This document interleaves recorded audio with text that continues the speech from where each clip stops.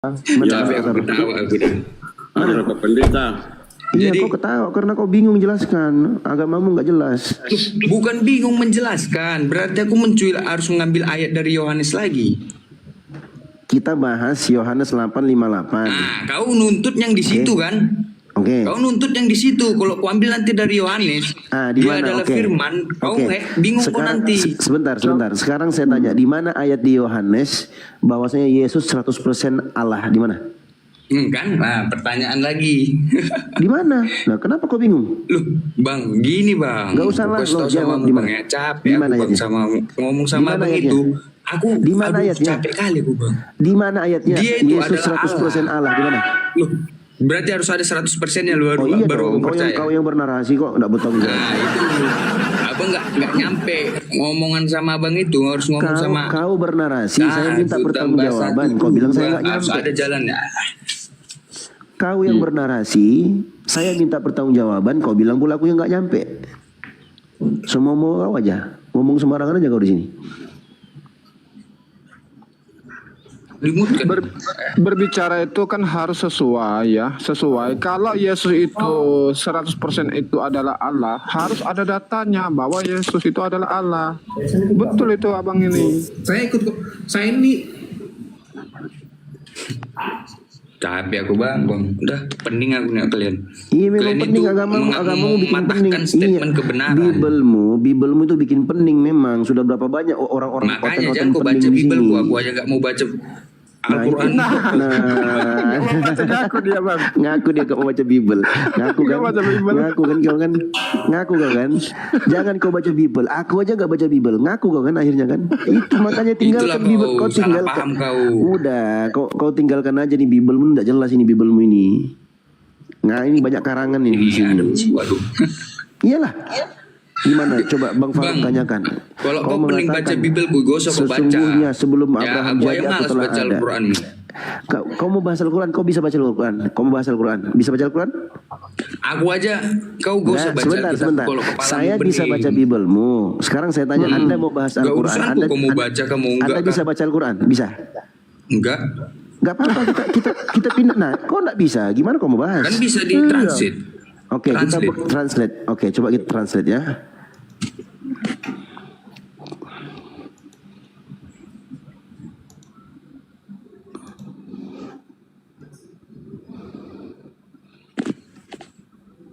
Yang cari ayat anu aja bang. Wa ma khalaqtul jinna wal insa illa liya'budun itu ayat itu surat Ajariyat itu bang. Ah terjemahkan sama dia. Bisa nggak dia baca? Coba kau translate ini. Ayat berapa itu biar ku transit dari Google ku. Kau translate dari Google ya. Surat Al-Munafikun ayat 10. Kayak mana tulisannya itu? Enggak pernah aku baca Al-Quran. Nah itu kau nggak nyampe otak. Sok-sok aja Udah, lu. gak usah sok-sok. Kau bahas Al-Quran. Kau bahas Yohanes 8:58 aja. Udah mencret kau di sini. Langsung stuck otakmu. Langsung jongkok Enggak lah. itu. Enggak. Warahmatullahi wabarakatuh, Bang Faruk dan kawan-kawan. Waalaikumsalam warahmatullahi wabarakatuh. Ya kan Yohanes 8:58 aja sudah stuck otakmu. Udah bisa kau lawan Bang Faruk di sini. Nah ini ayat ini Yohanes 8:58 ini tabrakan dengan Matius 1 ayat 1. Udah kalau kau mau jujur kau bahas aja itu. Kenapa bisa dikatakan Yesus ini ya sesungguhnya sebelum Abraham jadi aku telah ada. Berarti dia sudah eksis, sudah ada sebelum Abraham. Kau bilang tadi itu rohnya itu Allah sepenuhnya. Mana kata Allah sepenuhnya? Gak ada di sini kata Allah sepenuhnya. Jangan kau tambah-tambahi ayatmu. Kalau kau tambah-tambahi ayatmu, masuk kau di sini di Amsal 30 ayat 6. Jangan menambahi firman-Nya supaya engkau tidak ditegurnya. Kau mau ditegur oleh Tuhanmu? Hah? Dan dianggap pendusta. Kau mau dianggap pendusta? Kau pendusta kau. Bukan pendusta bang. Terus Ya, apa? Itu menurut Pendeta.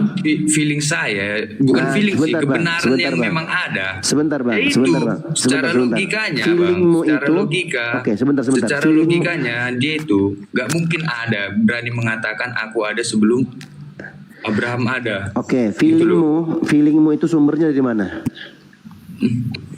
Capek aku bang, serius. Capek kau kan? Iya, enggak mampu kau. Capek aku ngajari abang. Kau tidak akan mampu, tidak akan Capek mampu. ngajari abang. Aku yang capek ngajari abang. Kau tidak akan mampu. Abang itu aku sama satu Jangan ayat kau nih, soal Bang, ngajari. Oke, nanti coba kau dari ajari aku. Yohanes. Oke. Kau Oke, bingung. coba kau ajari aku.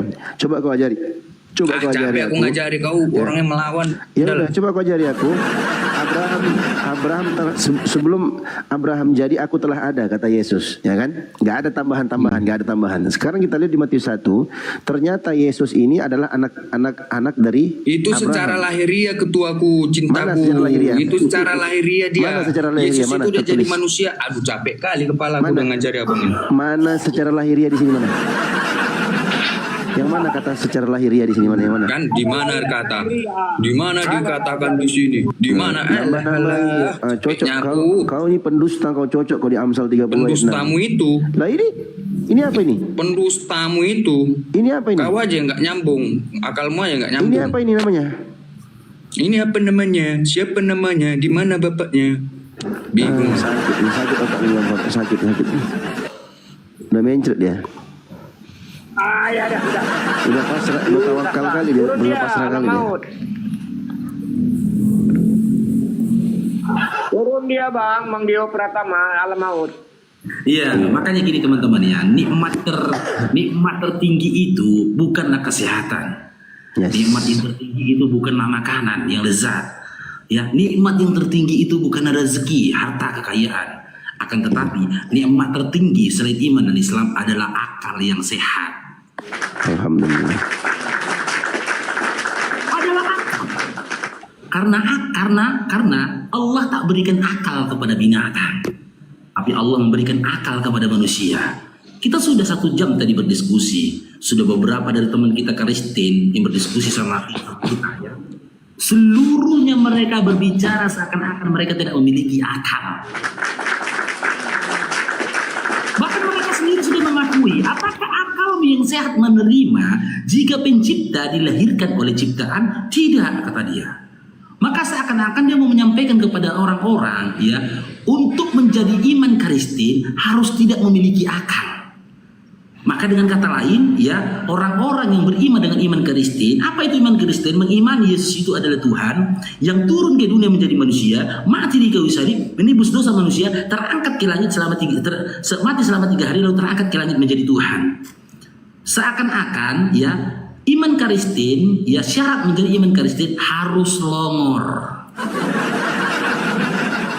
Harus longor. Terlalu jauh mereka berbicara tentang Al-Quran, saudara-saudaraku. Terlalu jauh mereka berbicara tentang adab akhlak. Terlalu jauh. Karena ternyata mereka sendiri tidak menyadari akal mereka itu sudah rusak. Mereka sudah rusak akalnya. Bagaimana bisa anak duluan ada di atas bumi ini daripada ibunya? Bagaimana bisa seorang cucu duluan ada di atas bumi ini daripada opungnya? Bagaimana bisa seorang opung duluan ada di atas bumi ini daripada buyutnya?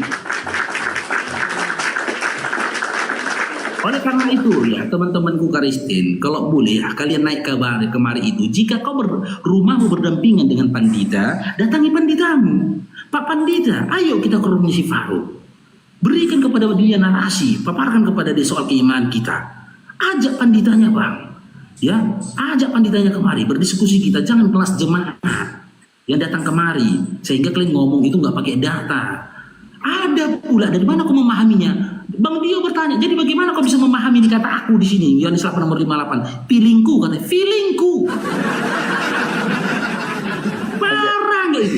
Ditanya bicara feelingnya. tentang akidah, pakai feeling dia Bang Dio. Nggak ada kenapa tadi, kan dia bilang dia tadi Bang Dio, feelingku kan. Gue tanya feelingnya, apa sumber feelingnya? Dia bilang apa? Capek ku jelaskan sama kau, katanya. Putus asa dia. Feelingnya tuh gak ada dasarnya. Salah Bang Dio. Nah, kalau kita tanya lagi, tahun berapa Yesus lahir? Matius 21 tuh sesudah Yesus dilahirkan di Bethlehem di tanah Yudea pada zaman Raja Herodes. Datanglah orang Majus dari timur ke Yerusalem.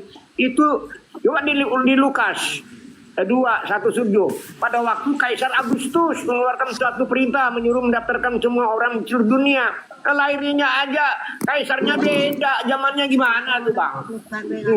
Ya, oke, kita sapa dulu baru bergabung nih Pak Tuliman ya, Bang Yusr Ganda. Selamat bergabung Bang Yusuf Ganda. Assalamualaikum Bang Irsan. Silakan Bang, kalau mau masuk Bang, silakan. Bang Irsan. Nanti kalau naik Oten, coba tanyakan dulu 1 Korintus 1:11-14 tentang masalah rambut panjang. Itu kata kawan saya, jarang dibacakan pendeta kalau di gereja. Ya. Nanti dilihatnya Yesus pakai rambut panjang, dilempar nanti pendeta. Sementara Tuhan mereka rambutnya panjang kan Bang, 1 Korintus 14:15 ya kan Bang? Iya, takut nanti pendetanya dilempar sama dia orang nanti kalau dibacakan. Iya dulu kabur Bang Israel.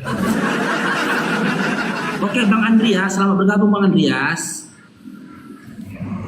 Bang Andreas, waalaikumsalam warahmatullahi wabarakatuh. Bang Nasrul Nazar. Bang Andreas.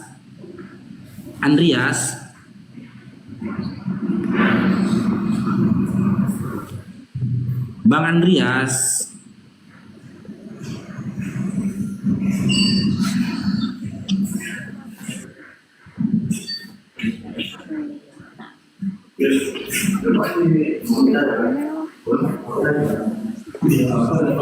Oke Bang Ridwan, selamat bergabung Bang Ridwan. Assalamualaikum warahmatullahi wabarakatuh. Waalaikumsalam warahmatullahi wabarakatuh. Silakan Bang. Bang Padel, selamat bergabung Bang Padel. Salam kenal Bang Faruk. Salam kenal Bangku. Assalamualaikum Bang Faruk. Waalaikumsalam. Aku nggak lama Bang, aku cuma mau bilang kalau jual otak Bang itu Faruk. Bang Faruk. Iya silakan Bang Ridwan, silakan. Aku cuma mau bilang kalau jual otak Oteng paling mahal karena jarang dipakai. Itu aja Bang. Serem Bang ya, menjual-jual otak Bang ya. Iya. Otak Oteng paling mahal Bang. Ya, Karena nggak pernah Bang. dipakai. Bang Ridwan, alhamdulillah orang tuh gak ada di sini Bang, gak ada di atas. Kalau nggak Bang, disemburnya Bang, disembur Bang. Orang itu serem Bang, kalau marah tuh serem Bang, gigit-gigit meja Bang. Jadi mereka itu Bang Ridwan, kalau marah gigit-gigit meja, ngunyah-ngunyah dedak, ngunyah-ngunyah plastik, Iya. ya ngais sampah. Marah tuh. Banget. Makanya jangan dipancing Bang orang itu marah. Kita harus jaga perkataan kita. Jangan sampai mereka marah. Karena kalau mereka marah, mereka gigit-gigit meja, ngunyah-ngunyah dedak, ngunyah-ngunyah plastik, ngais-ngais sampah. Ngeri Bang, ngeri. Gak serem Bang nengoknya Bang Ridwan kalau orang itu marah kayak gitu Bang. Bang Ridwan. Ampun.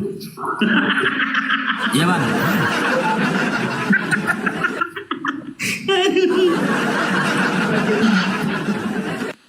Asli bodoh.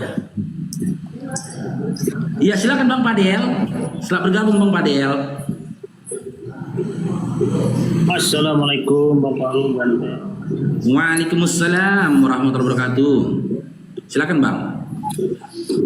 Bang Faruk. Siap. Kenapa kawan-kawan kita Oten ini kalau berdebat selalu mengelak-ngelak. Kenapa tuh Bang Faruk? Bingung saya. Ya. Karena memang begitu kan yang diajarin Paulus kan gitu. Paulus kan pinter ngelak, dia ngelak dia. Iya kan? Ngaku-ngaku domba padahal serigala. Nomor 10 baru kan. Dia pakai saya 28 nomor 10. Saya 28 nomor 10 itu Bang Wadel dia pakai. Oh gitu Pak. Benar-benar. Satu lagi Bang Faruk. Saya 28 nomor 10. Nah. Iya nanti saya lihat. Satu lagi Bang Faruk. Di Al-Quran kan sudah dijelaskan tuh Bang Faruk. Kalau kita berdebat sama mereka sampai mencret dunia akhirat nih, sampai kiamat dunia nih, mereka tidak akan mau mengakuinya Bang Faruk. Jadi kalau menurut saya kadang-kadang mubazir gitu Bang Faruk. Kecuali kalau mereka sudah dapat hidayah, alhamdulillah. Ya, tapi kan untuk edukasi bagi orang lain, edukasi yang dibawa. Yang nonton Ya, kan banyak benar. mualaf-mualaf saya nih yang nonton. Iya. Yang di Contohnya kayak Bang Faruk. kan banyak mualaf-mualaf saya nih yang saya bina nonton Bang Faruk nih gitu loh. Alhamdulillah. Mudah-mudahan itulah. Masya Allah Pak Wiro. Hikmahnya mudah-mudahan untuk yang lain. Teman-teman di follow ya, follow ya Pak Wiro ya, Pak Wiro 212 ya. Assalamualaikum warahmatullahi wabarakatuh. Waalaikumsalam Bang Faras. Oke, ada lagi Bang mau disampaikan Bang Turiman. Kita harus siapkan 2,5 ya Bangku untuk teman-teman kita Kristen yang Ya tercinta. tadi itu jangan kan itu. Ya kan? Apakah Yesus lahir sebelum Raja Herodes atau Agustus? Cuma Iya. Matius 2:1 dengan Lukas 2:1-7. Yang satu mengatakan di zaman Herodes, yang satu di zaman Kaisar Agustus. Nah, kan gimana itu? Oke, jadi ini ada si Oton. Ini aku coba aku sematkan ya, bisa nggak aku sematkan ya? Apa dia? Oke, nggak bisa. Oke, si Oton ini bikin tapping, nulis tapping di bawah. Apa mukjizat dari Islam? Diskusi aku dari 1 jam yang lalu sampai detik ini, nggak kau lihat lagi mukjizat Islam itu? Apa mukjizat terbesar dan nyata bisa kalian rasakan? Kami memiliki akal yang sehat, sementara akal kalian rusak. Masih bertanya kau lagi, apa mukjizat Islam? Apa mukjizat Islam? Udah kau tengok saudara-saudara seiman merusak semua akalnya. Coba, bahkan mereka mengakui kan akal mereka rusak. Ketika mereka menyatakan akal mereka tidak menerima ketika pencipta dilahirkan oleh ciptaan.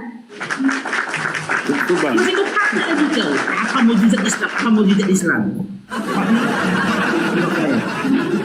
Di follow dulu teman-teman Ironya. Silakan yang lainnya. Bang Faruk pilih tamu dulu. Nah, ini dia mulai diganggu.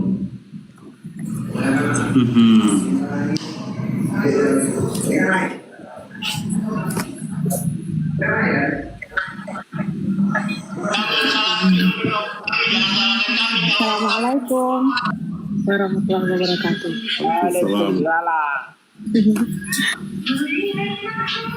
Oh.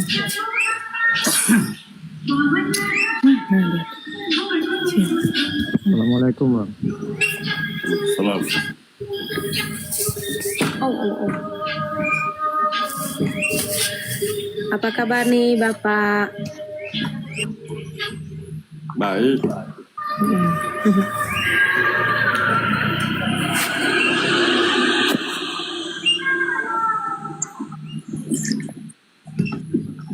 Iya, Kak Novia ada yang ingin disampaikan, silakan Kak Novia. Nah, aku cuma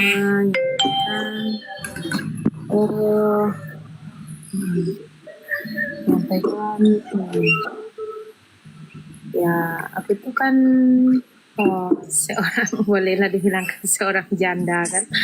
Ya aku tuh kalau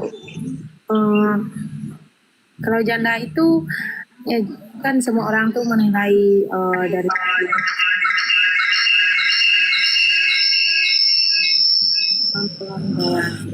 Noise, Bang Faruk. di kampung ini aku kan pedagang. Ya aku kemana-mana pulang pagi, pulang malam. Orang tuh baik.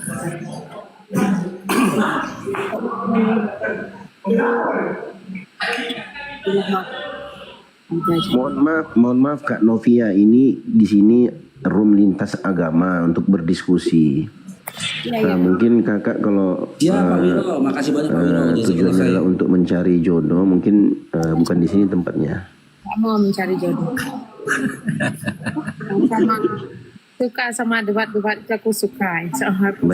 Baik, terima kasih Kak. Mungkin ada lagi yang mau disampaikan Kak, karena kita harus siapkan 2 slot buat kawan-kawan Kristen yang mau naik berdiskusi. Tadi dipilih itu pendaftaran janda tuh Bang Faruk. Pendaftaran janda. Ya, aku kalau apa bukti nyata dari bahwa Yesus Apa Kak? Suaranya kurang jelas Kak? apa bukti nyata bahwa Yesus itu adalah Tuhan? Nggak ada bukti nyata kak. Yesus bukan Tuhan nggak? Kan itulah. Iya. Kan dalam Quran itu ada. Tanya Oteng. Aku kirimkan Al-Quran itu untuk membawa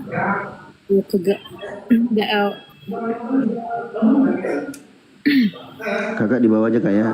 Mohon maaf kakak salah kamar kakak di sini. Ini room diskusi kak, bukan room cari jodoh. Silakan teman-teman yang ingin naik berdiskusi silahkan. Dia terpengaruh Bang Faruk waktu Bang Faruk tuh bikin itu, ada di Bible itu pendaftaran janda tuh, kategori janda. Kan ada tuh tagnya tuh di Bible tuh pendaftaran janda itu terpengaruh itu dia. Oke, sebentar dulu ya Bang Abang, kita iklan dulu ya. Ini roomnya sudah mulai berat ini kayaknya ini. Untuk 438 orang, tap-tapnya dikencangin guys sampai 100k dulu ya. Untuk teman-teman muslim di bawah yang 424 orang, tap-tapnya dikencangin guys. Sudah mulai berat roomnya ini ya. Terima kasih. Layar sambil zikir, tap layar sambil zikir.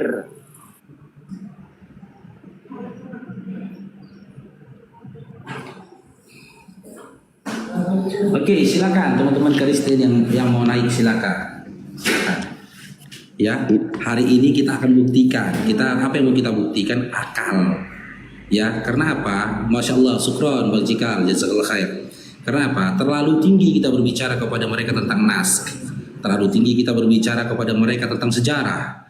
Syukron, Bang Cikal, jazakallah khair. Terlalu tinggi kita berbicara kepada mereka tentang kitab. Jika mereka sendiri tidak memiliki akal yang sehat.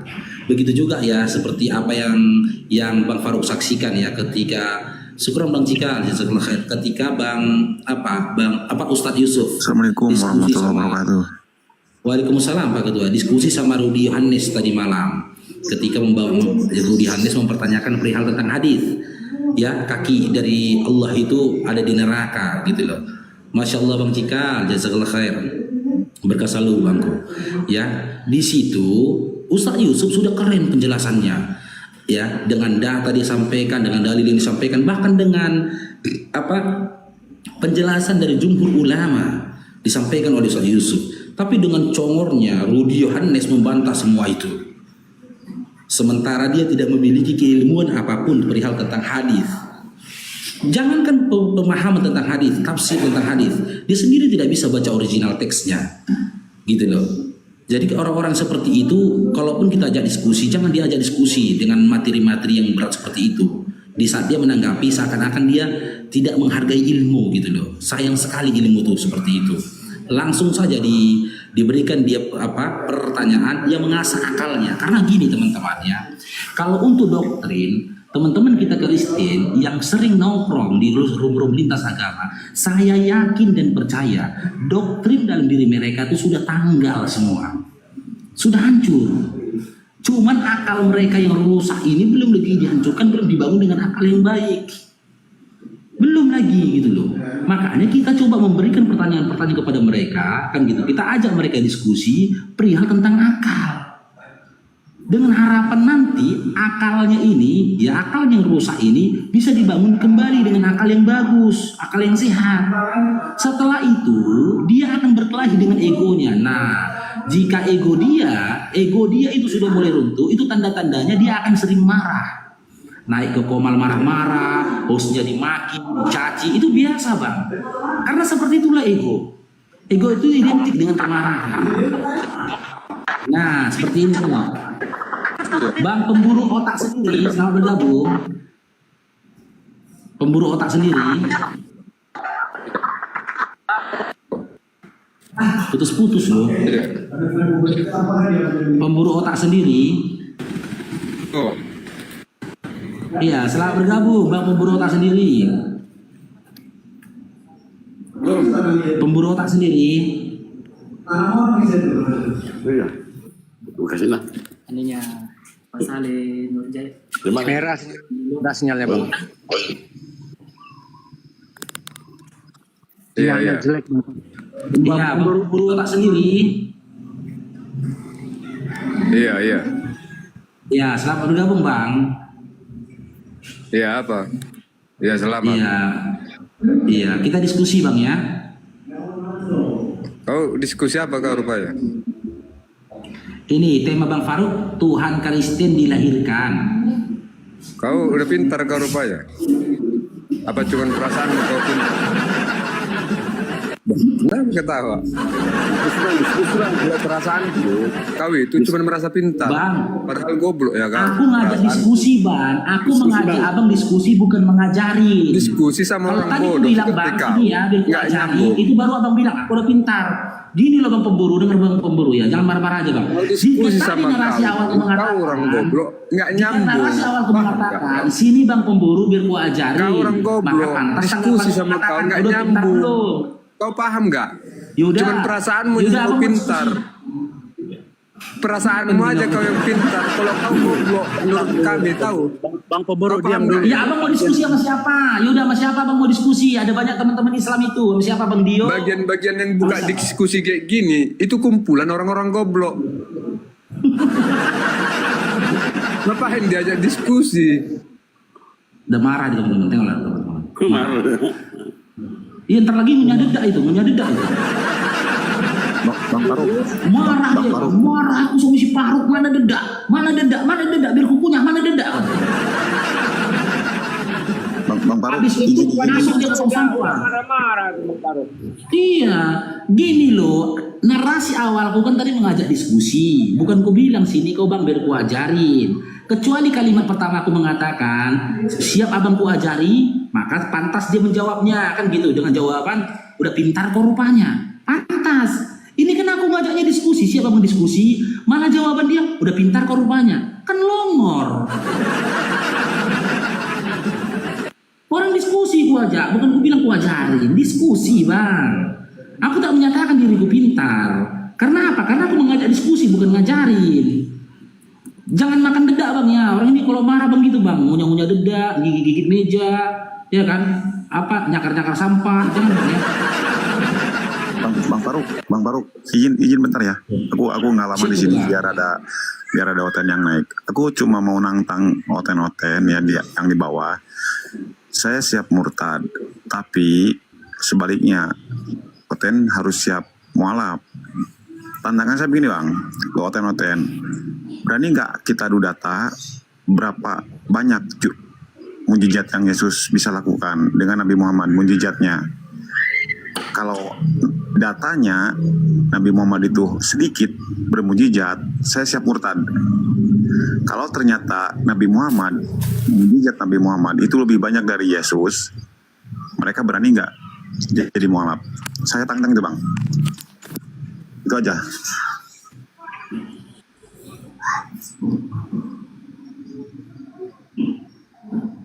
Iya, siap. Nah itu aja. Ya siap, tunggu Bang. Ya saya lagi ngapain? Ini rungkat nih. Hostnya rungkat itu. Waduh. Yuk tap-tap lagi guys. Di tap-tap lagi teman-teman semua ya, di tap-tap lagi yang kencang. Oke teman-teman semua di tap-tap lagi yang kencang. Oke, jika kita bikin perbandingan Bang, jika kaji perbandingan Bang. Dengar Bang suaraku Bang? Halo? Siap. Wasallam itu sangat jauh Bang. Kita bisa lihat di endingnya, di mana dikisahkan ketika Yesus digantung di kayu salib menuju kematian, dan bagaimana Nabi Muhammad SAW saat sakaratul maut menghadapi kematian. Kita bisa lihat ternyata sosok Yesus itu cengeng. Dia cengeng ketika di kayu salib, dia cengeng, dia menangis, Eli Eli lama sabachthani, Allahku, kenapa kau tinggalkan aku? Secuil pun dia tidak ingat tentang umatnya yang Kristen, yang katanya Kristen. Tidak ada. Dia hanya mikirkan dirinya sendiri. Kenapa aku ditinggalkan? Nangis dia. Yesus nangis. Bandingkan dengan Nabi Muhammad SAW. Di saat dia merasakan sakaratul maut, apa kata Nabi Muhammad SAW kepada Jibril? Wahai Jibril, seperti inikah sakaratul maut wahai Jibril? Ya Rasulullah, Bahkan itu telah dimudahkan atasmu. Umatmu akan merasakan hal yang lebih pedih daripada itu. Apa kata Rasulullah? Di tengah-tengah rasa sakitnya, biar kalian dengar nih. Dengar kalian nih Nabi kami itu. Kalian dengar nih Nabi Muhammad SAW itu. Ya, seorang Nabi yang perkasa, yang luar biasa. Apa kata dia? Ya Jibril, sampaikan kepada Allah, ya Allah ya Tuhanku, timpakan seluruh sakitnya sakaratul maut umatku kepadaku ya Allah, kata dia.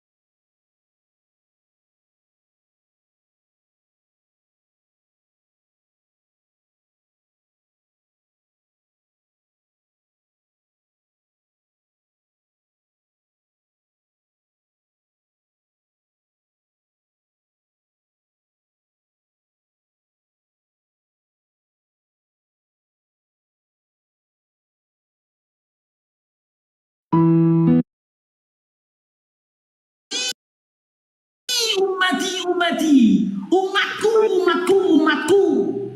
Bayangkan kuatnya Nabi kami itu. Bayangkan perkasanya Nabi Muhammad SAW itu. Bayangkan betapa besarnya cinta sayangnya Nabi kepada kami. Yang 1500 tahun kemudian baru kami ada di atas bumi ini. Kalian diingat? Bahkan dalam Matius 7 nomor 21 sampai 23 kalian diusir oleh Yesus. Sosok Yesus yang mati di kayu salib itu tidak pernah mengingat kalian. Dia cengeng. Dia menangis merintih mengatakan Eli lama sabachthani, Bapakku Allahku kenapa kau tinggalkan aku? Sementara Nabi Muhammad SAW pernah dia berkata, Allahku kenapa kau tinggalkan aku? Pernah? Tak ada dia berkata begitu. Dia tidak berkata Allahku. Bahkan sebelum kematiannya di dalam riwayat diceritakan dia diberikan pilihan untuk hidup atau berpulang kepada Allah. Dia lebih memilih berpulang kepada Allah. Tetapi sebelum dia berpulang, dia meminta jaminan dulu untuk umatnya.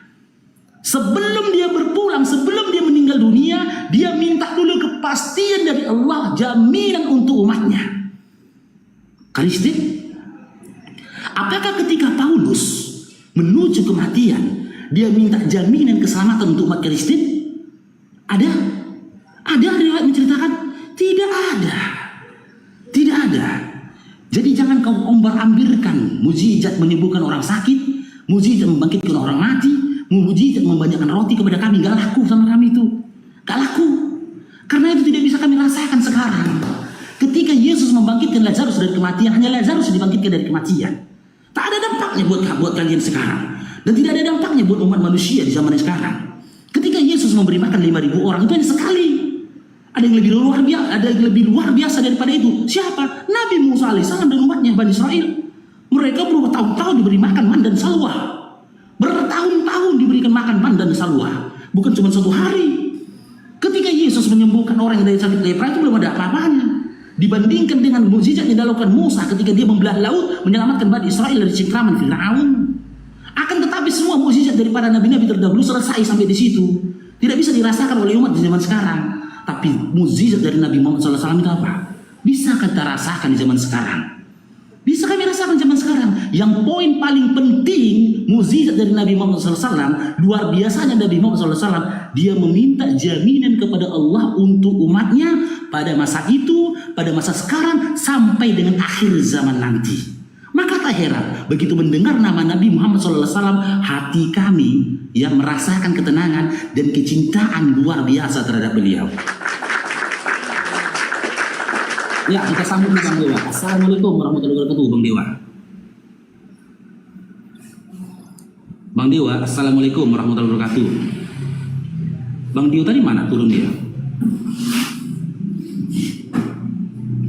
Ayo silakan teman Kristen. Kita bandingkan antara Yesus dengan Nabi Muhammad SAW. Apa kelebihannya? Bahkan tidak ada satu ayat pun di dalam Bible di mana dikisahkan Yesus itu berbakti kepada orang tuanya. Apakah kalian mau jadikan panutan orang yang seperti itu? yang tidak bisa memberikan bakti kepada orang tuanya? Ayo, apa yang mau kalian dalilkan dari Yesus yang mati tergantung di kayu salib itu? Bang Dewa, nak tolong naikkan Bang Dio, Bang Dewa. Ini akun kecil bang, nggak momot ini bang, akun ini. Oh iya, aku udah naikkan, kok nggak bisa ya? Abang itu lagi diganggu itu.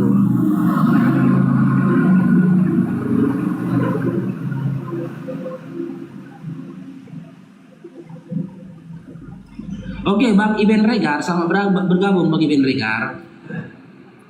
Assalamualaikum. Bang Iben Regar. Assalamualaikum. Waalaikumsalam warahmatullahi wabarakatuh. Silakan Abang, silakan. Lanjut aja Bang Faruk. Saya nyimak aja. Banyak belajar nih dari Bang Faruk ini. Siap Bang, Masya Allah. Sama-sama belajar kita Bang. Izin Bang ya, kita mau siapkan 2 room kosong ini Bang, untuk teman-teman Kristen kita yang tercinta. Iya, lanjut. Saya di bawah aja. Iya, izin Abang ya, makasih banyak Bang Iben ya. Assalamualaikum warahmatullahi wabarakatuh. Aku izin dulu ya Bang, biar Oten ada yang naik lah. Nanti kalau ada yang terima tantangan saya, kasih tahu Bang. Siap Abangku, siap. Konsekuensinya jika Nabi Muhammad itu mujizatnya sedikit, lebih banyak Yesus, saya siap murtad Bang. Tapi konsekuensinya Oten harus siap masuk Islam. Itu aja tantangan saya. Tapi pakai data gitu, pakai data. Itu semuanya. Assalamualaikum warahmatullahi wabarakatuh. Waalaikumsalam warahmatullahi wabarakatuh. Kurang apa lagi mukjizat yang mau kita sampaikan tentang Nabi Muhammad SAW? Ya, coba kalian kaji sendiri sejarah. Ketika Yesus dilahirkan di tanah Galilea atau Nazaret, sampai dengan dikisahkan dia terangkat ke langit, bisakah dia mengusir penjajah dari tanah kelahirannya? Bisakah dia mengusir penjajah dari tanah kelahirannya? Umat siapa yang mengusir penjajah dari tanah kelahirannya Yesus? Umatnya Nabi Muhammad SAW, di bawah kekhalifahannya Umar ibn Khattab. Di mana mukjizat yang kau sampaikan tentang Yesus itu? Apa hebatnya dia? Yesus yang mati di kayu salib itu ya? Apa hebatnya Yesus mati di kayu salib itu? Yang kedua, ya, ketika Yesus yang mati di kayu salib itu dilahirkan di Nazaret dan Galilea, ketika pada masa itu tidak ada harga diri wanita, Bangku. Bahkan perbudakan luar biasa di situ, budak pun tak punya harga diri. Siapa yang menghapuskan perbudakan di atas bumi ini? Nabi Muhammad SAW. Melalui amalan-amalan yang disampaikan oleh Allah melalui Nabi Muhammad SAW. Fadilah-fadilah amal dalam membebaskan budak. Jika saja Nabi Muhammad SAW tidak diutus di atas bumi ini, maka perbudakan masih ada kita rasakan sekarang. Bahkan bisa jadi kita anak keturunan budak yang tidak memiliki kemerdekaan di zaman sekarang ini. Yang ketiga, ya, di zamannya Yesus mulai dari dilahirkan di tanah Galilea sampai dia diangkat ke langit, ya, tidak ada batasan tentang pernikahan pada masa itu.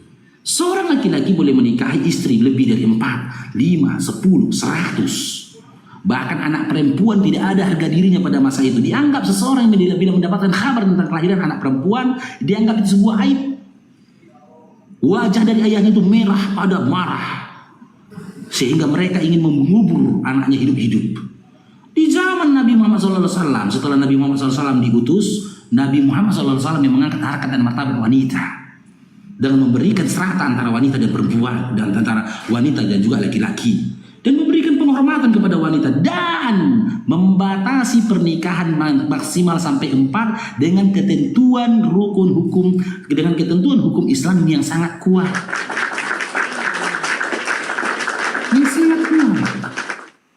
Yang berikutnya, ya, dimulai dari Yesus lahir di tanah Galilea sampai dia diangkat ke langit, dia tidak bisa mengangkat harkat martabat atau mengangkat ekonomi orang-orang sekitarnya. Tengok tanah kelahiran Yesus sampai detik ini dibombardir sama Israel. Sementara sesaat setelah Nabi Muhammad SAW diutus di Mekah pada masa itu, ya, sampai dengan detik ini pada masa itu, ya, tanah Mekah atau tanah Arab dikenal dengan tanah yang miskin. Hidup orang-orang jahil di situ, orang-orang yang terbelakangan. Sekarang kalian lihat Jazirah, tempat kelahiran Nabi Muhammad SAW, ya, salah satu negara terkaya di seluruh dunia.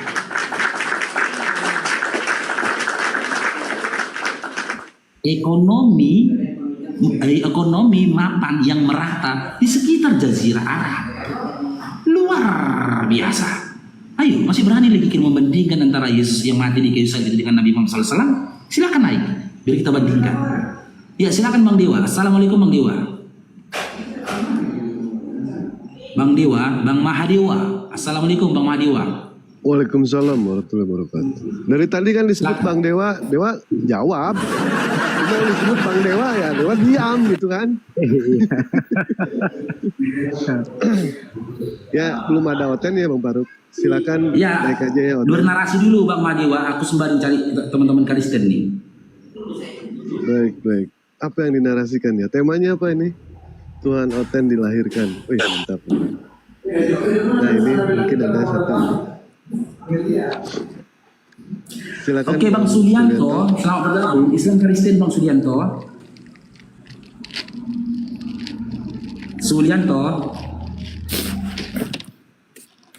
Bang Sulianto.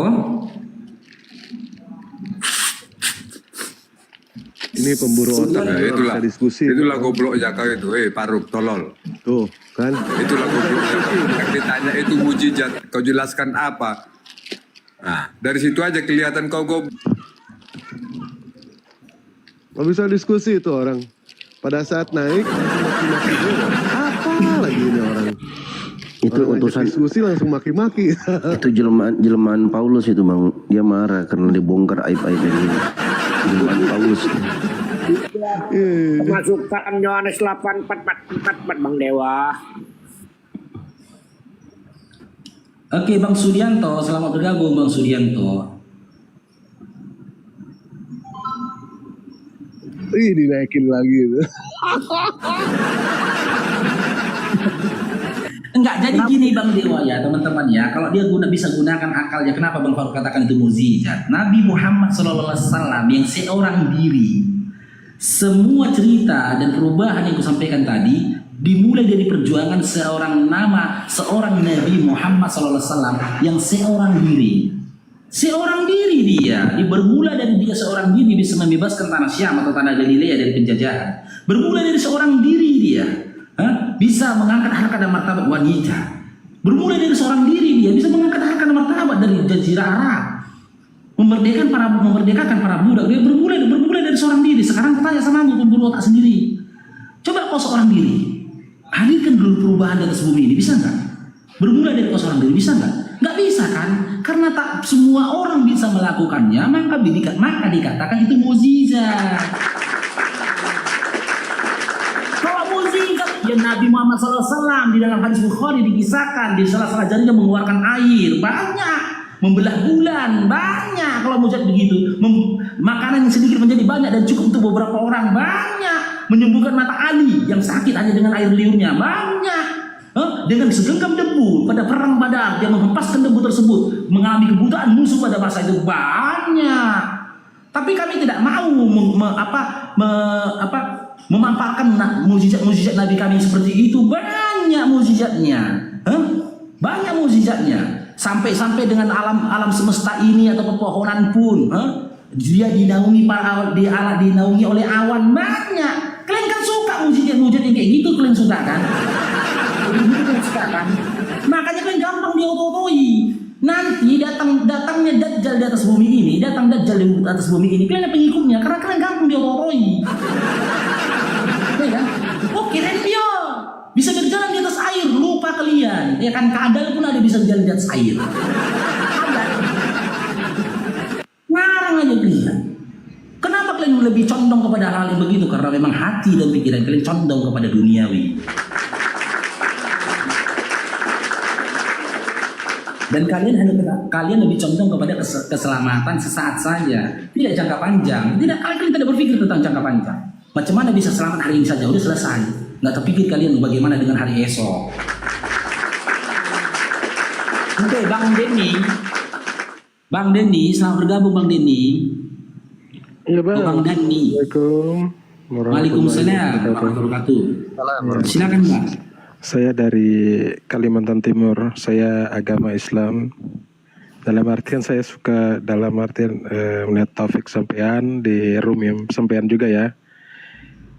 Hanya menjadi pendengar aja bang, menjadi pendengar apa sih yang pengen dikorek di dalam Kristen atau Islam. Tapi kalau saya banyak punya teman Kristen juga, banyak juga Katolik punya teman. Tapi dalam artian kita tidak menghinakan agama mereka. Satu, kita cukup berteman, intinya saling percaya aja. Masalah agama itu saling tidak menghinakan, itu aja sih kalau saya. Siap. Ada lagi bang, izin bang ya kalau bang Dani, kalau nyimak di bawah bangku kita mau siapkan 2 komal ini untuk teman-teman Kristen yang tercinta. Oke, siap Pak, saya turun. Makasih banyak bang Dani ya. Ya, salam Kak ini, ntar ya. Sehat selalu ya Bang Dewa ya. Di ini tadi malam kita asik ngobrol juga. Oke, makasih Bang. Selamat siang. Assalamualaikum warahmatullahi wabarakatuh. Waalaikumsalam. Ditanya lah tadi Bang Mahadewa atau Bang Dewa? Oh, siapa? Bang Dewa apa? Mahadewa bingung. Itu yang di bawah saha naik aja ke sini silahkan ya. Ente bilang kami nyari koin. Kalau kami nyari koin, memang urusan ente apa? Urusannya dengan ente itu apa? Level aja ente tidak ada. Beli koin dong biar tahu harga, ya. Yang ngasih umat muslim bukan ente. Naik aja ke sini kalau mau diskusi. Ayo naik. Banyak kali lah Bang Mahadewa, banyak kali lah nih bacotnya tadi cari koin, kalian cari koin, dia akunnya aja abu-abu. Level aja nggak ada itu. Ya levelnya aja nggak ada. Nanti ku masukin, ku kasih masuk nih akun raksasa di sini. Nah tuh, akhirnya kan keluar sultannya marah tuh Mas Dio. Keluar sultannya marah tuh. Masya Allah, Masya Allah, jazakumullah khairan buat teman-teman. Barakallah, makasih banyak. Yang berbagi. Iya, kecoa aja banyak gaya. Kalian jadi koin. Tetap lahir sambil zikir. Oke, Bang Otik, selamat bergabung Bang Otentik. Assalamualaikum warahmatullahi wabarakatuh, Bang Faruk. Waalaikumsalam warahmatullahi wabarakatuh. Silakan Bang Otentik. Jadi Bang Faruk lupa ada satu lagi mujizat Nabi Muhammad, yaitu mengawini 72 bidadari dalam satu malam. Itu mujizat juga Bang Faruk. Dalam satu malam bisa dikawininya bidadari 72 orang. Mana datanya itu? Bang Faruk, aku izin baca typing ya. Sekaligus belajar bahasa Batak ini. Sudah cocok belum aku jadi orang Batak? Faruk, sifat agama na asing, cobain pembahasan. Berani doho. Begitu Bang? Berani, bahasa dan berani. Keren tuh bahasa Batak Bang. Itu yang di bawah typing itu, I love Siantar itu, baca. Tapi bagaimana? Cara bacaku sudah cocok, udah bisa jadi Batak aku. Sudah bang. Tapi janganlah Bang, nanti dibilang dalle ya Bang.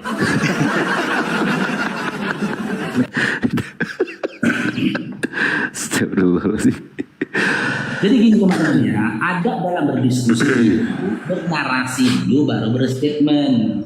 Kalau teman-teman Kristen ini kan enggak, statement dulu dia baru bernarasi. Sama halnya gini Bang, kamu mencurigai anak seseorang telah mencuri di rumahmu.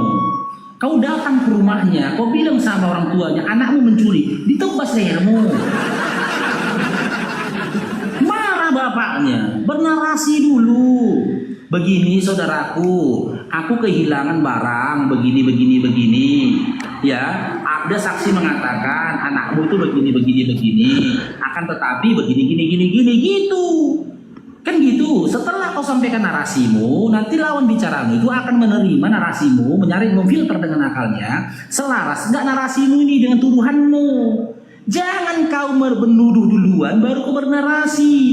Ya, kalau nanti tuduhanmu itu tidak sesuai dengan narasimu dan juga buktimu, masuk kamu ke dalam ranah penghujatan. Dan kami tahu niat kau memang naik ke atas menghujat. Kan gitu. Karena apa? Karena di sini kau berani ngomong seperti itu. Coba berhadapan muka dulu sama umat Islam. Ngomong kok kayak gitu. Kalau nggak dicubit ginjal kau, Coba dulu, berani nggak, Bre? Kalian itu teman-teman, aku bukan rasis ini ya. Minoritas pun berani kalian kayak gitu loh. Kan kurang asam kalian.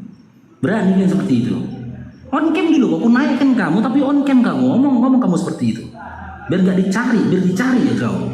Dicari saudara-saudara muslimku ginjalmu, disintar tuh ginjalmu, diincar ginjalmu. Mana ginjal si otentik ini? Mana ginjal si otentik? Pedih bro, dicubit sedikit aja ginjalku tuh, tak bisa kencing kok, nggak percaya kok, nggak bisa kencing.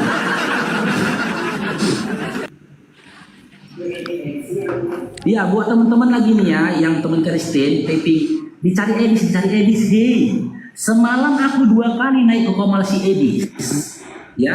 Aku mau buka data dari kick. Di bawah aku tekan kayaknya aku sampai setengah jam ku taping naik nggak dinaikkannya aku. Udah takut si Edis. Udah naik abang sebentar di kick ya bang ya. Ah, abang ada di situ kan Bang Dewa kan? Ada di situ aku lihat. Udah naik abang terus di kicknya ya. Di kicknya aku. Masa aku nggak bisa on cam, aku nggak bisa buka data. Orang buka data di kicknya. Takut dia, masa cerita. Ya kan? Suruh si Edis kemarin, kan nggak si Edis itu. Orang nongol kayak gitu, kalian udah gini aja lah. Kalau memang diskusi ilmiah sudah tidak bisa lagi di debat di room lintas agama ini, ya Bang Faruk menantang duel aja lagi guys. Seluruh debater sekali saya laki-laki ya, perempuan nggak berani aku. Perempuan biar sama Dewa aja Bang Faruk. Kalau iya, kan sama Bang Dewa aja. Nanti iya. dibikin dipelihara sama politik.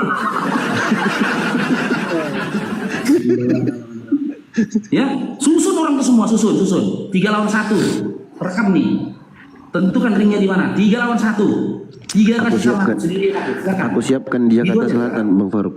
Aku siapkan tiket buat Bang Faruk di Jakarta Selatan, kita di ring di sini. Udah, mantap Bang Dio. Yuk. Gitu aja lah udah. Daripada menghujat kita, kalau memang sudah besar kali kebencian kalian, kemarahan kalian kepada aku, 3 lawan 1 ayo. Tentukan ringnya di mana. Ya, debat Kristen dia susun orang semua. Siapa? Tapi si para penghujat kalau bisa ya, si Haleluda, siapa lagi? Si penghujat itu susun dulu. Si Haleluda itu lagi ini. Badan narkoba kayak gitu, ditiup angin nilainya. Bang Faruk, tadi malam berhasil aku bikin ngamuk-ngamuk si Meme Bos, si penghujat itu. Sampai open cam dia. Nih aku kasih lihat dia. Lihatlah kalian. Inilah bukti teman-teman ya. Muka para penghujat itu rata-rata mukanya muka B2 semua. Gedein Bang Faruk. Ngamuk-ngamuk dia marah-marah tentang COD. 4 ekor di rumahnya Pak Dance, 4 ekor. Ini si Meme Bos. Nah ini orangnya. Nah ini orangnya nih, yang suka menghujat agama Islam. Nah ini orangnya, ini mukanya. 4 ekor onten tadi malam di rumahnya Pak Dance. Habis babat semuanya. Nah, muka jelek kayak gini, banyak gaya. Screenshot dulu. Karena screenshot lah mukanya. Jadi besok kalau dia masuk lagi ke room teman-teman, tinggal kalian naik buka open game.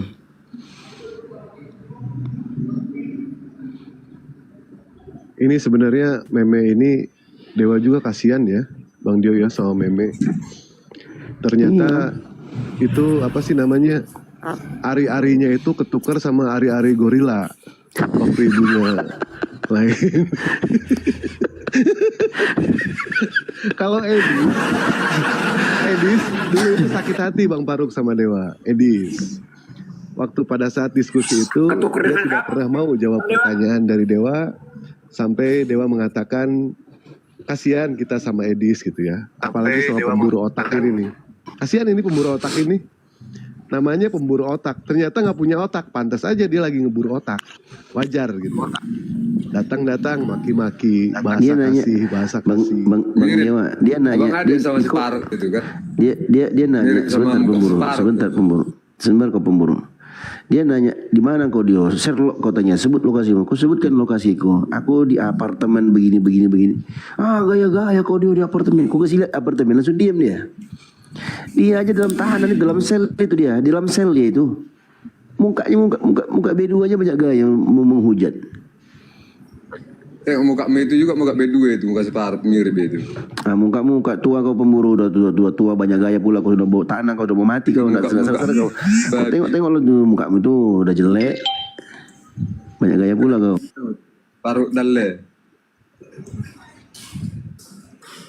Fotonya yang mana sini, yang tengah ya ini ya? Iya. Kenapa kau Murotak, Murotak fotonya yang tengah ya itu ya? Bang pemburu. Otak goblok. Kok mukanya jelek amat ya? Muka Jelek banget lu mukanya. Coba Bang Dio, tolong cari mukanya jelek banget tuh Bang Baruk ini. Kasihan amat ya ini. Iya. Memang mukamu udah ganteng rupanya, tolol. Nih, saksikan nih, bapak siapa nih? Dia sedang mempermalukan dirimu. Udah ganteng rupanya mukamu itu. Anjing. Kau tengok itu junjunganmu situ, siapa bosnya situ di foto itu? Iya. Tolol. Bang pemburu. Bosnya di situ. Iya, sebelum ngomong, coba dimuntahkan dulu dadanya bang pemburu. Muntahkan dulu dadanya bang pemburu. Muntahkan dulu. Iya, dimuntahkan dulu dadanya. Makanya kencing unta itu jangan banyak. Iya, habis itu abang bangkit dulu dari tong sampah itu, jangan dikasih lagi sampahnya bang. Sampahnya jangan dikasih lagi, udah cukup udah. Nah, itu nggak tahu. Nah, kawan juga bisa ngapain sinyal komunikasi. Konten dulu lah bang. Dia namanya pemburu otak. Memang lagi pemburu otak dia itu. Yang diburunya otak goblok pula. Yang diburunya otak goblok pula diburunya, ya ampun. Kasihan kali. Kalian kan orang otak goblok kalian yang kuburu. Dia bikin nama juga, dia nggak ngerti namanya seperti apa. Kalian yang kuburu. Itu maksudnya apa itu? Bang pemburu. Kau nggak punya otak, tapi kau berotak. Bang pemburu, goblok itu kan pasangannya goblok, bang pemburu. Jadi berulang kata goblok ya. Pemburu goblok. Supaya cerdas. Isinya tai semua jadi otaknya. Yang goblok itu harus mencari pasangannya yang goblok, kan begitu. Ya. Kau tai semua di otaknya itu, makanya goblok Iya, dia kau. itu yang diburu, Iya, kau, dicuci begitu. dulu. Kebanyakan Pemburu otak kencing goblok, onte, mencari seperti pasangan. kau maksudku. Kok kau pula, Otak kau pula. goblok itu pasangannya goblok. Pemburu. Apa begitu? Udah tua orangnya lo, udah tua dia lo. Udah mati. Pembicaraan dia bang Faruk. Tapi masih banyak gaya. Minumnya tadi malam, mabuknya sekarang di sini pula mabuknya.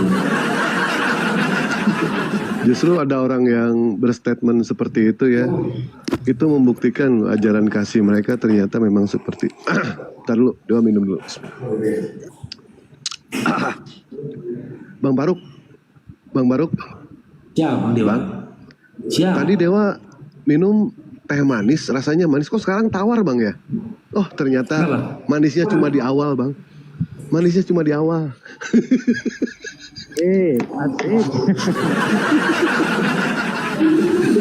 Itu gara-gara dengar suaranya pemburu itu, suaranya pemburu tuh bikin tawar.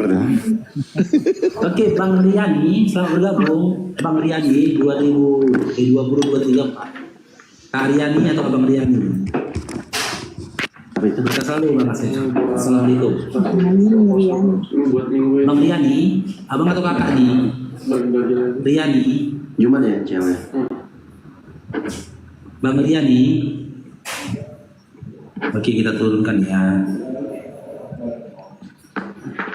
Oke, assalamualaikum Bang Asep. Waalaikumsalam warahmatullahi wabarakatuh, Bang Faruk. Silakan Abangku, silakan. Assalamualaikum warahmatullahi wabarakatuh, Bang Dewa. Waalaikumsalam warahmatullahi wabarakatuh. Oh ini fotonya yang didesain sama Dewa ini ya? Iya dong. Iya oh, kan. Iya. Kaosnya sudah sampai? Udah Bang Dewa, terima kasih banyak Bang Dewa. Ya, sama-sama Pak Asep. Pak Asep uangnya ini disampaikan Bang Dewa uangnya disampaikan. Pak Asep ini singkatan dari nama ya. Singkatannya Anak Seribu Pulau. Iya betul. Ya silakan masuk, silakan. Iya Bang Dewa, kalau untuk di Kepulauan Mentawai belum ada api nak Bang Dewa. Kurang paham Dewa soal api, soalnya Dewa kan nggak masuk api. Dewa dari dulu nggak masuk api, bukan Dewa tidak mau masuk, tetapi Dewa pengen independen. Dewa pengen sendiri gitu. Memang waktu itu berapa kali yang nawarin Dewa masuk supaya daftar, Dewa bilang Dewa takut bikin malu, itu Bang. Kalau Dewa bikin malu umat Islam, itu ke Dewa sendiri Bang. Api nggak ke bawah gitu.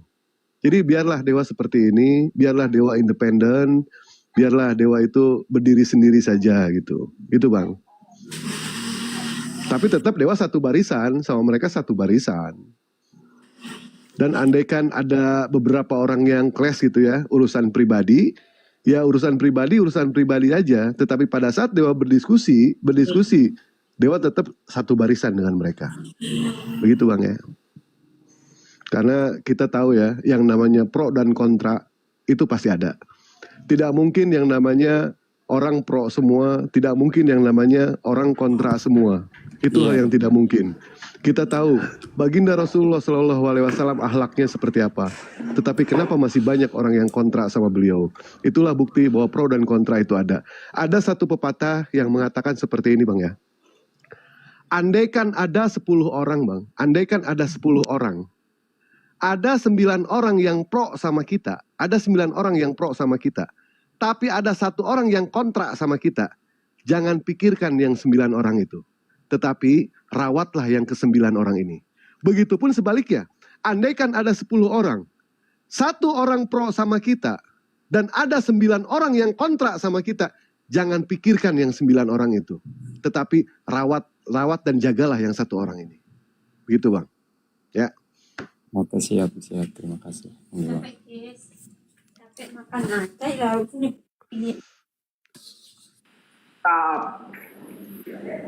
Dan ini buku Dewa pun tetap masih ada ya sampai sekarang ya. Kalau ada yang minat, Dewa baru fotokopi, ada 8 buku. Kalau ada yang minat dengan buku Dewa, jadilah apologet, silakan dibaca buku Dewa.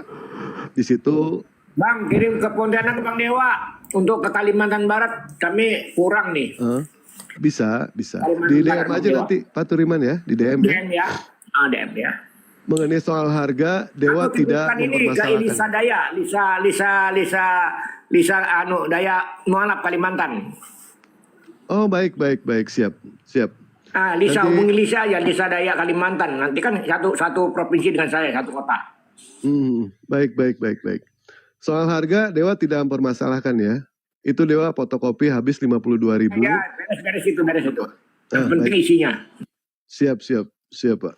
Ya kalau ada yang minat silahkan hubungi Dewa saja. Jadilah apologet semuanya. Ayo kita sama-sama berjuang. Kita sama-sama belajar untuk membentengi umat kita dari pemurtadan. Belajar terus, berjuang terus. Sampai pada suatu hari Allah mengatakan saatnya pulang. Disitulah belajar dan perjuangan kita hentikan. Ya. Siap. Kebetulan saya baru 30% baca, makanya belum berani untuk tampil debat Bang Dewa. Nanti kalau sudah saya pahami semua, baru saya ikut. Siap. Ada semua di situ kok. Jawabannya ada semua di situ, ya.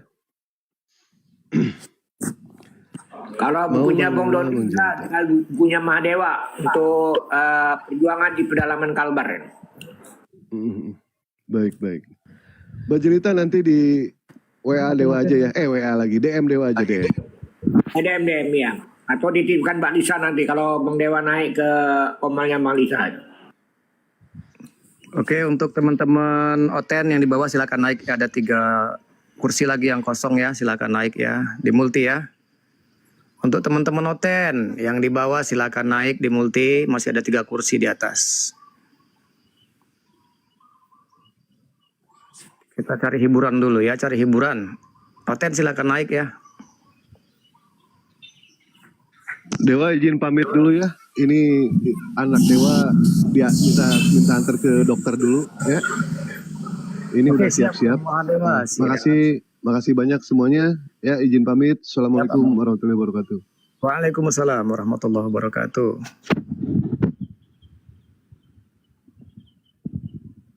Halo, selamat pagi, apologet santuy. Selamat pagi, apologet santuy. Selamat pagi teman-teman.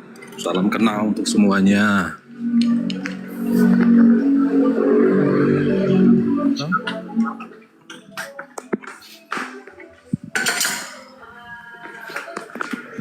Ya, selamat bergabung Bang Apologet. Ya, selamat bergabung. Terima kasih. Terima kasih. Iya.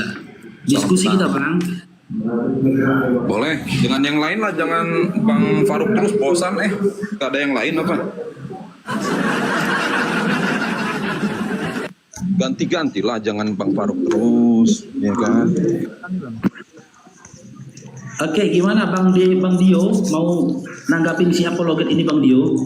Bosan aku Bang Faruk, dia mencret mulu dia sama aku. Ayo. Oke, Bang Asep gimana Bang Asep? Ayo Bang Asep belajar Bang Asep. Tadi kan Bang Asep bilang udah baca 30%. Nah, coba yang 30% itu aja dibahas Bang. Kita buktikan gitu. Jadi Abang kan udah baca, belajar. Nah, kita coba narasi aja dulu, nanti saya tanggapi. Ya narasikan aja dulu Bang. Ini tema Bang Faruk ini kan nanti yang nanggapin itu Bang Dio. Tuhannya Kristen ini dilahirkan. Kan gitu. Tema kita ini Tuhannya Kristen ini dilahirkan. Silakan Abang narasi dulu Bang Apologet, silakan.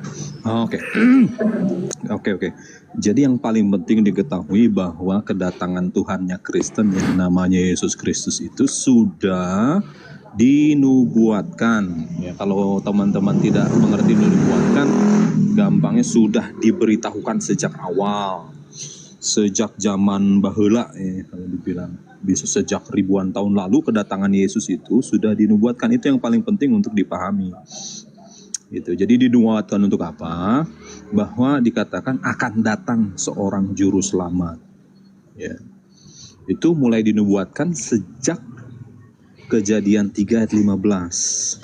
Ya, Kejadian 3 ayat 15 itu adalah ketika Adam dan Hawa itu berdosa, lalu berbuat dosa ya, mereka memakan buah yang dilarang. Di dalam Alkitab itu dikatakan demikian. Jadi mereka itu sembunyi dari Tuhan.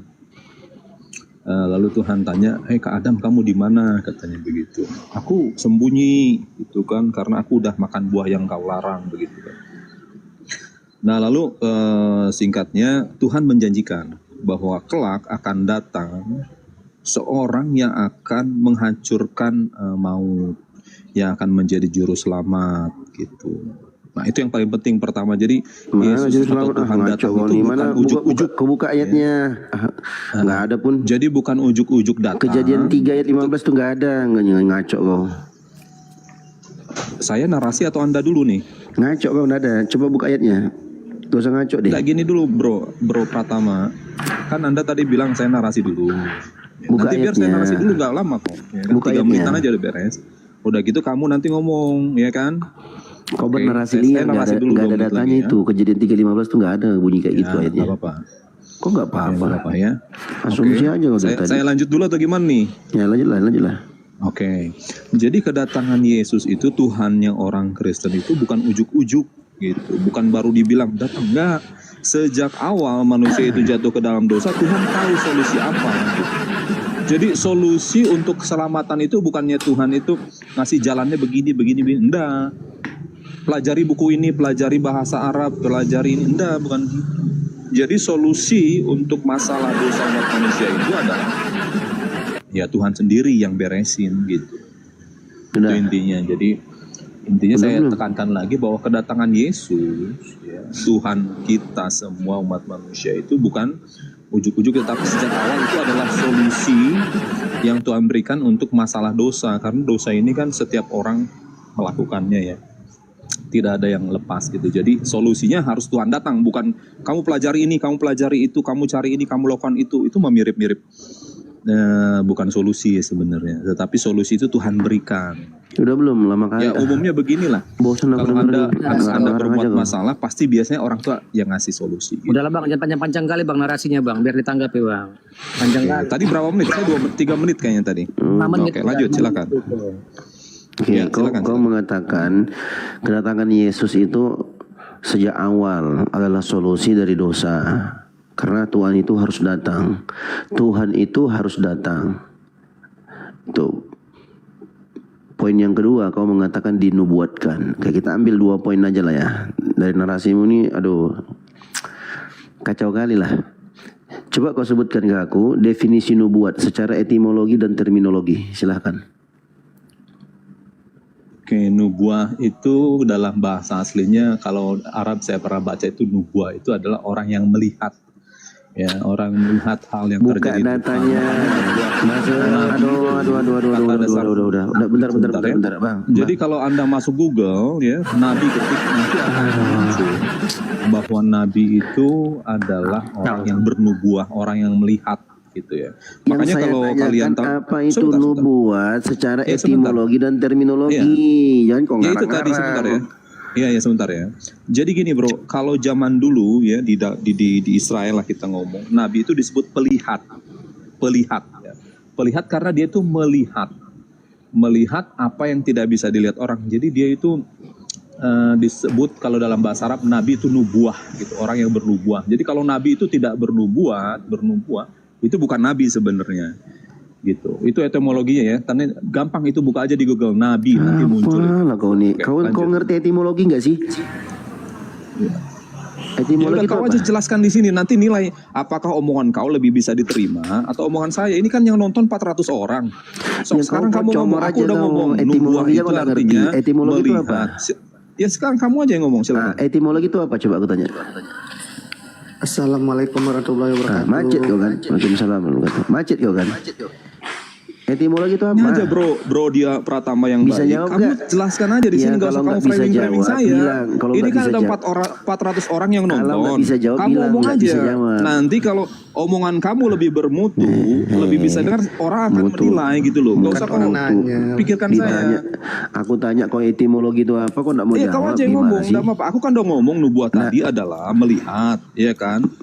Serah kamu kalau mau ngomong aja. Silakan. Oke, aku jelaskan ya. An-nubuwah dalam bahasa Arab itu terambil dari kata, atau aku jelaskan dulu. Etimologi itu apa? Terminologi itu apa? Etimologi itu penjelasan dari dasar kata. Terminologi adalah penjelasan dari penjelasan istilah yang digunakan dari setiap sub pembahasan ilmiahnya. Oke. Terminologi atau definisi an-nubuwah secara etimologi itu dari kata naba'a yanba'u naba'an wa nubuwatan. Nubuwatan itu adalah masdar, kata dasar dari kata kerja naba'a, artinya berita. Jadi an-nubuwah adalah berita. Berita tentang apa? Yang membawa berita disebut nabiun, kemudian dipermudah menjadi nabiyun. Yang membawa berita adalah seorang nabi. Jadi an-nubuwah itu adalah berita kenabian. Itulah makna an-nubuwah secara etimologi dan terminologi. Jadi kalau Anda berbicara, Yesus itu sudah dinubuatkan, Yesus itu sudah dinubuatkan, secara tidak langsung Anda mengakui bahwasanya Yesus itu adalah nabi, bukan Tuhan. Paham? Tapi ada tapinya. Tapi karena kau tidak mengerti definisi nubuah, makanya kau longor. Penglihatan, bapak kau penglihatan di sini bahasa Arab itu penglihatan namanya naboro, bukan naba'a. Naba'a itu berita. Kalian itu hanya bisa comot-comot istilah Islam. Pendetamu aja nggak ngerti apa itu an-nubuwah. Itu definisinya. Jadi kalau kau katakan dinubuatkan, artinya diberitakan tentang kenabiannya.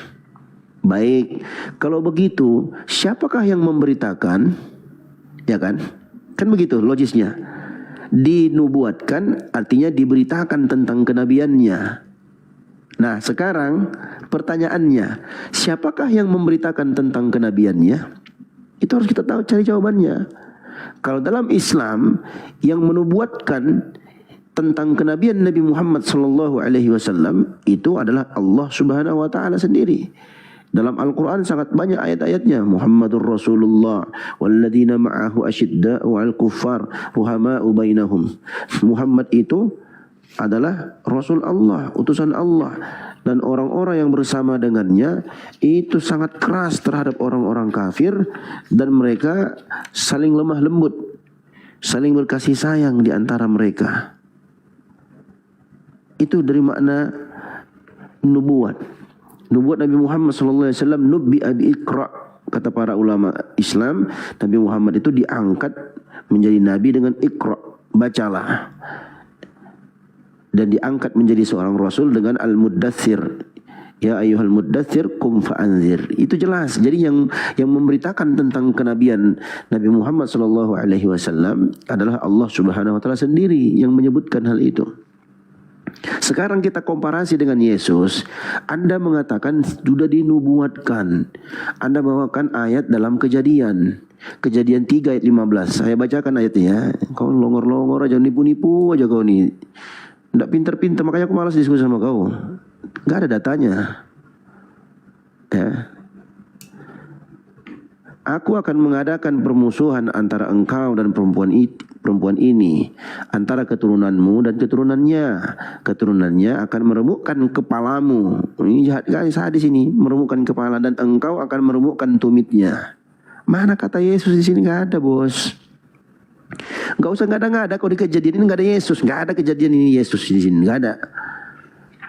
Jadi kau nggak usah tambah-tambahi. Kenapa? Kalau kau tambah-tambahi, kau masuk di sini nih. Nah, kau masuk di sini nih.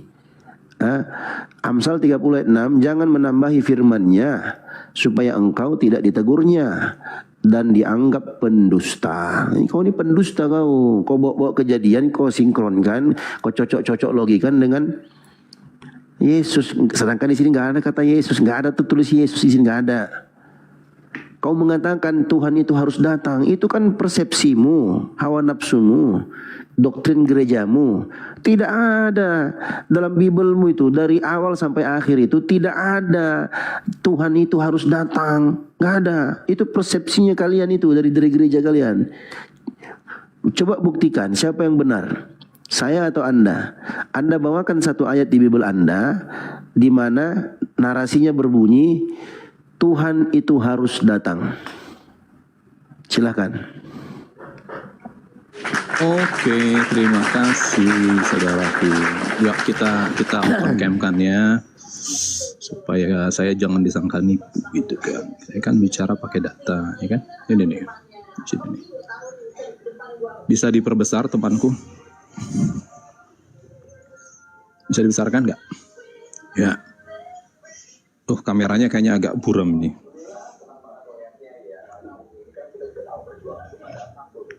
Ya, di sini ya, teman-teman nih. Jadi ini kitab Kejadian ya. Jadi Kejadian itu, jadi menariknya kitab orang Kristen itu dimulai dengan Kejadian.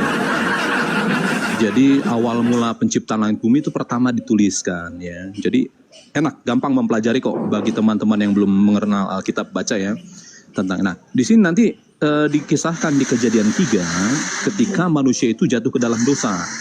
Nah, saya langsung aja to the point.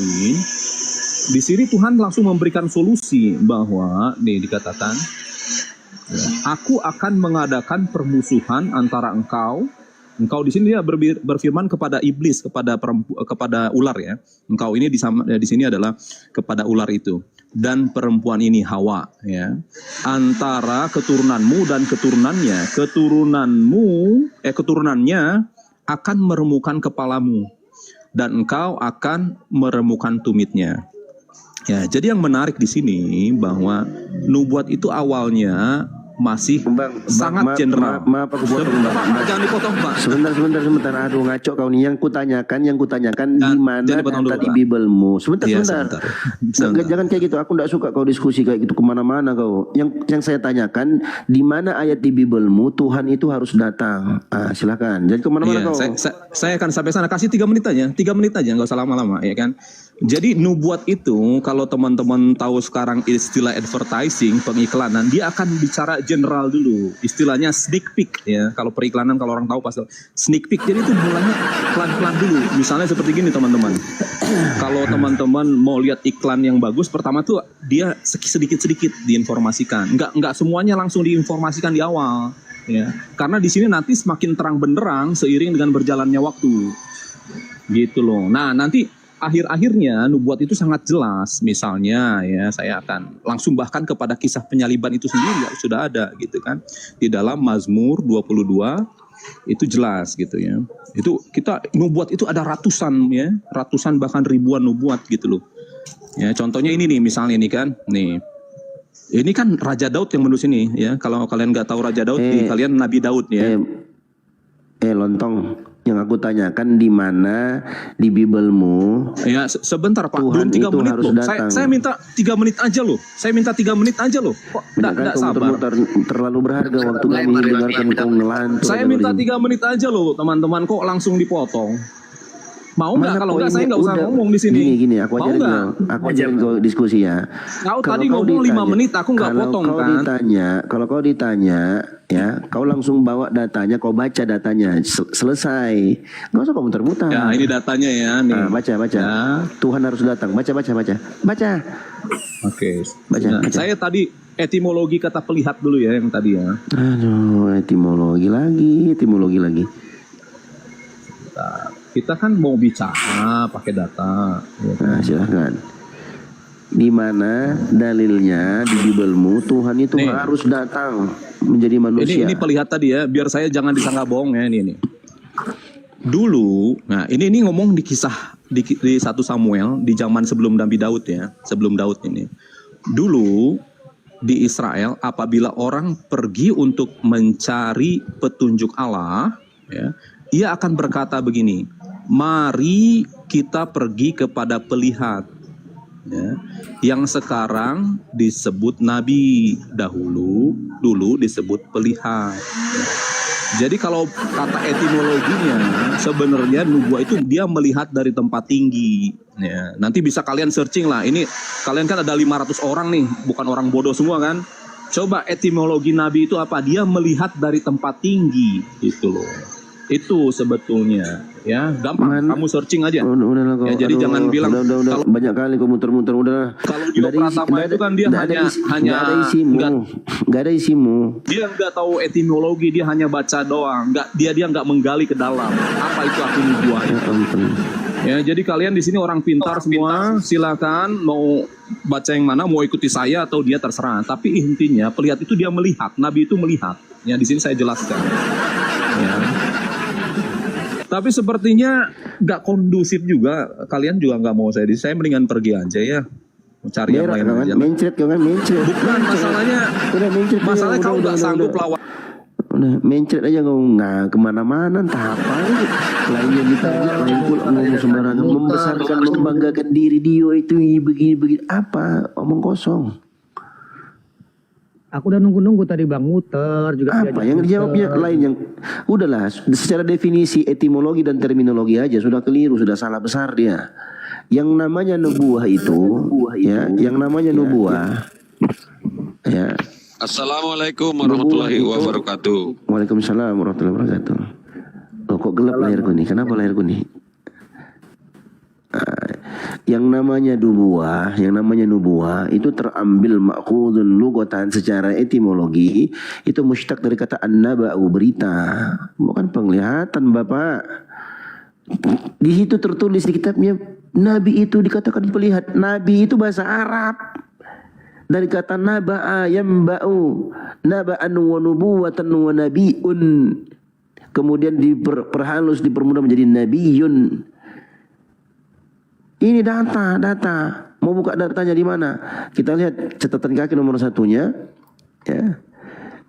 Itu diambil dari mana? Dari Lisanul Arab, karya Al-Imam Ibnul Manzur jilid 7 tentang frasa atau kata naba'ah.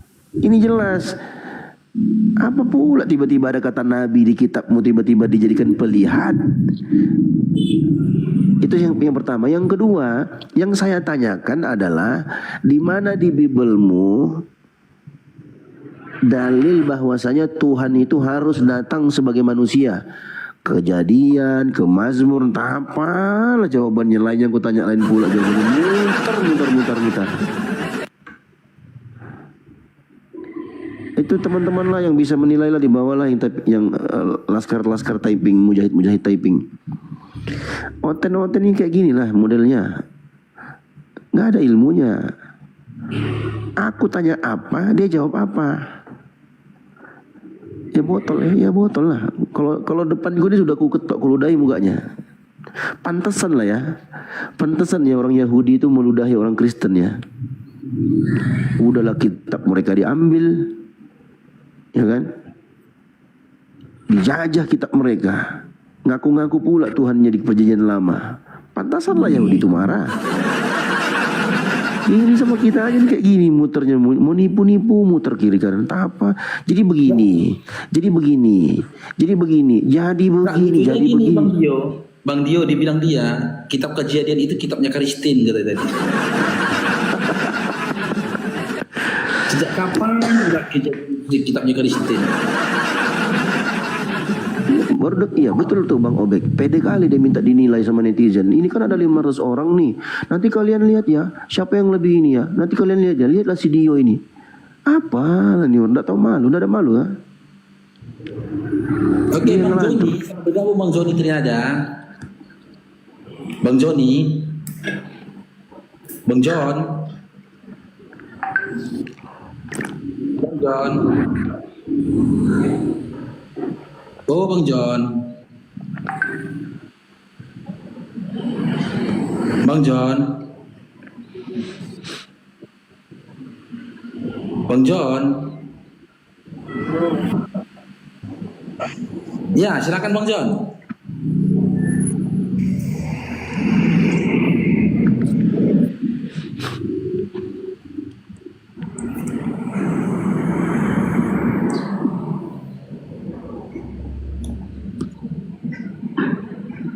Dia turun dulu ke bawah dulu Bang ya. Silakan dilanjut lagi Bang Dia. Ya. Jadi kita ini ya, kita ingin mengedukasi ya buat teman-teman di bawah ini. Kita buktikan bahwasanya Islam itu adalah agama yang berada di atas kebenaran dengan data-data valid dari sumber agama Islam itu sendiri, yaitu Al-Quran dan hadis-hadis Rasulullah SAW yang sahih. Jelas kan? Jelas. Ditanya A, jawabannya ya A. Ditanya B, ya jawabannya B. Ditanya C, jawabannya C. Jangan ditanya A, dijawabnya 600. Keangga dia, nggak nyambung.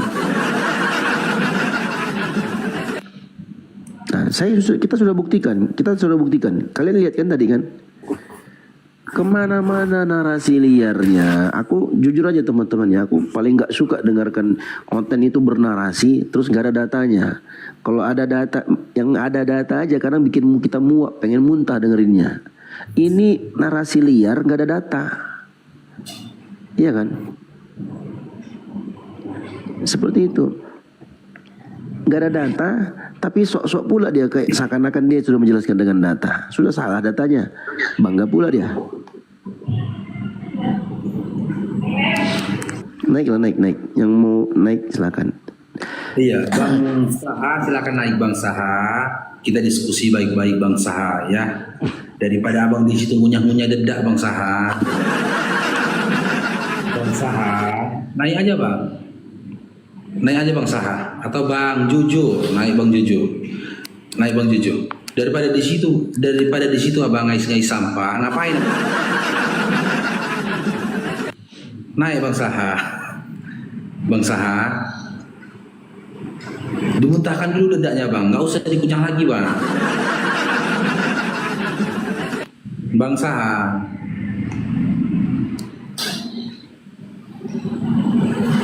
Naiklah, jangan cuma typing-typing. Naik aja Saha. Apa itu sayonara? Nggak ada itu. Naik. Udah sering kita sayonara itu udah. Naik aja di sini. Coba ilmumu ada nggak? Ini Bang Dio. Diskusi sama Oteng itu sama aja kita menggali sumur Bang Dio. Semakin bodoh. Nggak ada. Ayo naik bangsa. Bang masih mending bang kalau gali sumur tuh dapat air kita bang. Diskusi sama Oten ini, aduh. Kalau dibiarkan bernarasi, tambah gila kita dengarnya. Ya, itu juga kan airnya air comberan dapatnya. Naiklah ke Saha. Nonton Bang Faruk kok jadi candu. Hati-hati kak.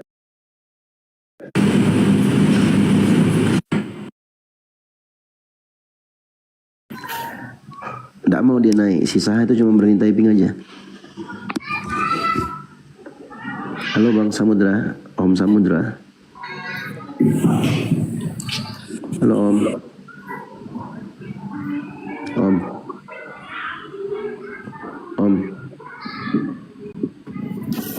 Om Samudra suaranya nggak ada Om.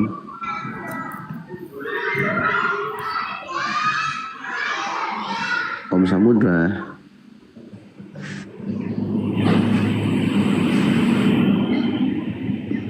Di bawah aja bang ya. Abang nih minta naik, sudah dinaikkan, disapa, nggak menjawab.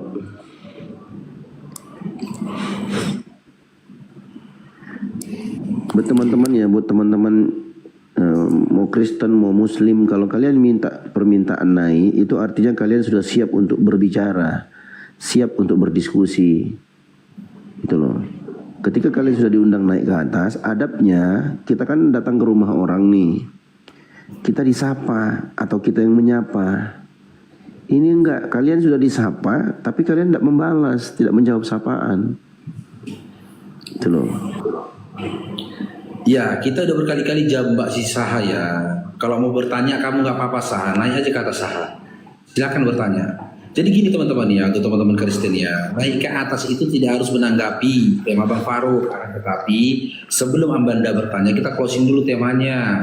Apa closingnya? Yaudah, saya setuju. Kalau kalian setuju bahwa Tuhan kalian dilahirkan dan tidak masuk akal, tidak terima akal ketika pencipta dilahirkan oleh ciptaan, yaudah Bang silakan bertanya gitu loh. Atau Bang Repal, naik Bang Repal. Aduh, akun privat lagi. Nanti nih lihat ya teman-teman ya, akun-akun kayak si Repal Haloho ini ya, entar ini pamer ini nih, pamer koin ya, pamer koin dia. Kalian tuh cari-cari koin, bahasnya koin-koin itu, coba lihatlah. Nggak laku orang tuh bahas koin di sini sebenarnya Bang Dio, teman-teman Kristen ini nggak laku. Cerita koin kayak di sini nggak laku. Karena apa? Dari awal aku live, aku punya aturan. Jika aku ketahui satu saja dari teman-teman Kristen nge-give aku, mawar aja di give-nya aku blokir. Aku blokir kalian. Gak mau aku harta kalian. Ya kan gak mau aku. Jangankan harta kalian, daging kalian aja aku gak mau kok. Gak mau aku. Ya kan aku jualan madu. Sampai aku jual ada yang DM Bang Faruk. Jangan lagi gitu keras sekali. Masa gak mau jual madunya sama Kristen? Itu prinsipku. Emang gak selera tuh harta mereka cuman. Prinsipku. Jualan madu pun aku mau gak laku, madu pun gak bakal laku daripada yang beli Kristen. Itu apa aku? Gak mau aku. Jangankan di dunia media sosial ya, dunia nyata pun aku gak mau uang klien, gak mau aku. Gak mau aku. Ya, ketemu temen saja aku di jalan, ketemu temenku, iya kan. Entar di rumah makan nih, ketemu temen-temen sama temenku. Aku makan, traktirnya makan, gak mau aku ditraktir. Aku bilang udah aku bayar, gak mau aku uang klien. Gak laku uang klien sama aku, gak laku. Sebanyak apapun uang klien gak laku sama aku. Jadi mau sebesar apapun, apa namanya, angka-angkanya apa namanya ini Bang Dio, angka-angka ini lepel lah. Mau sebesar apapun level kalian gak laku sama aku, orang gak mau harta kalian. Kenapa aku gak mau harta kalian itu kurasa gak berkah sama aku? Kenapa aku katakan tidak berkah? Di saat kalian menjemput rezeki yang telah dititipkan Allah kepada kalian, kalian itu gak baca basmalah. Itu bikin aku gak selera. Kalau teman-teman Islam ini kan melangkah dia keluar rumah, menjemput rezeki, baca basmalah. Itu yang bikin aku semangat. Berkah. Kalian kan keluar rumah, kalian nama-nama siapa kalian sebut? Nama-nama Yesus kalian sebut. Sementara dalam Matius 7 nomor 21-23 yang diusir Yesus itu orang-orang yang menyebut nama dia, memanggil dia Tuhan. Nggak mau aku ya, jadi gak usah cerita kalian di sini sama aku tentang harta ya. Nggak mau aku. Andai kan aku pun jualan lapet, kalian tahu lapet? Lapet itu lepat. Jualan lapet aku misalkan, satu lapet itu harga 1.000. Kalian beli secuil pun nggak mau aku. Nggak mau aku.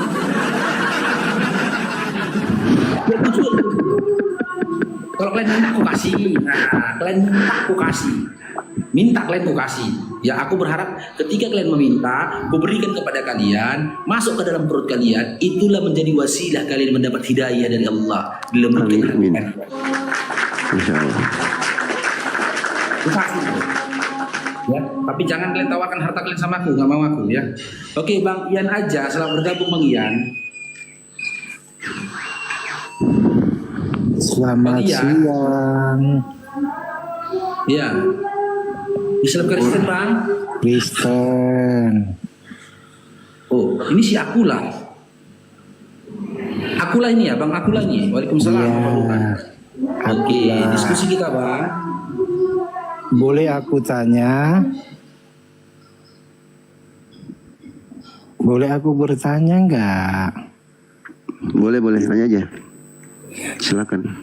Oke, Ali Imran 151 dan surat An-Anfal ayat 12. Di situ Allah SWT memberi rasa ketakutan atau teror.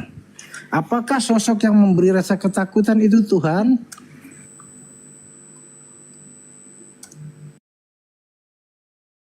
Baca ya.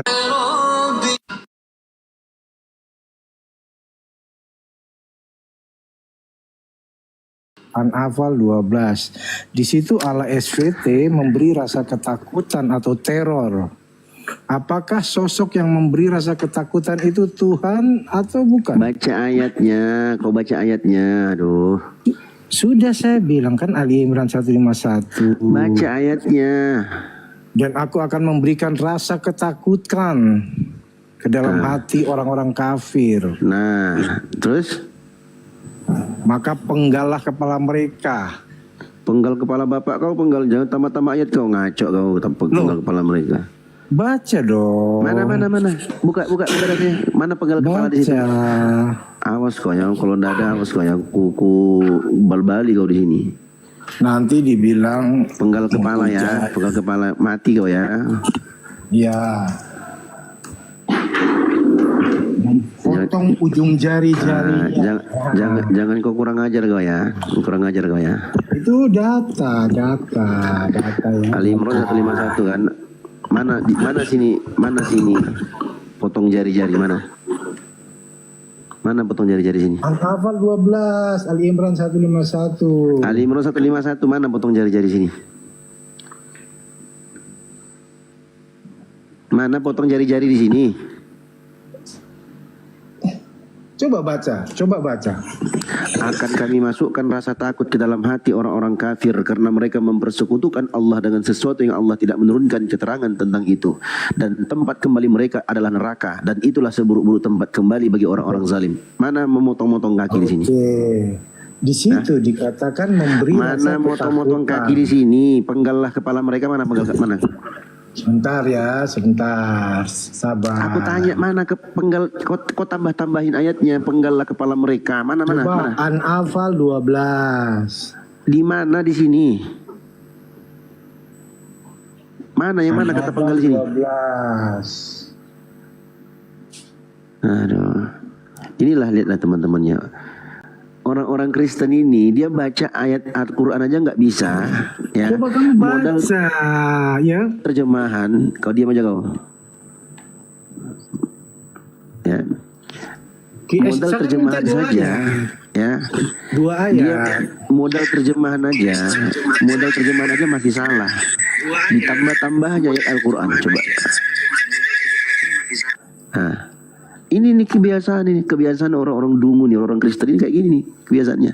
Ambil ayat, comot ayat, tidak tertulis di situ, ditambah-tambahinya. Mana di sini penggal-penggal leher mana? Mana potong-potong jari di sini mana? Nggak ada. Kau cuma mulut congor.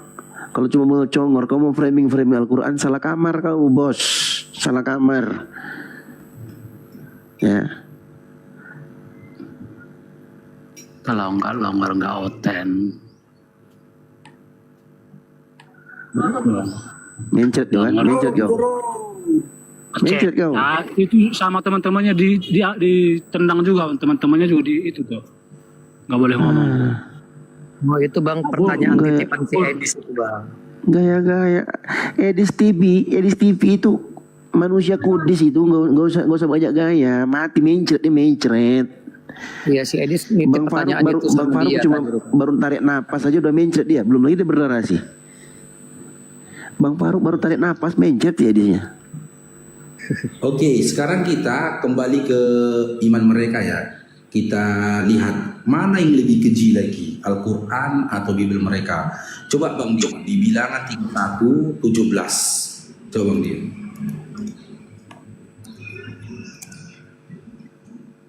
Kita tengok teman-teman ya, keji kali ini teman-teman.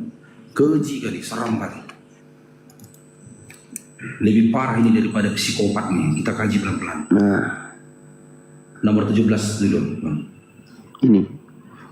Maka sekarang lah, silakan Bang Dio. Coba. Maka sekarang bunihlah semua laki-laki di antara anak-anak mereka. Dan juga semua perempuan yang pernah bersetubuh dengan laki-laki haruslah kamu bunuh. Tetapi semua orang muda di antara perempuan yang belum pernah bersetubuh dengan laki-laki haruslah kamu biarkan hidup bagimu. Nah, di ayat 17-nya dikatakan semuanya disuruh bunuh anak laki-laki di antara anak-anak mereka dan juga perempuan yang pernah bersetubuh dengan laki-laki lain. Yang jadi pertanyaan, sebelum membunuh, mereka telah melakukan pelecehan terhadap kaum wanita dengan alasan mengecek keperawanan mereka. Bagaimana mereka bisa mengetahui ya mana wanita yang pernah bersetubuh dengan laki-laki lain, mana wanita yang masih perawan kalau tidak mereka cek? Jadi kalau tidak mereka cobai dulu. Dan ternyata yang mereka ambil itu adalah anak-anak. Coba melalui sabda kitab Bang Dio. Bilangan 31:18. Tapi sabda kitab paralel. Kita tengok teman-teman. Ini yang disebut pedofil akut. Ngeri kali. Tengok ya. Ayat 18 tadi ya dikatakan. Anak-anak bang. Yang mereka ambil untuk mereka gaulin itu anak-anak bang. Tengok ini teman-teman. Udah Edis, kau jangan nangis Edis, kau berani naik kau. Ya, tetapi semua orang muda di antara perempuan yang belum pernah bersetubuh dengan laki-laki harusnya kamu biarkan hidup bagimu. Ini? Nah, orang muda itu Bang Dio, coba ke nomor berapa itu Bang? Original teksnya Bang. Oke. Kode berapa dia? Ini 02945. Coba dibuka Bang. Tertulis apa di situ? Tertulis dalam bahasa Yunani, anak-anak children, little one. Anak-anak teman-teman. Ngeri kan? Ngeri kali Bang. Perempuan yang masih anak-anak mereka ambil, mereka pakai Bang. Ngeri kan? Ngeri ya. Mereka keluar, dibilang Islam itu pedofil. Mereka tungkipil itu dibilang. Tungkipil. Berapa lebih ngeri ya? Mereka bunuh. Yang tidak perawan lagi mereka bunuh. Waktu mereka mengecek perawan wanita itu perawan atau tidak, ya kan mereka gunakan apa ngecek keperawanan wanita itu? Pakai jari apa pakai nonot? Setelah mereka cek, ternyata tidak perawan, kembali kepada kalimat pertama kan di ayat 17, di nomor 17 dikatakan dibunuh. Setelah dibunuh, di nomor 18 dikatakan yang anak-anak bang. Kategori anak-anak itu bayi, bayi yang baru lahir, bayi umur sebulan, setahun, mereka gasak bang. Seram kali. Sementara ya fitnah yang disampaikan tadi terhadap Al-Quran itu dalam perang. Ya dalam perang itu wajar menebas batang leher lawan. Mana ada orang perang itu garuk-garutan? Mana ada? Di ayat Al-Quran ini disampaikan oleh Allah, disampaikan Allah di luar dari perang. Jika mereka meminta perdamaian kepadamu, berbuat baiklah kamu kepada mereka. Kalau sudah damai ya tidak begitu lagi. Namanya medan perang. Wajarlah saling bunuh. Kalau kita tidak membunuh di medan perang, kita yang dibunuh. Tapi di situ tengok bilangan 31, 17 sampai 18 itu. Ada nggak dalam hukum perang di situ? Tidak. Sudah ditaklukkan di situ suatu negeri meskipun mereka, makanya perang salib itu bang, kalau kita kaji sejarahnya bang, sadis sekali bang. Ngeri itu bang, perang salib. Sadis sekali perang salib. Sadis. Sampai mayat dari musuh mereka rebus, mereka makan. Tapi sejarah perang salib itu sadis sekali itu. Karena apa? Tidak ada memang aturan dari mereka kan. Sementara dalam Islam ada aturan perang. Bagi orang-orang yang sudah menyerahkan diri, tidak melakukan perlawanan kepadamu, jangan kau bunuh mereka. Kan gitu, bisa ditukar mereka dengan apa? Dengan tebusan dari pihak keluarganya. Boleh kita jika terjadi perang antara Islam dengan suatu kaum, kan gitu. Ada musuh yang terbunuh, jika keluarganya mau mengambil mayatnya untuk dikebumikan, dikasih mayatnya dipulangkan. Dikembalikan mayatnya, silakan ambil mayat musuh kami ini, dibolehkan. Kalau mereka seram kali bang. Ayo, siapa tadi namanya itu? Masih mau kamu membahas ini? Ini masih di bilangan 31. Belum lagi di 3 Samuel, di surat 1 Samuel 15 nomor 3. Banyak lagi keji-keji seperti ini. Ya, jangan kalian menebar-nebarkan fitnah terhadap Islam, kalian sendiri yang paling keji. Seram bang, seram. Nah, ini tambahkan lagi nih ajaran terorisme. Samuel 15 ayat 3, jadi pergilah sekarang, kalahkanlah orang Amalek, tumpaskanlah segala yang ada padanya, dan janganlah ada belas kasihan kepadanya, bunuhlah semuanya, laki-laki maupun perempuan, kanak-kanak maupun anak-anak yang menyusu, lembu maupun domba, onta maupun keledai, semua disikat semua. Wih, sadis. Apa tidak sadis itu? Iya kan? Mata mereka bahkan lebih parah. Ulangan 20 ayat 16. Tetapi dari kota-kota bangsa-bangsa itu yang diberikan Tuhan Allahmu kepadamu menjadi milik pusakamu, janganlah kau biarkan hidup apapun yang bernapas. Ini bernapas disikat semua pokoknya. Makanya benar kata Bang Faruk, ketika kita baca peristiwa perang salib itu ya, itu ngeri teman-teman. Ngeri kali itu. Apalagi tentang perang antara Katolik dan Protestan itu, ngeri kali. Puluhan tahun mereka teman-teman. Bayangkan, domba, keledai, lembu habis semua, dibabat semua. Yang bernapas pun disikat semua. Itu ngeri teman-teman. Sekarang coba ya, siapa yang membantai umat Yahudi di zaman kekuasaan Jerman yang dipimpin oleh Hitler waktu itu? Siapa itu Hitler? Kalian tahu nggak siapa Hitler itu? Hitler itu seorang Kristen murni yang taat orang tuanya. Gila gak itu? Mereka yang membantai. Jadi kalau mau fitnah Islam itu, aduh, ngaca deh ya, jangan deh ya, ngaca dulu.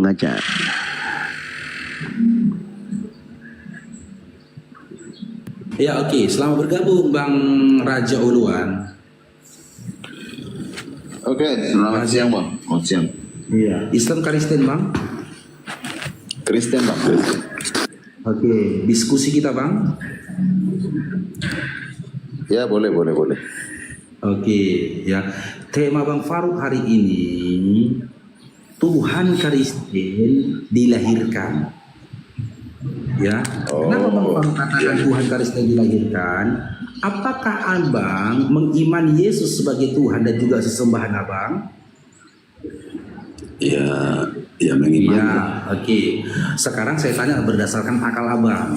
Menurut akal sehat abang, apakah abang bisa menerima informasi ketika dikatakan kepada abang pencipta itu dilahirkan oleh ciptaannya?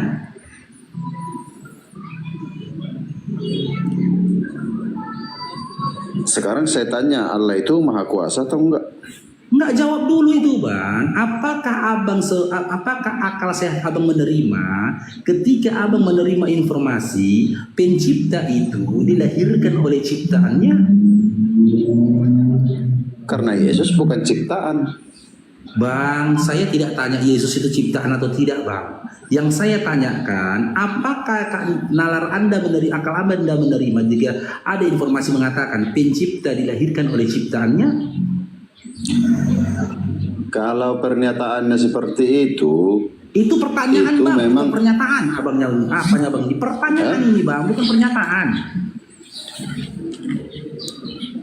Kalau pertanyaannya seperti itu, kita harus merunut kepada yang dilahirkan itu siapa, latar belakangnya bagaimana. Yesus itu memang sudah dinubuatkan harus dilahirkan. Tadi bang, gak usah cerita nubuat bang, malu abang nanti. Tadi di awal kan sudah kutanya, abang kan mengimani bahwasanya Yesus itu adalah Tuhan dan juga sesembahan abang, pencipta. Setuju?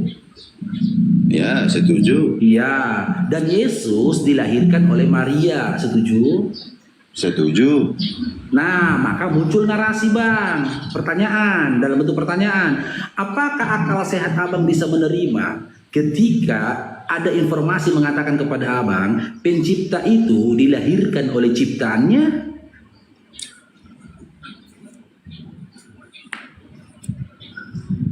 Kalau bicara tentang Yesus ya percaya.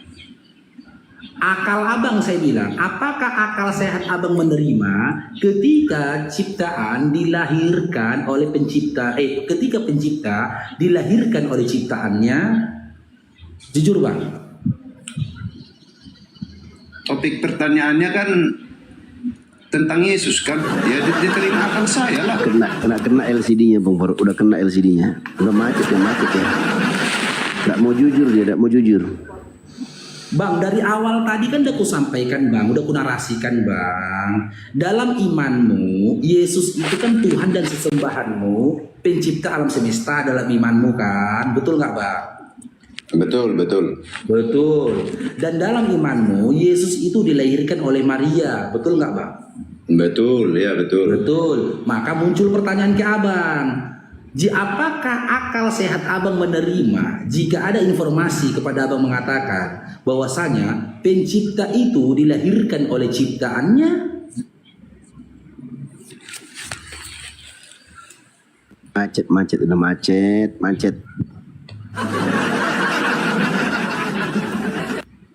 Coba diulangi dulu gimana tadi? Bentar Bang Faruk sebentar.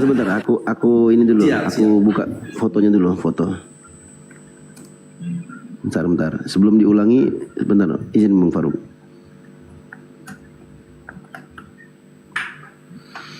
Oke. Gas Bang Faruk. Oke, simak pelan-pelan bang ya, Bang Raja ya, pelan-pelan. Di dalam imanmu, iman Kristen, Yesus itu kan Tuhan, sesembahan kalian dan pencipta kan bang? Ya, dan Yesus itu adalah anak yang dilahirkan oleh Maria kan bang? Ya, maka muncul pertanyaan lagi bang, apakah akal sehatmu menerima jika ada informasi mengatakan kepadamu pencipta itu dilahirkan oleh ciptaannya? Saya terima. Macet. Pertanyaan kan diterima akal atau tidak? Ya saya terima. Oke, jika Anda menerima, silakan narasikan kepada kami. Apa dasarnya akalmu menerima informasi, apa dasarnya akalmu menerima dan mengimani pencipta dilahirkan oleh ciptaannya? Silakan narasikan bang kepada kami bang, silakan jelaskan kepada kami. Apa dasarnya bang, silakan. Saya bukan gimana lah bilangnya ya. Saya sulit kalau untuk berkata-kata dengan apa itu. Tapi kalau tentang itu kan sudah dinubuatkan semuanya di kitab Perjanjian Lama. Oleh karena itu, tugasmu saat ini Bang, menjelaskan kepada kami. Ya, Abang jelaskan kepada kami, kenapa akalmu bisa menerima bahwasanya pencipta itu dilahirkan oleh ciptaannya. Jelaskan Bang, silahkan. Berdasarkan nubuatan perjanjian lama. Macet. Oke. Apa yang salah rupanya di situ? Apakah abang tahu makna dari nubuat atau arti dari nubuat? Nubuat itu menggambarkan apa yang akan terjadi ke depan. Macet kan? Itu namanya peramal, itu peramal. Tadi Peramal itu belum tentu pasti Bang. Bener Bang, Kalau Bang, peramal Raja itu Oloan. banyak peramal Bang, tapi itu belum tentu pasti. Tapi kalau nubuatan itu sudah pasti terjadi Bang. Bang Raja Oloan, tadi temanmu yang Kristen dia bilangnya nubuat itu melihat. Sekarang kau bilang menggambar. Ini yang mana yang benar ini? Sama aja itu Bang. Yang penting visinya ke depan dan itu pasti macet. apa namanya itu? Macet. Dan itu pasti digenapi. Kalau peramal banyak peramal Bang, tapi abang yakin dengan peramal? Nubuah itu. Gimana Bang Faruk? Abang Faruk lanjut. Silakan Bang Dio, kalau abang mau lanjut silakan Bang. Oke, kuzin. Bang, nubuat itu dari bahasa Arab Bang. Itu terambil dari kata naba'ah. Ya, terambil dari kata naba'ah, yaitu ikhbar, kabar. Siapa yang membawa kabar ini? Yaitu para nabi yang membawa kabar disebut nabiun, dari kata naba'ah, pembawa kabar. Siapa yang mengangkat dia menjadi pembawa kabar? Dialah Allah Subhanahu wa taala, sang pencipta langit dan bumi, pencipta alam semesta. Jadi, kalau abang mengatakan nubuat, artinya Yesus itu dinubuatkan, diberitakan menjadi seorang nabi, bukan jadi Tuhan abang.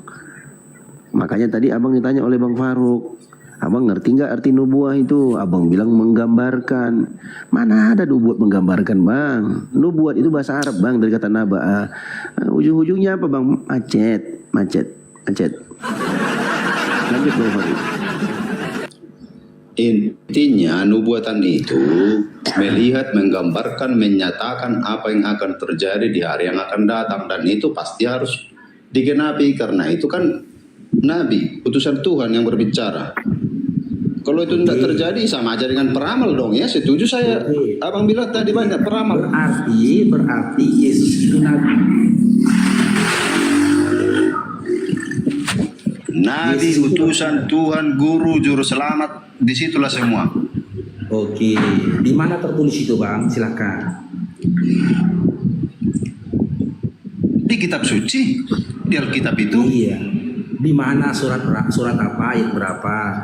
Di surat apa, di ayat berapa? Di mana Yesus berkata, aku adalah nabi, aku adalah utusan, aku adalah guru, aku adalah Tuhan. Di mana Bang tertulis Bang? Kalau secara eksplisit menunjukkan ayat-ayatnya, saya memang tidak bisa Bang. Macet. Bang Ad, terima kasih banyak Bang Ad. Tapi secara umum yang saya ketahui tentang Yesus itu ya seperti itu. Macet. Dialah tabib. Ada tertulis di situ dia mengobati segala macam penyakit. Dia berkuasa atas alam. Ada tertulis di situ dia membentak angin badai. Iya. Sekarang aku tanya Bang, sumber informasi abang dapat dari mana? Silahkan. Dari Alkitab Bang, dari Alkitab. Di surat dari mana, Injil. ayat berapa? Surat berapa? Surat apa? Ayat berapa? Kan udah aku bilang tadi, kalau mau menunjukkan satu-satu ayatnya, saya tidak menguasai semuanya. Tapi itu yang saya baca, itu yang tertanam di pikiran saya, kan begitu. Karena yang saya baca itu bisa saya pahami. Itu maksud saya Bang. Macet, bawah macet, atas macet.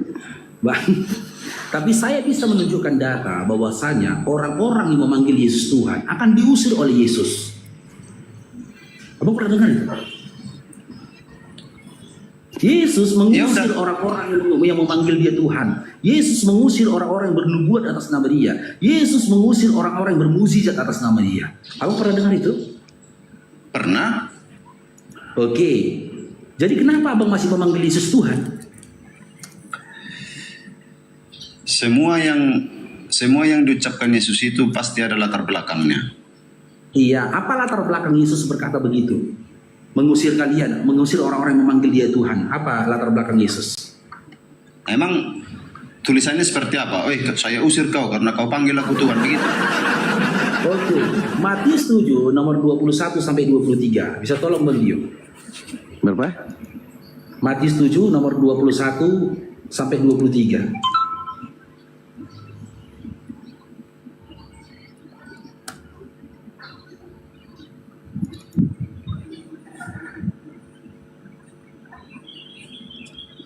Ya, tolong Bang Dio, dibaca Bang Dio. Bukan setiap orang yang berseru kepadaku, Tuhan, Tuhan, akan masuk ke dalam kerajaan sorga, melainkan dia yang melakukan kehendak Bapakku yang di sorga. Pada hari terakhir, banyak orang yang akan berseru kepadaku, Tuhan, Tuhan, bukankah kami bernubuat demi namamu, dan mengusir setan demi namamu, dan mengadakan banyak mujizat demi namamu juga?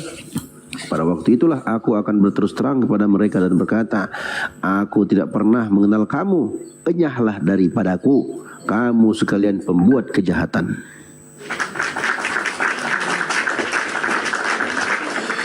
Iya betul, ini ada ayatnya, saya juga baca ini.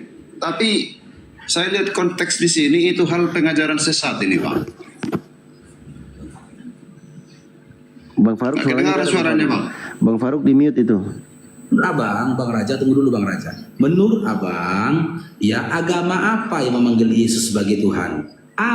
Islam, B. Kristen. Kristen. Nah, menurut Abang, yang diusir oleh Yesus berdasarkan Matius 7 nomor 21 sampai 23 tadi, agama apa Bang? A. Islam, B. Kristen. Oke, kita kembali dulu ke ayat 15-nya Bang. Jadi biar sepaham. Di sini kan ditulis, waspadalah terhadap nabi-nabi palsu yang datang kepadamu dengan... Tunggu dulu Bang, jangan dulu dipotong-potong Bang. Masalah macet mau nggak macet, nantilah kita, biar penontonmu aja yang menentukan. Macet. Biar fokus kita Bang. Sampai malam Bang macet di Bang Jakarta Bang macet. Waspadalah terhadap nabi-nabi palsu yang datang kepadamu dengan menyamar seperti domba. Bukan berarti kalau dia itu pendeta, dia itu orang suci, orang apa segala macam. Itulah hal, makanya disampaikan Yesus, ada pengajaran sesat itu. Oke, yang mau kita bahas di di Matius 7 nomor 21 sampai 23 nih Bang. Bukan tentang siapa si penyesat. Jika Abang ingin mengetahui, Abang mau tahu siapa si penyesat itu? Hah? Abang mau tahu nggak siapa si penyesat itu? Jawab dulu Bang, Abang mau tahu nggak siapa si penyesat itu? Biar kita korelasikan ke ayat lain. Tahu nggak? Oke, kita korelasikan ya. Aku tanya dulu Abang. Sebelum ku korelasikan ke ayat lain, ku tanya dulu Abang. Menurut Abang, Yesus itu Tuhan atau manusia? Menurut Abang, Yesus itu Tuhan atau manusia? Tidak ada hubungannya itu lagi ke situ Bang. Jangan lagi muter-muter ke situ. Kita fokus di ayat ini saja. Kita fokus di ayat Matius 7 aja. Iya, di Matius 7 nomor 21 sampai 23, Yesus mengusir orang-orang yang manggil dia Tuhan. Abang bilang berdasarkan ayat 15-nya itu bukan karena dia dipanggil Tuhan, tetapi karena orang yang sesat. Maka yang diusir oleh Yesus itu adalah orang yang sesat. Untuk itu kita pahami dulu siapa itu orang sesat. Makanya sebelum kita kaji tentang kata-kata orang sesat, kita tanya dulu sama Abang. Menurut Abang, Yesus itu Tuhan atau manusia? Itu nggak usah ditanya lagi. Itu Yesus itu udah pasti Tuhan. Jadi jelaskan aja. Lanjut. Macet. Menurut iman Abang, Yesus itu Tuhan atau manusia? Jawablah Bang. Kenapa berat kalian jawabnya? Macet. Dia Tuhan yang menjadi manusia, dia wujud Allah. Dia adalah Tuhan yang menjadi manusia. Sekarang kita tengok ya. Kalau menurut umat Islam, Bang Faruk pribadi, Yesus itu manusia tulen, tidak ada Tuhan-Tuhannya. Dalilnya 2 Yohanes 1 nomor 7. Kita buka Bang Dio, tolong Bang Dio. Biar kita ketahui siapa si penyesat. yang berdasarkan Matius 7 nomor 15 tadi yang dibawa dia. Siapa sih penyesat itu? 2 Yohanes 1 nomor 7. 2 Yohanes 1 nomor 7. Kita lihat. Simak nih Bang Raja ya. Jujurlah padaku, bila aku tak lagi cinta. Sebab banyak penyesat telah muncul dan pergi ke seluruh dunia yang tidak mengaku bahwa Yesus Kristus telah datang sebagai manusia. Itu adalah si penyesat dan antikristus. Nah, berdasarkan Matius 7 nomor 15, siapa sih penyesat yang dikatakan Yesus, Bang? Apakah orang-orang yang memanggil dia, menganggap dia Tuhan, atau orang-orang yang menganggap dia sebagai manusia?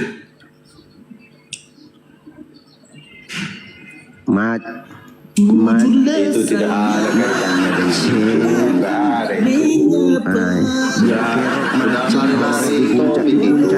di puncak macet. Kalau mau fokus ke Matius 7, di Matius 7 aja dulu. Loh, kan abang yang menggiring ke dari Matius 7:15 kan? Di situ ada kata-kata. Iya, tapi yang 15 ya kita teruskan dong sampai ayat 21-nya. Apa? Sekarang kau jawab, abang jawab berdasarkan 2 Yohanes 1 nomor 7 tadi, siapa yang dikatakan Yesus itu penyesat? A, yang menganggap Yesus sebagai Tuhan, B, yang menganggap Yesus sebagai manusia. Jawab. Macet. Kalau dari Matius 7 ayat 15 itu, Masya Allah, syukron Bang Tuan Takur. Nabi-nabi palsu yang datang kepadamu dengan menyamar seperti domba, tetapi sesungguhnya mereka adalah serigala yang buas. Dan nabi-nabi palsu itu mengajarkan Yesus sebagai Tuhan atau sebagai manusia? Macet lagi. Nabi-nabi palsu itu mengajarkan Yesus sebagai Tuhan atau sebagai manusia? Macet. Nabi-nabi palsu yang mengajarkan Yesus sebagai manusia lah. Yang mengajarkan Yesus sebagai Assalamualaikum warahmatullahi wabarakatuh buat yang muslim. Selamat pagi buat yang tidak selamat. Lanjut. Assalamualaikum. Mana tadi Datuk? Bang Datuk. Selamat pagi. Assalamualaikum warahmatullahi wabarakatuh buat yang muslim. Selamat pagi buat yang tidak selamat.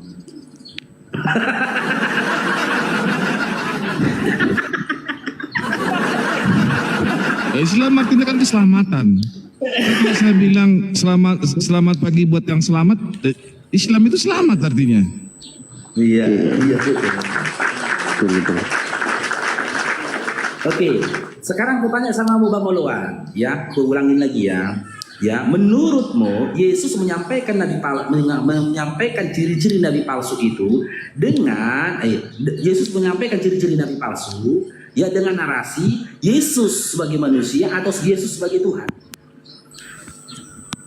Tidak ada dinarasikan seperti itu dalam ayat ini. Loh, yang ada di sini waspada terhadap nabi-nabi palsu kan gitu kan? Yang menyamar seperti ya kan? Domba. Iya. Yang menyamar yang serigala ini mengajarkan Yesus sebagai Tuhan atau sebagai manusia? Macet. Dikatakan si penyesat yang mengajarkan Yesus sebagai manusia. Macet. Ya tergantung orangnya. Tergantung orangnya.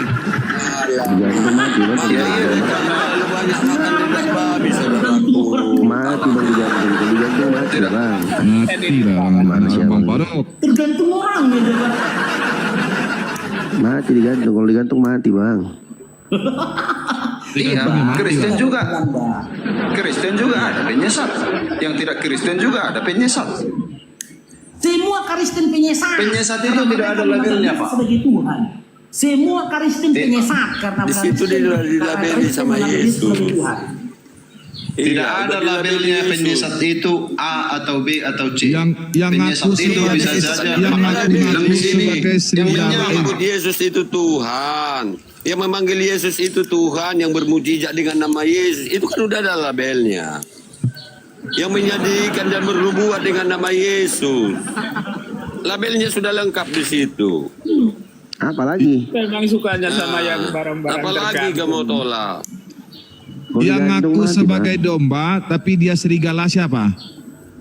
Nah, aku buka nih. Ya, keturunan Benyamin itu serigala atau domba? Ya sudah, kalau merujuk ke Matius 7 ini anggap aja orang Kristen. Terus masalahnya di mana? Mantap kali ya.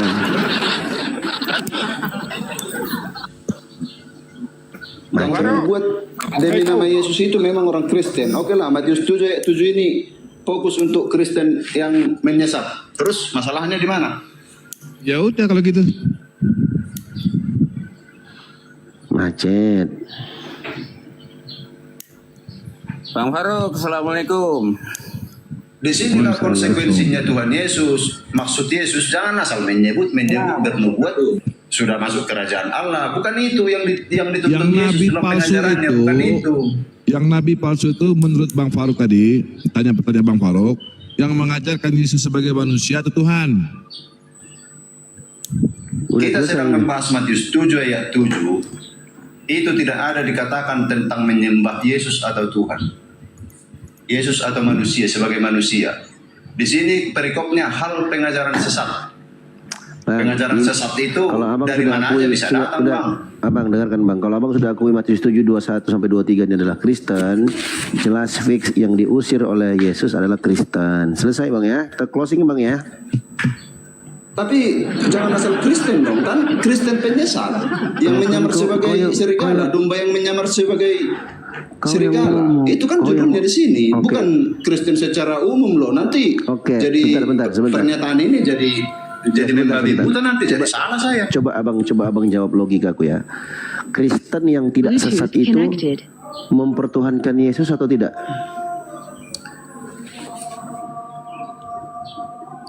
Semua Kristen itu mempertuhankan Yesus. Nah, berarti nggak ada bedanya. Baik yang sesat atau tidak sesat, yang diusir adalah mereka-mereka yang mempertuhankan Yesus, yang mereka katakan Tuhan. Jadi yang diusir di sini adalah orang Kristen, bukan orang Islam. Ya, Bang ya. Kita closing, Bang ya. Keimanan itu bisa saja sama, Bang, tapi dalam mengadopsikan itulah yang disebut penyesat, penafsiran yang salah. Itu maksudnya. Pengakuan itu tetap sama. Keimanan itu tetap sama, tetapi orang lain bisa mengajarkannya dengan versi pemahaman dia sendiri. Itu maksudnya penyesat. Berarti yang memanggil Yesus sebagai Tuhan sesat atau tidak? Lah kan di sini udah jelas. Sesat. Demikianlah setiap pohon yang baik menghasilkan buah yang baik, sedang pohon yang tidak baik menghasilkan buah yang tidak baik. Yes, berarti kita berdasarkan ayat selalu, jangan fokus ke ayat 21 ini saja. Kita tidak ketemu apanya nanti. Yang mengatakan, tadi kau bilang mau fokus di sini, sekarang kau mau lari lagi, gimana sih Abang ini? Matius 7 ayat ini satu perikop, Bang. Saya nggak mau kalau sepotong-sepotong, saya nggak bisa bahas. Kita tutup aja. Kalau memang cuma ayat di 21 kita siapapun tidak bisa menanggapi. Nah, kau tidak bisa tanggapi, berarti yang memanggil Yesus sebagai Tuhan itu akan diusir oleh Yesus sendiri nanti pada hari penghakiman, betul? Betul, sesuai dengan mulai dari ayat 15. Selesai sudah. Iya, sesuai dengan mulai dari atas loh, jangan. Makanya saya bilang tadi itu bukan bersifat umum, bukan bersifat general, karena di atas sudah ditentukan di situ hal pengajaran sesat. Siapa yang memanggil Yesus sebagai Tuhan itulah sang penyesat. Bang Faruk, aku izin dulu Bang Faruk. Boleh Bang. Pimpin sholat dulu. Yuk, Assalamualaikum. Waalaikumsalam. Siapa yang memanggil Yesus sebagai Tuhan itulah sang penyesat. Ya Kristen sesat lah semuanya. Betul Bang Faruk. Begini bang. Saya analogikan dulu. Saya ini Kristen. Saya menyebut Yesus sebagai Tuhan. Tapi kalau tiap malam saya adanya di bar, mabuk, bersaksi dusta segala macam, ya itu yang diusirnya maksudnya. Apa hubungannya? Loh, apa hubungannya? Ini kan judulnya hal pengajaran sesat. Ini pengajaran sesat, Bang. Pengajaran sesat itu yang memanggil Yesus sebagai Tuhan. Disambung dengan di 2 Yohanes 1 nomor 7. Apakah itu? Sebab banyak penyesat yang telah muncul dan di dunia yang tidak mengaku bahwa Yesus Kristus datang sebagai manusia. Itulah si penyesat dan antikristus. Nah, yang manggil Yesus Tuhan itu sang penyesat.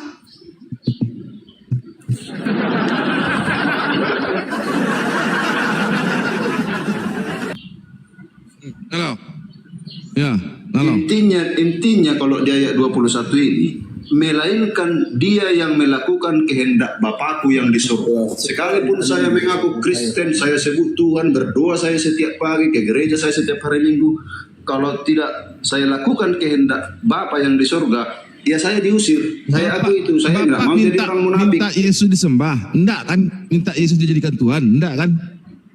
Nah, ini ajaran Kristen menyembah Yesus. Makanya yang bermukjizat atas nama Yesus siapa? Kristen. Ya, yang sering bernubuat atas nama Yesus siapa? Kristen. Yang memanggil Yesus sebagai Tuhan siapa? Kristen.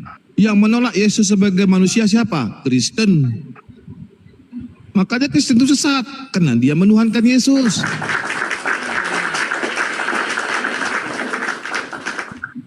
Bang Barok, turunkan saya saja Bang Barok.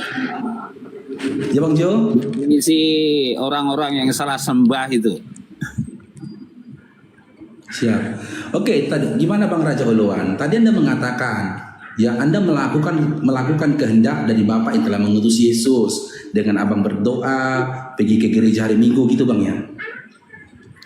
Ya begitu. Kalau sekalipun saya seperti itu, dia harus melakukan kehendak.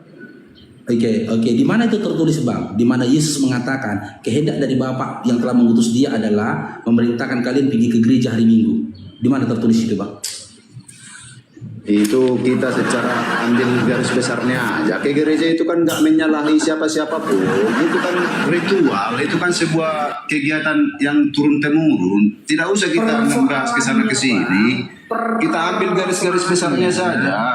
Abangku, persoalannya tadi Anda katakan Anda telah melakukan kehendak Bapak yang telah mengutus Yesus dengan pergi ke gereja. Anda bawa nama Bapak yang mengutus Yesus Bang, itu mungkin yang aku gak terima Bang. Makanya aku tanya, di mana Yesus berkata begitu?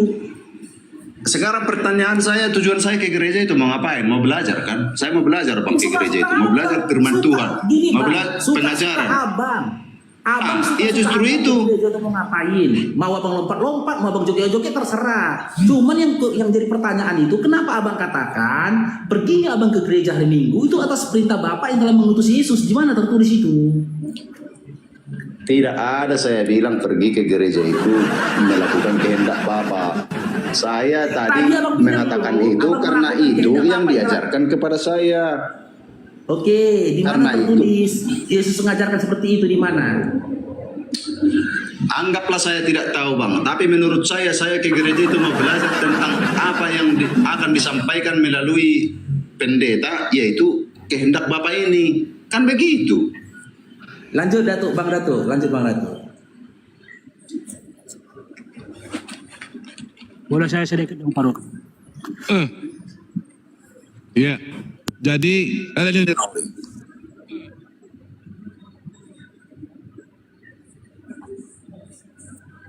silakan Bang Faras atau siapa yang mau menanggapi langsung, silakan.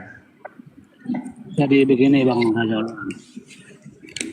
kalau abang menyembah Yesus, bernubuat atas nama Yesus, artinya abang tidak melakukan apa yang diperintahkan Bapak. Artinya abang sesat, abang lah yang dimaksud sesat itu. Itu maksudnya. Bukan personal, bukan Paulus saja, bukan. Begini. Definisi sesat menurut Anda gimana itu? Yang Anda definisikan daripada sesat itu gimana? Menjadikan manusia sebagai sesembahan itu sesat. Menjadikan manusia sebagai sesembahan. Yang didefinisikan yang sesat adalah orang yang melakukan perbuatan di luar daripada pengajaran. Betul. Atau tidak ada perintah, namun mereka lakukan, inilah yang dinamakan sesat. Sesuai dengan yang dikatakan Yesus dalam Matius 15 nomor 7 sampai 9. Di mana orang-orang sesat ini Yesus katakan sebagai orang munafik. Benarlah, ya. Hai orang-orang munafik, benarlah buat Yesaya tentang kamu. Bangsa ini memuliakan aku dengan bibirnya, tetapi hatinya jauh daripadaku. Percuma mereka beribadah padaku jika yang mereka ikutkan adalah perintah dan ajaran manusia. Jadi jika tidak ada aturan atau perintah namun dilakukan, maka Anda sedang melakukan perintah manusia, maka Anda dikatakan sebagai God. Assalamualaikum. Itulah yang dikategorikan dengan sah. Izin suatu pertanyaan dulu untuk Raja Oloan, boleh nggak? Boleh bang, silakan bang. Apa tujuan sebelum ke gereja minum tua bang? Coba jawab dulu. Tidak semua yang mau ke gereja itu minum tua dulu bang. Itu ya pertanyaanku, bukan ku tanya semua. Apa tujuannya sebelum ke gereja minum tua dulu? Coba lu jawab. Mungkin dia paraga tuak, jadi ada tuak di rumahnya, minum tuak dulu baru orang tak ke Enggak gereja. juga, semuanya aku tengok kayak gitu. Enggak semua bang, enggak ada. Iya, Kalau pulang dari gereja, mungkin tujuannya apa? hampir Tujuannya apa dulu coba? Tuak itu harus kita pahami dulu bang. Sebelum Islam juga ada di Tanah Batak, sebelum Kristen Aku juga nanya ada. Tuak itu sudah bukan ada. masalah memahami, enggaknya jelas tuak itu kan memabukkan. Tuak itu minuman tradisional dan tidak mengandung alkohol. Selesai. Tapi kenapa bisa mabuk? Nah, tanyalah sama yang mabuk itu. Iya, aku kan nanya. Mungkin dia minum 2 jerigen. Aku kan nanya, tujuan sebelum masuk ke gereja kenapa harus minum tuak dulu gitu loh. Saya nggak tahu, karena saya nggak ke gereja itu sebelum minum tuak. Tapi kalau malam minggu memang saya sering minum tuak, atau pulang dari gereja sorenya saya suka minum tuak. Itu aja. Jadi kita jangan menanggapi perilaku orang lah. Itu kan perilaku orang. Nggak ada itu di Alkitab itu bang. Kalau mau ke gereja minum tuak dulu nggak Iya, ada. memang hanya perilaku oknum. karena banyak di lingkunganku kayak gitu. Orang sebelum masuk ke gereja harus minum tuak dulu. Katanya biar di gereja itu bisa joget-joget. Itu benar nggak? Enggak juga lah. Itu karena udah kebiasaan itu. Sebagian aja nih itu, Bang Ulan ya. Sebagian aja Bang Ulan ya. Sebagian aja itu bang. Kita harus lumrah dalam masalah itu. Ada juga sebelum ke gereja itu ada yang merokok di teras gereja itu sampai 2 batang. Nanti kalau di dalam nggak bisa masam mulut mendengar pendeta itu khotbah katanya. Jadi itu nggak bisa kita bahas di sini. Ini Bang Raja Luan. Coba abang jujur bang, abang jujur. Orang-orang ngerokok keluar gereja ketika sebelum pendeta itu berkhotbah atau ketika pendeta sedang berkhotbah. Itu tindakan yang kurang terpuji itu bang. Iya, makanya aku tanya. Tadi abang bilang sebelum pendeta berkhotbah kalian merokok. Sementara waktu aku Kristen nggak kayak gitu yang ku tengok. Yang ku tengok ketika pendeta naik khotbah, lagi-laginya keluar ngerokok. Nah itu kembali ke masalah pribadi, tapi Iya, itu makanya tidak berarti. kenyataannya. Jujur, saya tidak. Makanya aku tanya Bang Raja, kenyataan yang ada bagaimana nih? Ketika pendeta berkhotbah, mereka keluar ngerokok, atau sebelum pendeta berkhotbah mereka keluar ngerokok? Bang Faruk, sebentar Bang Faruk. Enggak semua orang begitu Bang Faruk. Jangan kau tusuk-tusuk ginjal orang Bang Faruk. Enggak semua orang, kan udah jelaskan. Enggak semua itu, jangan kau tusuk-tusuk ginjal orang. Enggak semua itu. Saya dukung kau Bang Raja Ulan ya kalau untuk itu. Enggak semua itu. Tidak bisa. Kalau itu nanti kalau itu nanti udah makin ke pribadi kita kalau kayak gitu. Yang lain Ini kan judulnya Tuhan kok dilahirkan.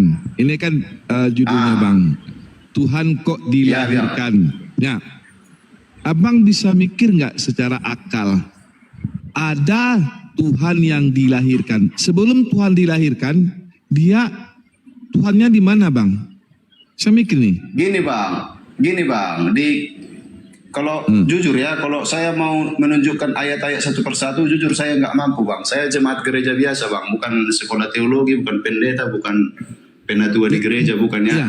Tapi begini, sesuai yang dijelaskan oleh para pendeta di gereja ataupun yang saya baca di Alkitab, di kitab Yesaya itu tidak ada dinubuatkan bahwa seseorang akan pecah dari bambu ketika ada petir.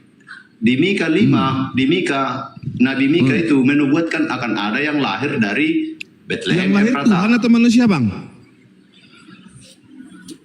Kalau menurut lain pula itu bibelmu. Ya. Di Yesaya tidak ada yang akan lahir, Bang. Telah lahir. Tidak ada akan lahir, Bang. Telah lahir. Yang lahir itu anak manusia, Bang. Tidak ada, Bang. Ini kan judulnya Tuhan dilahirkan. Nah, Abang ada pikiran enggak?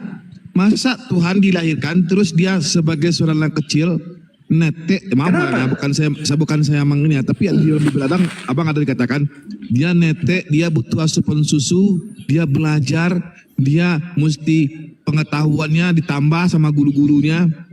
Ini seorang Tuhan, apakah dalam pikiran abang masuk enggak dalam hal ini?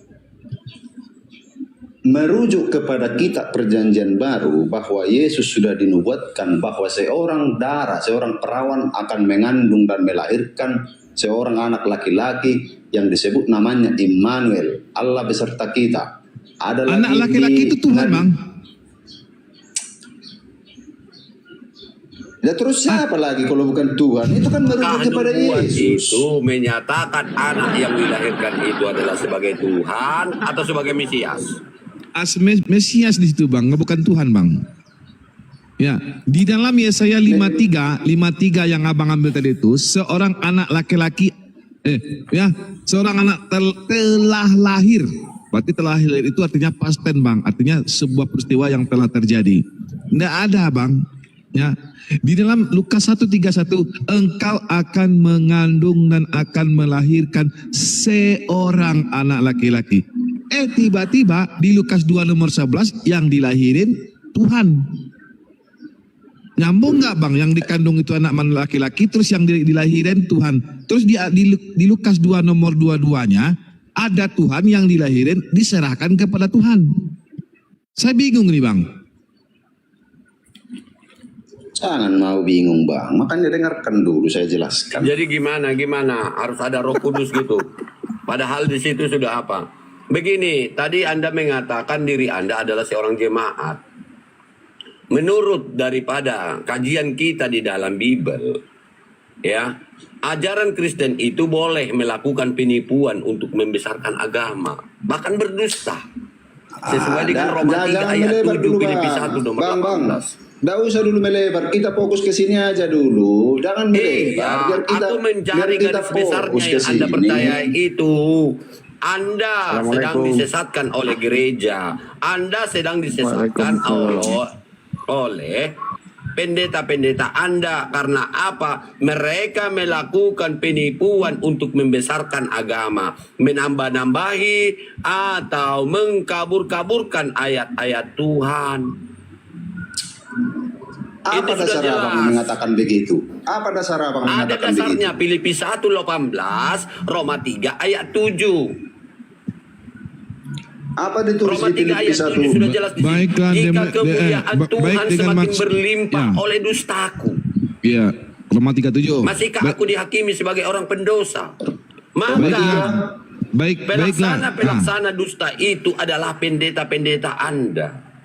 Baiklah, baik maksud untuk membesarkan agama Anda.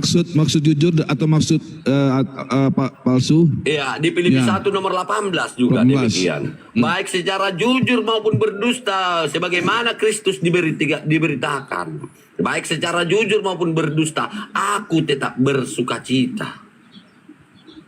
Terima kebenaran bahwa Bibel Anda itu, ajaran Anda itu, mereka buat sebagai tindakan untuk membesarkan agama mereka yang notabene adalah ajaran agama pagan yang mewujudkan Tuhan menjadi suatu bentuk manusia, mewujudkan sembahan kepada sesosok anak manusia yang dilahirkan oleh Maria,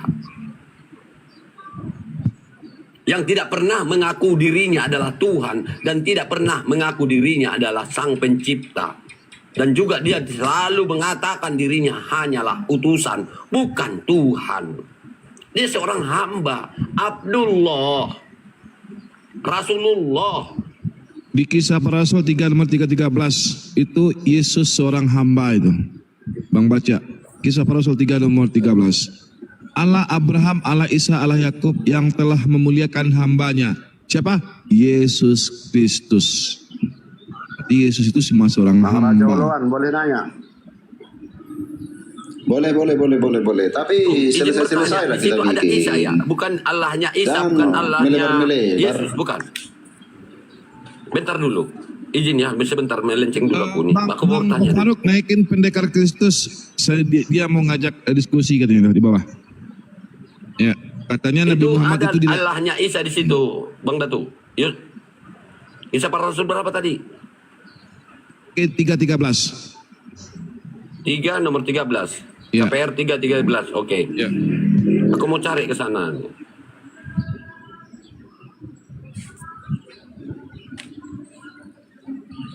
Allah Abraham, Allah Isa, Allah Yakub yang telah memuliakan hambanya, yaitu Yesus Kristus yang telah kamu salibkan itu.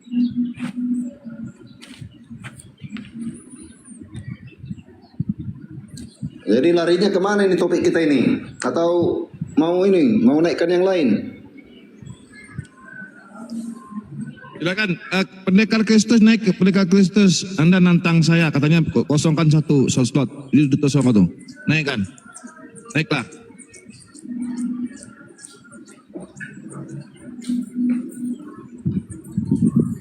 Iya baguslah saya berdiskusi. Saya kan orangnya humoris. Oh ya, Nggak perlu ini Bang. ngotot-ngotot. Ya. Ini kita berdata Bang ya. Ya. Ya. Allah Abraham, Allah Isa, Allah Yakub, Allah nenek moyang kita telah memuliakan hambanya, yaitu Yesus yang kamu serahkan dan tolak di depan Pilatus. Walaupun Pilatus berpendapat ia harusnya dilepaskan. Berarti Allah Abraham. Bang Datuk. Hamba itu apa menurut Abang? Hamba itu apa menurut Abang?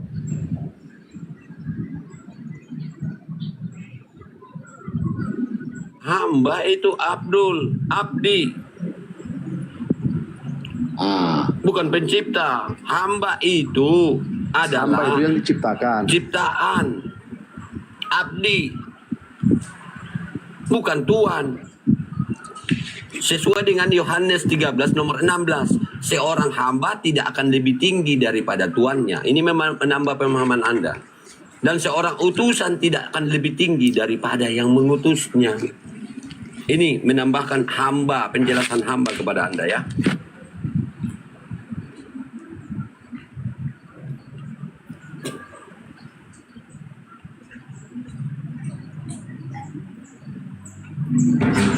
Itu perkataan Yesus itu.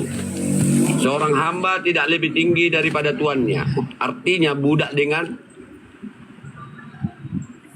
Bukan budak dengan pemiliknya, Tuhan. tuannya. Hamba dengan Tuhan. Iya, budak dengan tuannya. Tuhan bukan Tuhan. Tuhan.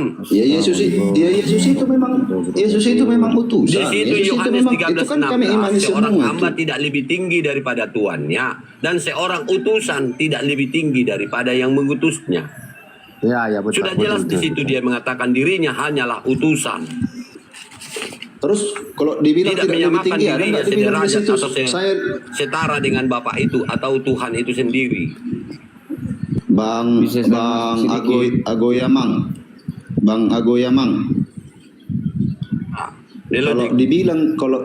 Kalau dibilang di situ utusan tidak lebih tinggi daripada yang mengutus, apakah dia selanjutnya dibilang utusan ini saya ini loh jauh lebih rendah daripada yang mengutus? Ada nggak dibilang kayak gitu? Gimana ceritanya? Nggak begitu narasinya lah Raja Uluan. Begini saja. Kita harus kita harus mengikuti alur kalian dulu. Lawan katanya lebih tinggi itu kan lebih rendah. Sementara di ayat lain Di pernyataan Yesus itu bahwa dia mengakui bahwa dirinya mengakui bahwa dia itu tidaklah lebih tinggi daripada dia yang mengutusnya. Dia itu bukan siapa-siapa. Artinya Tuhan itu satu, tidak ada yang lebih tinggi, tidak ada yang lebih rendah. Roh Allah lah yang ada pada Yesus. Allah Bapa itu dia siapa? Sebagai wujud.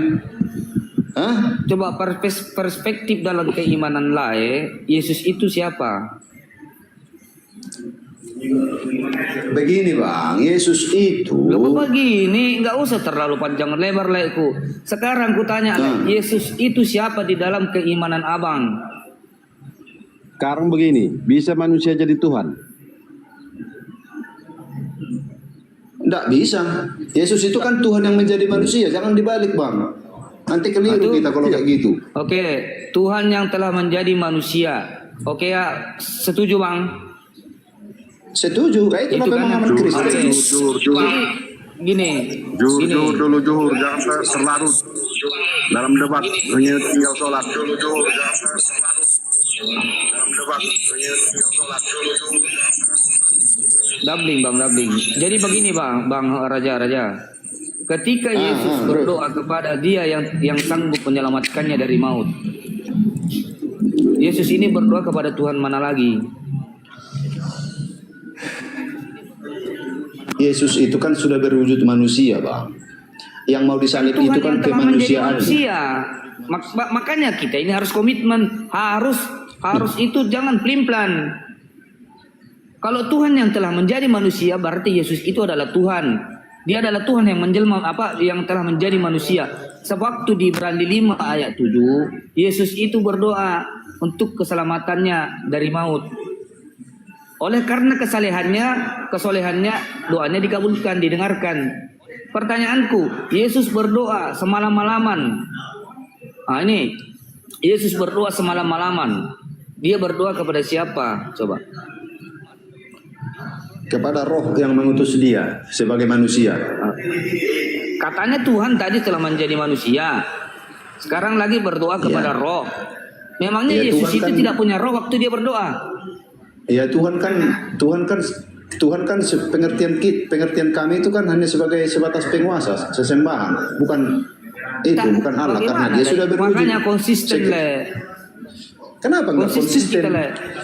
Konsekuensi yang harus Anda terima kalau Anda selalu memaksakan itu, berarti kamu mendefinisikan bahwa Yesus itu Tuhan yang biadab. Karena Dia harus menciptakan ibunya, terus membuntingi ibunya, terus yang lahir Dia gitu. Gimana ya pemikiran Anda? Allah itu berkuasa atas segalanya, berkuasa atas elemen-elemen unsur segala macam yang ada di dunia ini yang sebagai dimana kuasanya kalau Dia adalah Allah? Kuasanya Dia harus menempatkan dirinya kepada yang lemah. Lemah Dia. Iya, kalau Dia jadi bayi, di mana kekuasaannya? Kira-kira menurut Anda, waktu Maria mengandung Yesus, kira-kira Tuhannya Maria siapa?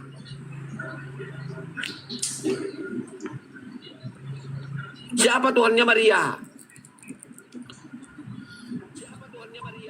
Ya Allah itulah. Siapa? Ya Allah Bapa. Menceret, jangan makan daging babi terus. Makan dedak babi aja lah terus Raja Oloan. Menceret. Nggak usah bicara kayak gitu. Yang biasa-biasa ngomongnya. Agoy, kita diskusi baik-baik ya. Begini Raja Allah. Diskusi baik-baik lah, bagus-bagus lah ngomongnya. Ya, saya dengarkan sebuka akal ya. Layak tadi mengatakan Tuhan yang telah menjadi manusia. Saya kasih layak pandangan-pandangan. Apa kata Yesus? Apa yang aku dengarkan itulah yang aku sampaikan. Apa yang diperintahkan itulah yang aku lakukan. Sebab aku tidak dapat berbuat apa-apa dari diriku sendiri. Sebab aku telah turun dari surga bukan untuk melakukan kehendakku sendiri, melainkan kehendak Dia yang telah mengutus aku. Coba Yesus mendengarkan. Yesus menerima perintah. Kata Yesus, sebab segala kuasa telah diserahkan kepadaku, baik yang di surga maupun yang di bumi. Pandangannya membuka akal abang. Kuasa yang diberikan oleh Yesus ini, Dia ini menerima atau Sang Maha Kuasa? Dia mendengarkan, Dia melakukan perintah, Dia melaksanakan perintah, Dia berdoa semalam-malaman. Dia mengatakan, aku tidak dapat berbuat apa-apa dari diriku sendiri. Tuhannya di mana coba? Bisa saya tanggapi? Silakan. Ketika Yesus bilang seperti itu, yang melakukan itu artinya yang memegang mata orang buta itu sehingga dia melihat itu tangan atau goib? Anda harus Itu bedakan tangannya, itulah roh Allah yang ada pada tubuhnya. Itu maksudnya itu. Yesus menyembuhkan bukan dengan macam mantra, Mana Bang. definisi tambahan untuk mengatakan itu? Aduh. Jangan Anda berpelatokan dengan mukjizat. Nabi Lah, terus kita Musa apa? lebih tinggi lagi mukjizatnya. Tetapi kalian tidak pertuhankan. Apakah sanggupmu Isa atau Yesusmu itu membela lautan seperti Musa? Hanya karena mukjizat. Mukjizat itu tidak ada yang aku lakukan dari diriku sendiri, melainkan kehendak Bapa yang mengutusku. Baca Yohanes 5:30. Coba tunggu saya baca dulu. Yohanes berapa tadi? Yohanes 5:30, terus 36, 37. Yohanes 5 ayat 37. 30 dulu. Biar sesuai dengan pertanyaanmu itu yang mengatakan mukjizat itu. 30 ya, dikurangi lagi 5 gitu. Bacalah di situ, Yohanes 5:30, baca di situ. Nanti kita ke 36-nya juga.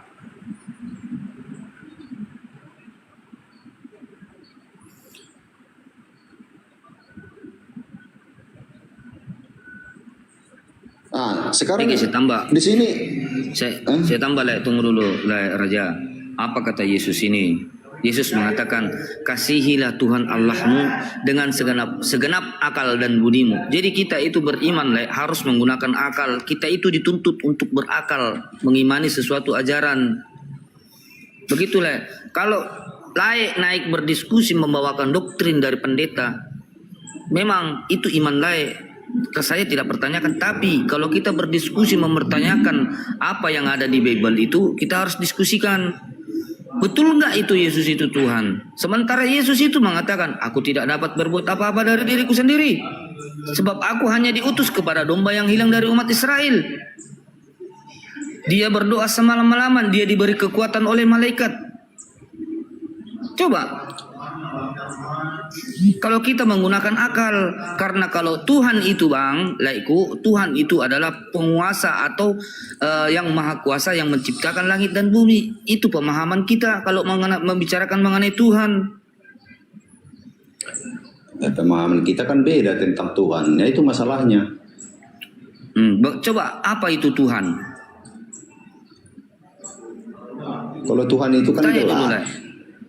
Ya gelar kepada siapa? Ya gelar kepada dia yang menjadi pantas disebut Tuhan. Yang jujur Tuhan itu kan gelar betul, tetapi itu merujuk kepada siapa? Kepada sang yang maha pencipta kah? Kalau Kristen ya kepada Yesus. Loh, berarti Tuhan itu Yesus gitu. Berarti dia yang menciptakan langit dan bumi. Kok Tuhannya Kristen? Kok menurut pemikiran pribadi Anda yang perlu dijawab sekarang. Bukan menurut apa? Kalau memang menurut Bibel patokannya, ya itu tadi. Banyaknya gabrul ayat-ayat yang tidak bisa dimengerti oleh Anda. Maka kita pakai logika. Maka secara pribadi kita tanyakan kepada Anda. Menurut Anda pribadi, siapakah Tuhan pencipta itu yang dikatakan oleh Yesus? Jangan menurut paham orang Kristen. Paham pribadi Anda yang dipertanyakan.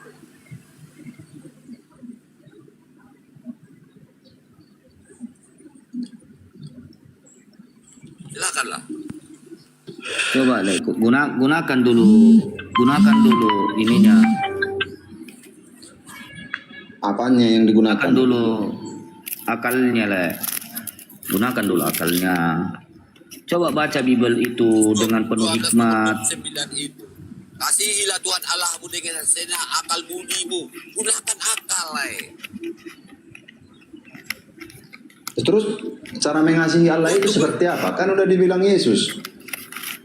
Kamu tidak akan bisa melihat Bapa, tetapi dengan saya kamu bisa melihat Bapa, kan begitu. dengan melihat aku, lihatlah kedatanganku di situ. Bagaimana kuasa Bapa itu di situ. Itu makna yang terkandung di dalam dengan melihat aku kau telah melihat Bapa. Lihatlah kemahakuasaan Bapa itu atas diriku. Di mana aku datang tidak memiliki ayah, namun aku wujud ke dunia ini. Itulah yang dinamakan melihat kuasa Allah itu, bukan melihat dirinya sebagai Allah. Jadi jangan salah terjemahkan pemahaman Anda melalui doktrin-doktrin gereja Anda.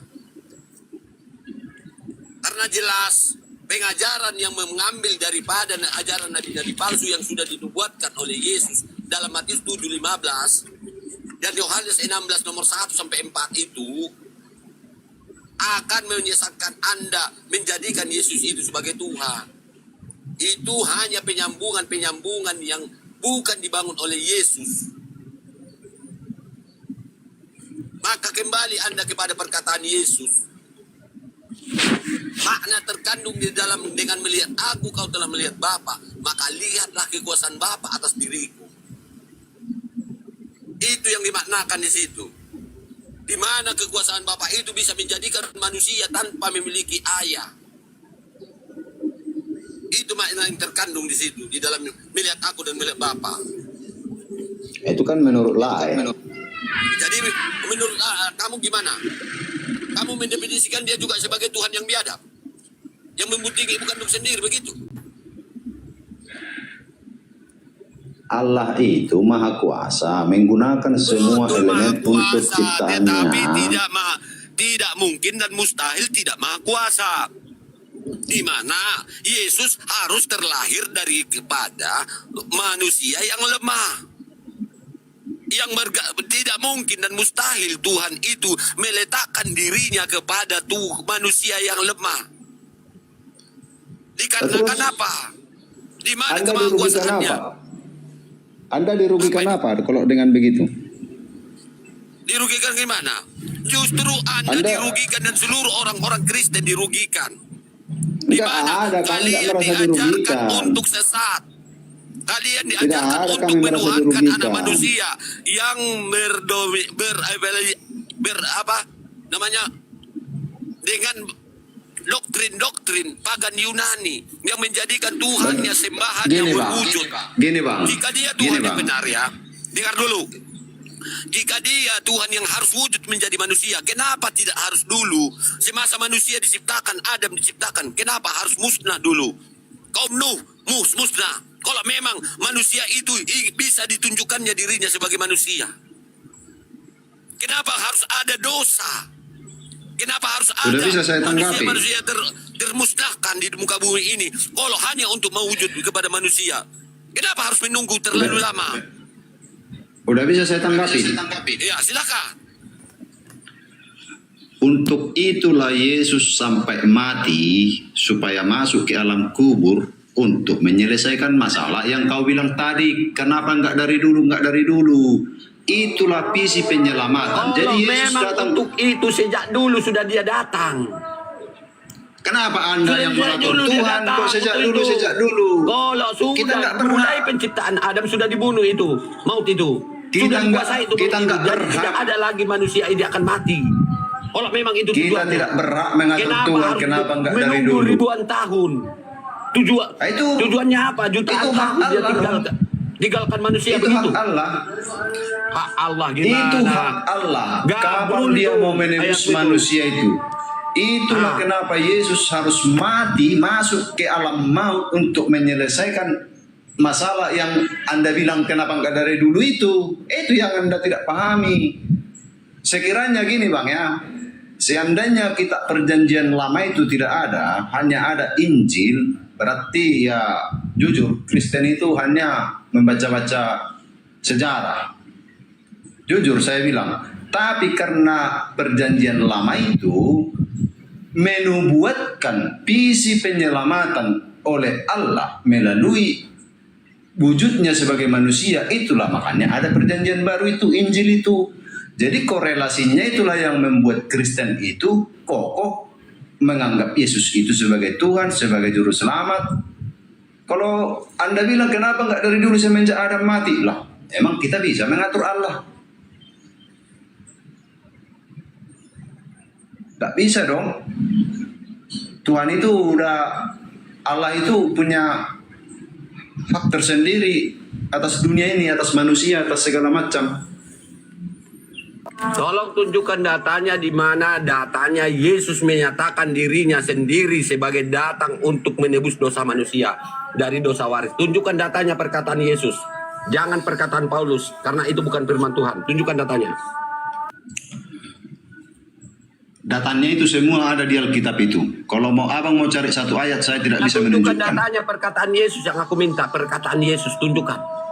Bukan Tetapi perkataan semua- nabi palsu yang dibuatkan oleh Yesus yang datang akan mengacaukan pikiran manusia. Yang mengaku mengenal Yesus tetapi sesungguhnya dia tidak. Kenapa malah mengacau? 16 nomor Yang 1 bikin sampai 4. kacau. Baca 2 Korintus 5. Baca Matius 7 nomor 15 sampai 23. Siapa pengajaran apa nabi dibilang palsu situ? ini? Kamu menubuatkan dosa waris. Apakah pernah Yesus mengajarkan dirinya adalah penebus dosa waris? Tunjukkan datanya di mana? Perkataan Yesus.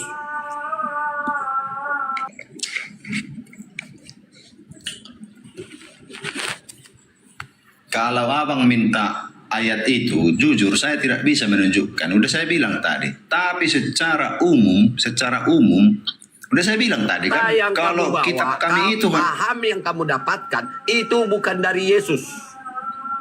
Ya. Jadi dari mana? Garis bawahi, bukan dari Yesus. Itu adalah Dari mana? paham pagan-pagan yang diciptakan oleh Paulus. Konsep dosa waris dilakukan untuk melakukan pemajulan atau penghilangan diksi kepada orang-orang Yahudi yang sudah melakukan atau pelanggaran terhadap hukum Taurat itu sendiri.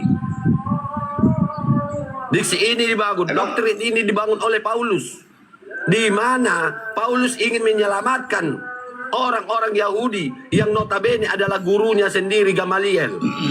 Untuk apa? Untuk terselamatkan daripada hujah bahwa mereka sedang melanggar hukum Taurat dengan melakukan pembunuhan terhadap Yesus.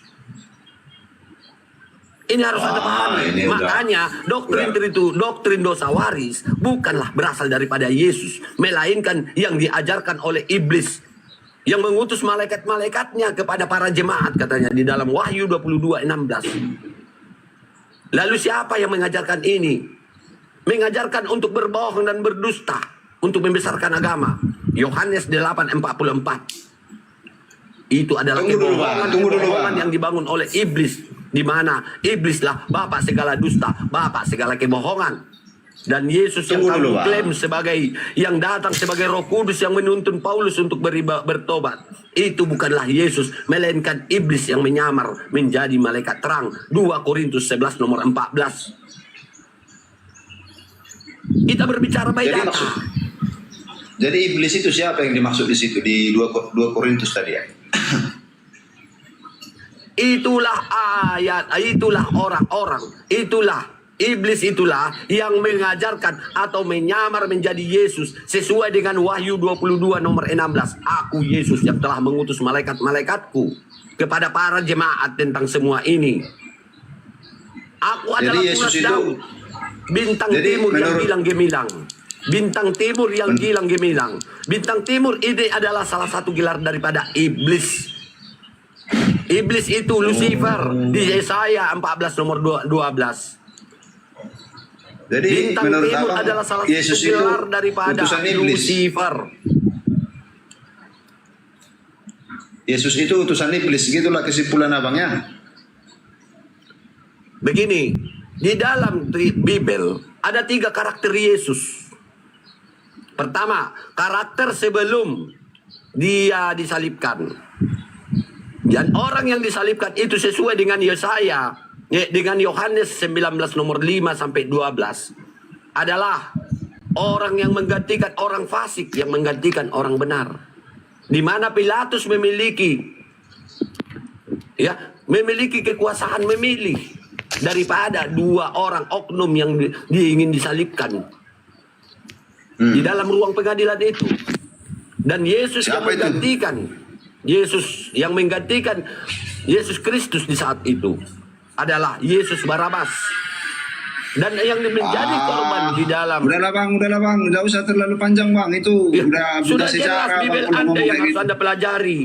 Nggak ada itu. Baca Yesus yang mau disalib itu adalah tetap Yesus anak Yesus yang Maria. mana yang diajak oleh Pilatus berbicara di dalam ruang pengadilan itu.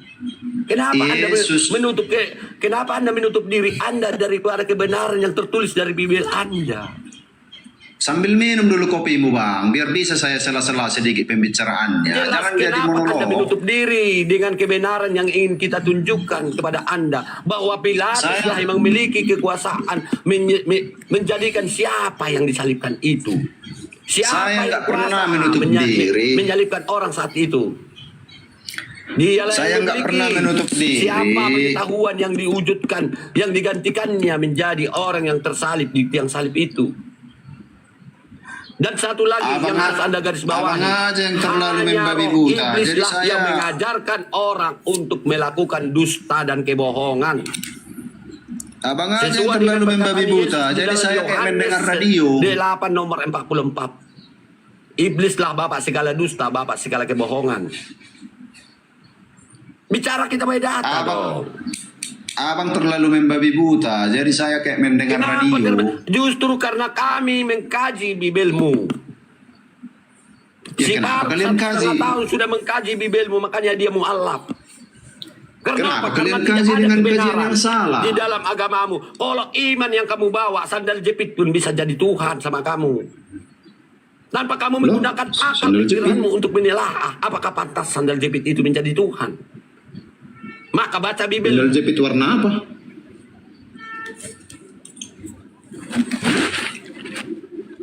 Begini bang. Kalau iman yang menjadi patokan sama kau.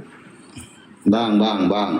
Jangan usah marah-marah bang. Sambil ngopi dulu kayak saya ini sambil Aku ngopi. memang bersemangat mengajarkan sama kamu bahwa Bibel itu tidak ada pantas-pantasnya menjadi aturan kehidupan.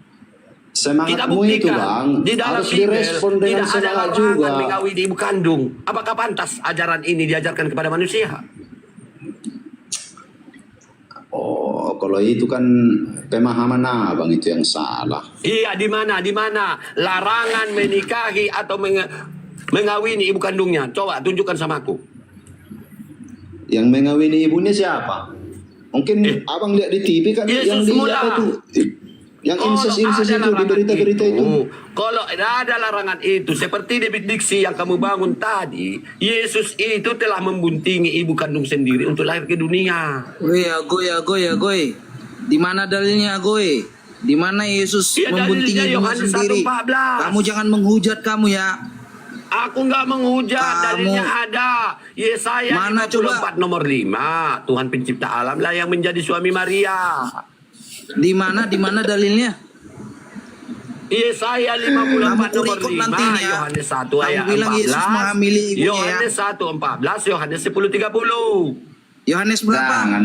Jangan dirikok biar aja lah. Biar jadi bahan guyonan aja dia kita bikin. Terserah. Ayo kita diskusi. Mau kalian record terserah. Aku open cam siap. Ayo Yohanes berapa? Tuhan kau itu biadab, dia ciptakan ibunya kandung sendiri, Anda sebagai lalu host, dia buntingi ibu kandungnya terus dia jangan dia. bikin ayat-ayat yang nggak benar.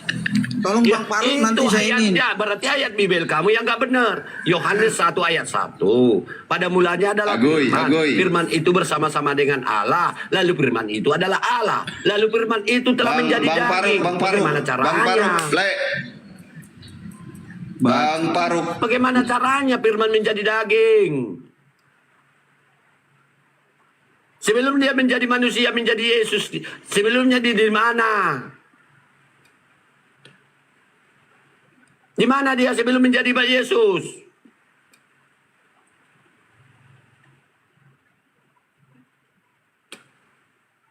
Jawab dong. Nih saya ajari Bang, dengar dulu ya. Kenapa itu terjadi? Jadi jangan cuma namang algoya Bang, tapi iya, kenapa terjadi? Bagaimana caranya? Sebelum jawab dulu aku. Sebelum dia menjadi daging, sebelum dia menjadi Yesus, siapa? Dari mana dia? Dengerin, makanya dengerin. Diam dulu Agoya Mang, diam. Iya, sebelum dia menjadi daging dan hidup di antara kita katanya. Di mana dia? Kasih waktu dong. Diam dulu lah, biar ku kasih tahu. Jadi gini, kenapa itu bisa ya terjadi? Yohanes 1 ya disebutkan pada mulanya firman, firman itu bersama-sama dengan Allah dan firman itu adalah Allah. Lalu kemudian firman itu menjadi manusia. Jadi karena dosa-dosa manusia, komandan, ya, dosa-dosa manusia itu sudah tidak bisa menyelamatkan dirinya. Mau tanya sama kamu. Dengerin Tadi dulu pertanyaan itu belum aku. dijawab sama si Raja Uluan. Di mana Yesus menyatakan atau menubuatkan tentang dosa waris, menebus dosa waris? Di mana? Data dari perkataan Yesus, tunjukkan sama saya. Jangan kemana-mana kau dulu.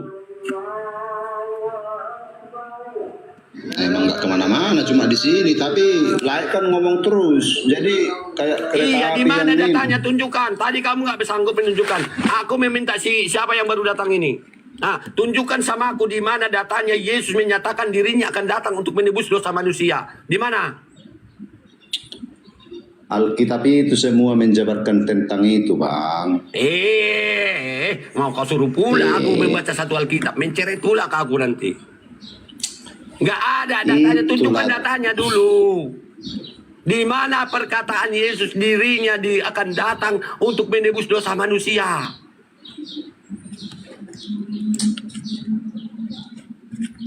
Perkataan Yesus yang ku minta. Yaitu istri ayah dalam Imamat 18:7. Selain itu, Alkitab juga melarang pernikahan dengan 1. Istri ayah tiri dalam Imamat 18:8. 2. Saudara perempuan dalam Imamat 18:9. Dan 3.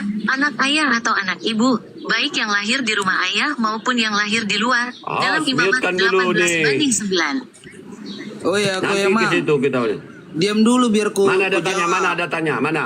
Jadi gini. Mana data perkataan Yesus datang untuk menebus dosa manusia? Mana datanya?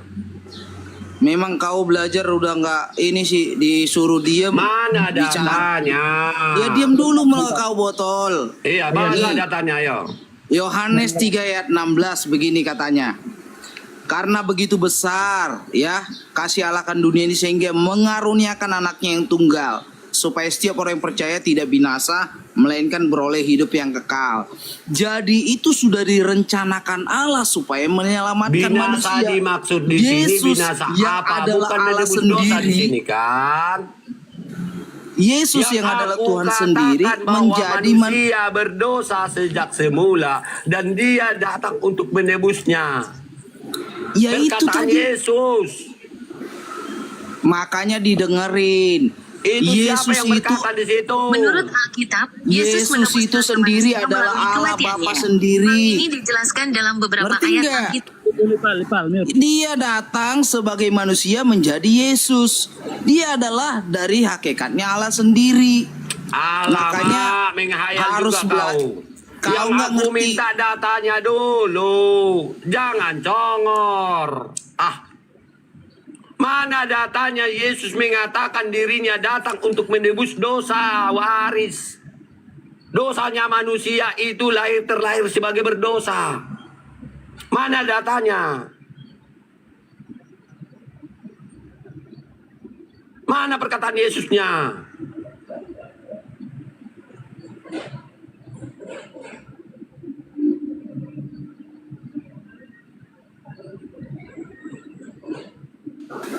Dimati-mati.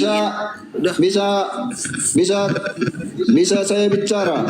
Dimati-matiin mulu. Iya, bawa datanya. Mana datanya Yesus mengatakan dirinya akan mati untuk menebus dosa waris dari manusia. Itu tuh Matius 9 ayat 13.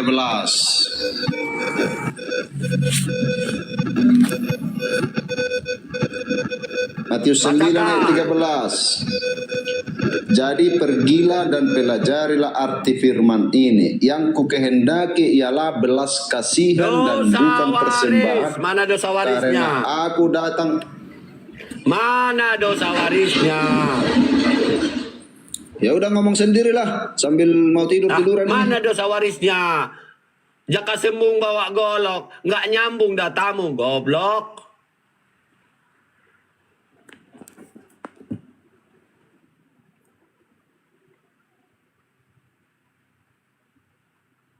Nggak ada kan datamu kan?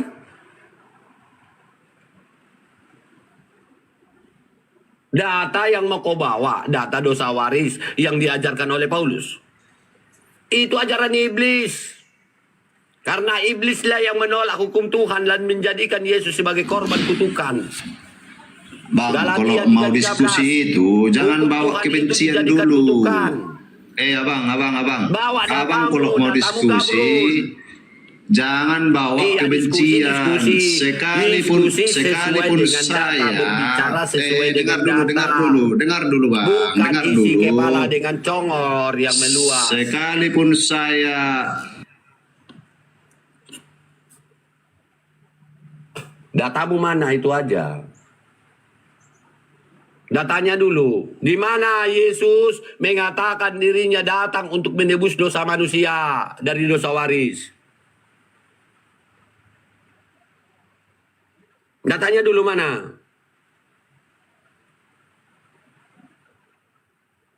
Buka mic-nya.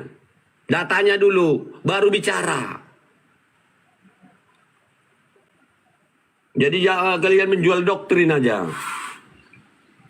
2 Korintus 11 nomor 17, Paulus mengatakan apa yang dikatakan bukanlah firman Tuhan. dengarlah dulu bang, dengarlah dulu. Iya, data dulu, Matius, jangan narasi pikir-pikiran Anda. Matius 9 ayat 3. Dengarlah dulu. bacalah. Nggak jadi ini nanti nih. Udah jam berapa ini? Matius 9 ayat 13. Jadi pergilah dan pelajarilah arti firman ini. Yang kukehendaki adalah belas kasihan dan bukan persembahan, karena aku datang bukan untuk memanggil orang benar, melainkan orang berdosa. Itu kira-kira maksudnya apa, Bang? Iya. Itu kan nggak ada sangkut paut dengan pertanyaanku. Lah, ini kan ada. Aku datang bukan untuk orang memanggil berdosa yang orang benar. dimaksud itu, apakah itu sama dengan anak-anak yang baru lahir? Yang memiliki dosa. Kenapa pula ya kan lewat konsep dosa waris itu bersama anak yang baru lahir berdosa katanya. Ya kan Sekarang konsep dosa waris itu anak. Sekarang ini Assalamualaikum benar nggak? Apakah sesuai dengan data yang kuminta? Waalaikumsalam. Karena aku datang bukan untuk memanggil orang benar, melainkan orang berdosa. Jadi dosa ini mau kita pilah-pilah lagi atau bagaimana? Orang yang mengakui kesalahannya, bukan konsep dosa waris. Adakah dia mengajarkan bahwa manusia semuanya adalah, berarti kalau definisi ini kamu bawa, artinya ada orang-orang yang benar dan ada orang-orang yang berdosa. Bukan semua golongan manusia itu adalah berdosa. Gabrul lah, apa ini? Kan gabrul datamu itu. Aku bukan kepada orang benar. Berarti ada orang benar dan ada orang berdosa. Terus? Berarti tidak semua manusia itu memiliki dosa. Contohnya yang tidak berdosa siapa? Ya, anak-anak yang baru lahir. Hey.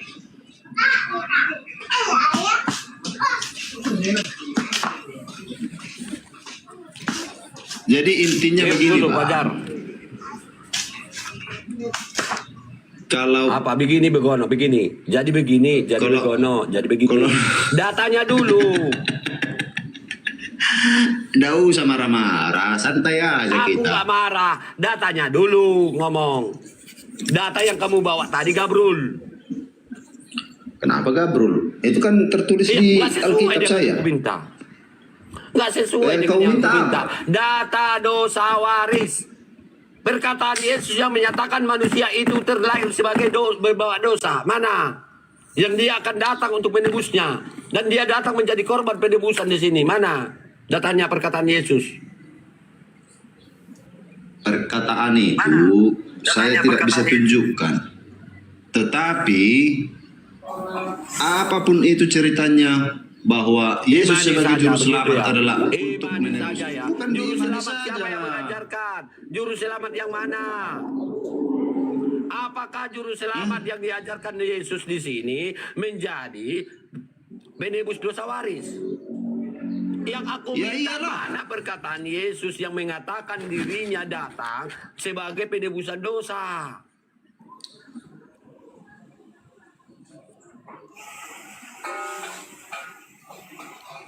Yang menyatakan bahwa manusia itu berdosa sejak lahir. Mana pengajaran Yesus mengatakan bahwa manusia itu terlahir berdosa? Mungkin di lain waktu bisa saya tanggapi ini ya. Di lain waktu ya, bisa saya tanggapi ini. Anggaplah menceret, terserah kau lah. Anggaplah menceret. Kan ada pebatu alang dodak. Sebentar, Bang Raja. Oh, memang alang dodak. Bang Raja, udah tenang aja. Mbak Bima alang dodak ya lah kamu saya mai. Bang Raja, udah diam aja dulu di situ. Tenang aja dulu. Ya, dilanjut Bang Agoy. Tapi pertanyaannya gimana tadi? Bang Mastur. Ya. Di mana Yesus menyatakan dirinya datang untuk menjadi tebusan terhadap dosa waris karena seluruh manusia itu berdosa sejak lahir. Ya silakan Bang Raja dijawab.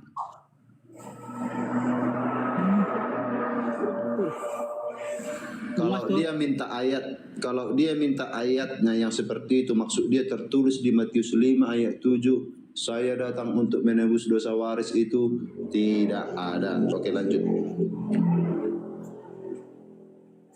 Jadi dari mana kamu memahami itu kalau memang tidak ada? Dari kata makanya saya bilang, makanya saya bilang tadi, saya belajar Alkitab itu dari perjanjian lama sampai perjanjian baru. Iya, kamu juga harus kalau ikutkan mau perkataan ayat Yesus. eksplisit seperti itu, satu ayat sama seperti yang kalian tuntut. Kalian selalu menuntut. Di mana Yesus berkata? Tolong limit dulu Bang Mastur. Maaf ya, tolong limit dulu. Ya lanjut. Di mana Yesus berkata, akulah Tuhan, sembahlah aku. Di mana Yesus berkata, aku datang untuk menebus dosa waris. Itu pertanyaan yang pertanyaan yang gagal itu. Bukan pertanyaan yang gagal, tetapi sesuai yang diajarkan oleh Yesus. Di mana pemahaman yang tidak ada, namun kalian jadikan patokan sebagai pengajaran kepada Anda. Ya, melalui doktrin, maka dikatakan Yesus kalian digolongkan sebagai orang munafik di dalam Matius 15 nomor 7 sampai 9. Di mana dikatakan di situ, hai orang-orang munafik, benarlah nubuat Yesaya tentang kamu. Bangsa ini memuliakan aku dengan bibirnya, tetapi hatinya menjauh daripada aku. Percuma mereka beribadah kepadaku jika yang mereka ikutkan adalah perintah dan ajaran manusia. Jadi jelas kalian mendapat pengajaran bukan dari Tuhan, melainkan dari manusia. Manusia yang Dan mana? apa yang Anda lakukan sekarang menuhankan Yesus itu juga. Dia jawab di dalam Matius 7:21. Tidak semua orang yang berseru kepada aku Tuhan, Tuhan akan masuk ke dalam kerajaan sorga. Artinya syarat memasuki kerajaan sorga itu tidaklah dengan menyebut Yesus sebagai Tuhan. Jadi syaratnya apa? Namun di sini dia mengatakan melainkan mereka yang melakukan kehendak Bapa yang di sorga. Yang menjadi pertanyaan, apa kehendak Bapa itu? Beribadah di gereja? Tidak. Nggak ada perintahnya. Ya. Apakah memasuki surga itu syaratnya sesuai kehendak Bapa, beribadah dan berpargoi di gereja, joget-joget, memuji-muji? Enggak ada perintah Bapa. Oh, enggak ada ya? Iya, ayo tunjukkan kalau memang ada. Adakah dia juga mengajarkan kepada kalian untuk menjadikan dia Tuhan? Juga tidak ada. Tadi sudah dia tegaskan, syarat memasuki kerajaan Bapa itu tidaklah dengan menyebut Yesus sebagai Tuhan. Berarti nggak boleh lagi ke gereja gitu ya? Memang nggak ada ajarannya. Bang Raja, kau jawab. jawablah. Kayak mana mau menjawab? Dari tadi sudah bolak-balik ku jelaskan. Kalau ku bilang mana ayatnya Yesus aku adalah Tuhan sembahlah aku, itu tidak ada. Mana ayatnya aku datang untuk menebus dosa waris, itu tidak ada. Lah terus dia bilang melakukan kehendak Bapa. Saya tahu itu kehendak Bapa itu ya anggaplah 10 hukum Taurat. Kata dia tadi ke gereja, ya udah hari Minggu nggak usah ke gereja. Ada nggak masuk gereja? Ya udah saya ikuti dulu alurmu. Hari Minggu besok saya nggak ke gereja lagi kalau gitu. Jadi syaratnya masuk surga itu Ya apa? memang percuma masuk gereja.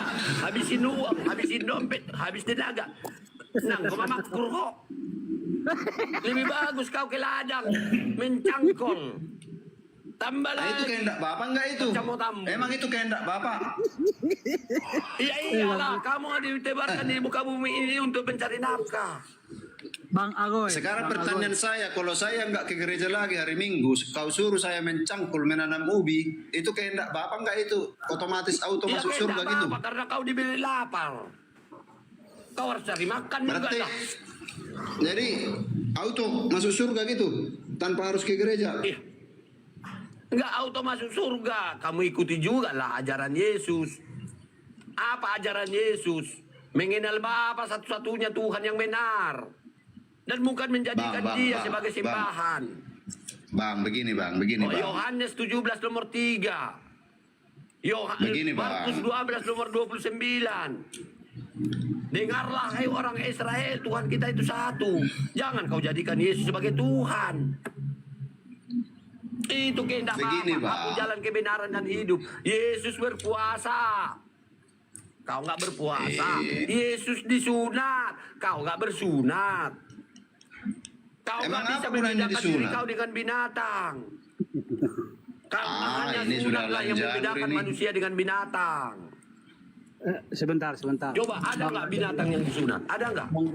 Bang Raja, Bang Agoy kan sebenarnya menganggap Bang Raja Uluan ini sebagai adiknya sendiri. Dari tadi saya dengar begitu dia, nada-nadanya.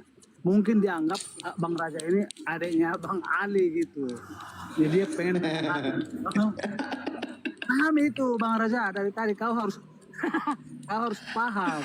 Ya, jangan kau anggap Bang Ali itu marah-marah, memang begitu dia. Gak ada yang kupahami sedikit pun dari penjelasan dia tadi. Sedikit pun gak ada. Dia bilang Yesus yang disalib, Yesus kamu Barabas. menutup diri. Kalau nggak kafir kau. Dia bilang Yesus yang disalib, Yesus Barabas. Dari mana dia dapat data seperti itu? Baca Yohanes 19 nomor 5 sampai 12. Siapa yang diajak Pilatus di dalam ruang pengadilan itu? Berbicara itu siapa? Baca lagi Sedangkan Petrus itu kan ada di doktrin situ malam itu. gereja. Untuk menjadikan Yesus yang disalib itu menjadi Tuhan. Sedangkan Petrus ada di situ malam Tertulis itu. di Waktu dalam penangkapan Yohanes itu 19 Petrus nomor 5 ikut sampai Bang. 12. Ayo Petrus. kita beda. Bacalah Yohanes 19 nomor 5 sampai 12. Kau ada Bibel di situ? Silakan baca. Ayo kita beda. Gak usah lagi ku baca itu. Udah bolak-balik ku baca itu. Gak ada Jadi dari sejarahnya. mana kau berpatokan beragama kalau bukan dari Bibel? Kok malas sekali kau membacakan Bibelmu? Petrus ada di situ. Waktu Yesus ke Golgota, ibu Yesus Maria ada di situ. Terus apalah dasarmu Bang Tetapi mengatakan kalau itu dalam Yesus Barabas? literasi yang tertulis di Bibelmu, Paulus musim membebon ya. Di dalam Yohanes Makanya jangan 19 benci sama nomor Paulus. 5. Melepotan nama katai beko. Yohanes 19 nomor 5, Yesus dikeluarkan dengan berjubah ungu dan bermahkota duri. Lalu di Yohanes 19 nomor 11 sampai 12, ketika Yesus dihujat, di saat sudah diserahkan kepada orang-orang Yahudi, lalu orang Yahudi menghujat dan memfitnah dia, menghujat dia, salibkan dia. Lalu Pilatus masuk ke dalam ruang pengadilan dan berbicara dengan Yesus. Yesus yang mana lagi ini?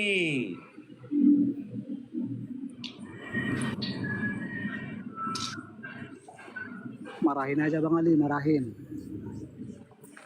Bacalah Bibelmu. Jangan kau makan dodak yang dari pendeta itu. Sudah aku baca.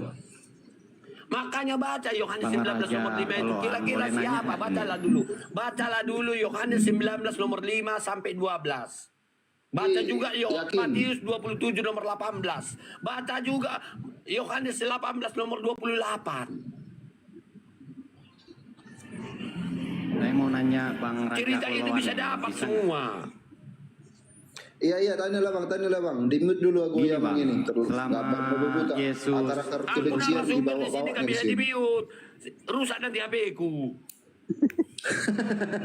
Nggak gini Bang, saya mau nanya, sebelum Yesus di kandungan Bunda Maria, itu Bunda Maria itu menyembah siapa? Maria itu kan orang Yahudi, Bang. Orang Yahudi Dia itu menyembah siapa kira-kira? menyembah Allah yang disebut Yahweh, YHWH. Oke. Sekarang setelah Bunda Maria itu mengandung Yesus itu Tuhan ya. Yesus itu Tuhan ya. Ya. Nah, selama Yesus di dalam kandungan Bunda Maria menyembah siapa? Menyembah perutnya sendiri gitu. Ya, tetap menyembah Allah. Menyembah Allah itu kan roh itu kan nggak bisa kita. Memang Yesus itu nggak berupa roh di dalam kandungan Bunda Maria atau kalau menurut ilmu biologi, kalau sudah dalam kandungan itu roh atau wujud. Nah, itu rohnya udah masuk ke Bunda Maria. Jadi siapa yang mau sembah? Rohnya udah masuk ke perut Bunda Maria. Roh Allah itu nggak ada nah, wujudnya. ini yang nggak tanya ada, tadi nggak ada sama Nathan bentuknya. itu langsung, Nathan yang juling itu, yang Oten itu langsung rungkat dia. Jadi nggak ada jawabannya di mana itu. Roh itu bukan satu bentuk. Jadi ketika dia menjelma di rahim Maria, bukan berarti roh itu langsung berubah jadi daging semua, bukan begitu konsepnya, Bang. Nah, ya tapi kan roh itu kan nggak kelihatan. Roh Tuhan itu kan nggak kelihatan. Tapi setelah masuk ke perut Bunda Maria itu, dalam kandungan itu Bunda Maria kan jelas menyembah perutnya. Orang roh Tuhannya ada di perut dia. Kayak mana itu, Bang? Itu yang para Oten yang itu makanya kemarin ada ini 4 orang temanku orang Kristen itu. Ya, alhamdulillah dia mungkin dalam beberapa hari ini mau bersahadat kita dikenari. Karena dia minta itu, jadi kita kasih kayak gini dia bingung. Berarti maksud abang roh itu satu gitu. Begitu masuk ke rahimnya Maria langsung berubah aja, sehingga roh itu udah nggak ada lagi. Begitu pemahaman abang mungkin ya. Loh, roh Tuhan itu katanya Yesus Tuhan. Jadi rohnya banyak kali. Gimana itu? Kok Tuhan punya roh banyak kali kayak gini? Ya, kecuali Bukan masalah banyak kali. Memang ciptaannya roh banyak. Allah, memang Allah itu kan tidak terbatas oleh ruang dan waktu. Loh, iya. Tapi kan yang jelas kan sekarang ini yang ditanya, sebelum Bunda Maria itu mengandung Tuhan Yesus, Bunda Maria ini menyembah Allah. Tapi setelah Tuhan Yesus itu masuk ke dalam rahim Bunda Maria, berarti kan rohnya yang masuk, bukan belum berwujud. Jadi yang disembah itu siapa? Definisi rohnya ini yang kita tidak bisa sepakati, Bang. Roh itu kalau menurut kalian seperti itu. Bang Raja, singkatnya itu gini. Sebelum Maria melahirkan Yesus, siapa yang disembah oleh Maria? Itu singkatnya, Bang. Allah yang disembah oleh Musa, Abraham, Yakub. Dia kan orang Yahudi, Bang. Di mana tertulis bahwasanya sebelum Maria melahirkan Yesus, Maria menyembah kepada Allah? Nggak usah tertulis. Yang jelas orang Israel, dia orang Yahudi. Pasti dia menyembah susah. Karena gini bang, asumsi. Bang, abang dapat kata Allah dari mana? Hal-hal seperti itu bukan asumsi dan nggak perlu lagi dicari-cari mana dalilnya, mana dalilnya. Abang Orang dapat Yahudi itu, kata-kata Allah itu, abang pun dapat kata-kata Allah dari tadi abang ngomong Allah. Entah dari mana abang dapat kata Allah. Kalau aku sampaikan sebuah kenyataan bahwasanya kalian tidak punya Allah, apakah abang mau menerima kenyataan itu? jangan melebar ke sana. Sekarang saya ganti, saya sebut Yahweh, saya sebut Elohim. Dimanapun data yang kita buka, orang Yahudi itu tetap menyembah Yahweh, Elohim yang hidup, yang pernah berbicara dengan Musa, dengan segala macam. Tidak usah saya bawa dulu Allahnya itu kalau kalian merasa keberatan dengan itu. Iya, yaudah pakai Elohim saja ya, atau Yahweh atau Yahweh atau apapun itu, sebut saja, oke. Ya. Coba abang sebutkan satu ayatnya di dalam Perjanjian Lama maupun dalam Perjanjian Baru, di mana dikisahkan sebelum Yesus lahir, Maria menyembah kepada Yahweh atau Yahweh. Aduh bang, ini pertanyaan koplak ini bang. Orang Yahudi itu mulai dari Mesir, Abang tahu dari mana kalau sebelum Yesus lahir, Maria itu nyembah kepada Yahweh atau Yahweh atau Elohim? Abang dapat informasi dari mana? Dari kitab Perjanjian Lama bang. Di mana tertulis abangku? Apakah di saat penulisan kitab Perjanjian Lama Maria sudah lahir? Di Perjanjian Lama udah lahir Maria. Inilah tadi saya bilang pertanyaan yang gagal juga ini bang. Di mana ayatnya Maria menyembah Yahweh? Lah udah jelas-jelas kita tahu sampai sekarang bahwa Yahudi Israel itu menyembah Yahweh. Kenapa lagi? Maria itu bukan Kristen, Maria itu bukan agama Buddha, Hindu, dia orang Yahudi. Otomatis dia menyembah Yahweh, sesembahan nenek moyangnya kan itu bang. Biar tidak usah terlalu bertele-tele kita. Di mana ayatnya? Di mana ayatnya? Oke, jadi gini bang ya. Kita kembali lagi ke tema tadi, ke topik abang tadi sama bang Ago ya mang. Ya, abang sudah nyatakan kalau gitu aku gak usah lagi ke gereja hari Minggu. Ya, kalau berdasarkan hasil dari diskusi kita, seharusnya abang gak usah lagi ke gereja hari Minggu. Lantas, apa yang harus kulakukan? Perbuatan apa yang harus kulakukan? Keimanan seperti apa yang harus kutambahkan dalam hatiku supaya aku mengikuti apa yang diperintahkan Bapa yang telah mengutus Yesus? Abang baca di dalam Matius 12 nomor 29. Matius 12 nomor 29. Di mana di situ Yesus berkata, hukum yang terutama ialah, dengarlah hai orang Israel, Tuhan Allah kita, Tuhan itu satu, Tuhan itu Esa. Tapi muncul lagi persoalan di sini. Ternyata Yesus itu hanya untuk orang Israel. Kenapa bisa? Begitu juga, dengar dulu bang, baru jelaskan. Begitu juga ya dengan apa yang tertulis di dalam Matius 15 nomor 24 sampai dengan 26, di mana di situ Yesus berkata bahwasanya dia diutus hanya untuk domba Israel yang tersesat, bahkan untuk orang-orang di luar dari Bani Israel yang meminta pertolongannya dikatakannya dengan kata-kata anjing. Matius 15 nomor 26 diperkuat lagi dengan Matius 10 ya, dengan Matius 10 nomor 1 sampai dengan 10, di mana di situ dalam perikopnya Yesus itu memanggil para murid-muridnya, memerintahkan kepada murid-muridnya untuk menyampaikan pengajarannya.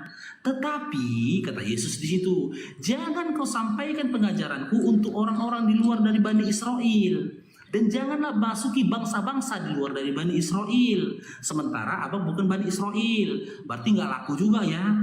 Ya, apa yang disampaikan Yesus sama abang nggak bisa masuk karena hanya untuk Bani Israel. Begitu juga yang tertulis di dalam surat Lukas 4 nomor 8. Di situ dikatakan Yesus kan gitu.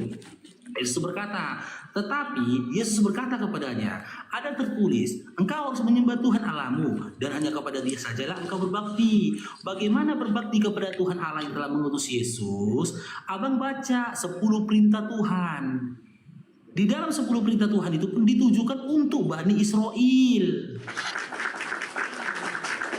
Kembali lagi untuk Bani Israel, bukan untuk orang-orang di luar Bani Israel. Karena memang jika pun abang iman Yesus itu sebagai utusan, dia utusan hanya untuk orang-orang di luar Bani Israel. Untuk orang-orang di dalam Bani Israel, bukan di luar Bani Israel. Lantas bagaimana dengan saya yang di luar dari Bani Israel? Nah, ada nabi setelah Yesus akan ada nabi. Siapa dia? Nabi Muhammad sallallahu alaihi wasallam.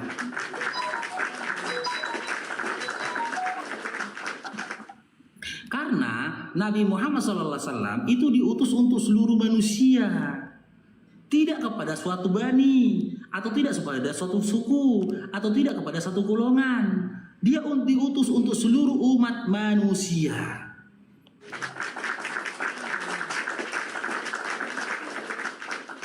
Jika apa yang sampai kepada Yesus, izin keluar dulu Bang Faruk, ada telepon. Iya, siap. Jadi begitu teman-teman ya. Kalaupun kalian akan mentok, jika kalian iman Yesus itu sebagai Tuhan, salah kalian. Jika kalian iman Yesus itu sebagai Nabi, betul kalian. Tapi nggak bisa kalian ikuti. Kenapa? Dia ternyata hanya untuk Bani Israel. Mantap guys, mantap. Itulah tadi Bang sama si Nathan kita tanya gitu langsung rungkat ya. Rungkat langsung ya. Yang Ini lainnya baru dia mantap, habis guys, baru mantap. kita tanya itu. Langsung rungkat ya. Kita kan nanya selama Yesus itu sebelum dalam kandungan Bunda Maria itu berarti Maria itu menyembah siapa? Menyembah Allah. Nah, setelah Tuhan Yesus itu masuk rohnya masuk ke dalam tubuh Bunda Maria, jadi Bunda Maria menyembah siapa? Jadi dia langsung bingung dia semuanya, langsung nggak perlu jawab, sudah terungkat langsung dia. Emang betul. Oke, coba ini Bang Oke ini, coba Bang Oke, Islam Kristen Abangku? Islam Bang Islam. Iya, assalamualaikum. Silakan. Ada yang mau disampaikan Abang? Waalaikumsalam warahmatullahi wabarakatuh. Tidak juga Bang, hanya mau dengar-dengar saja dari pendapatan Bang. Tapi saya nyokong. Alhamdulillah. Ya. Ayo teman-teman Kristen yang mau naik silakan. Betul, susah juga kita kalau kita tidak anu.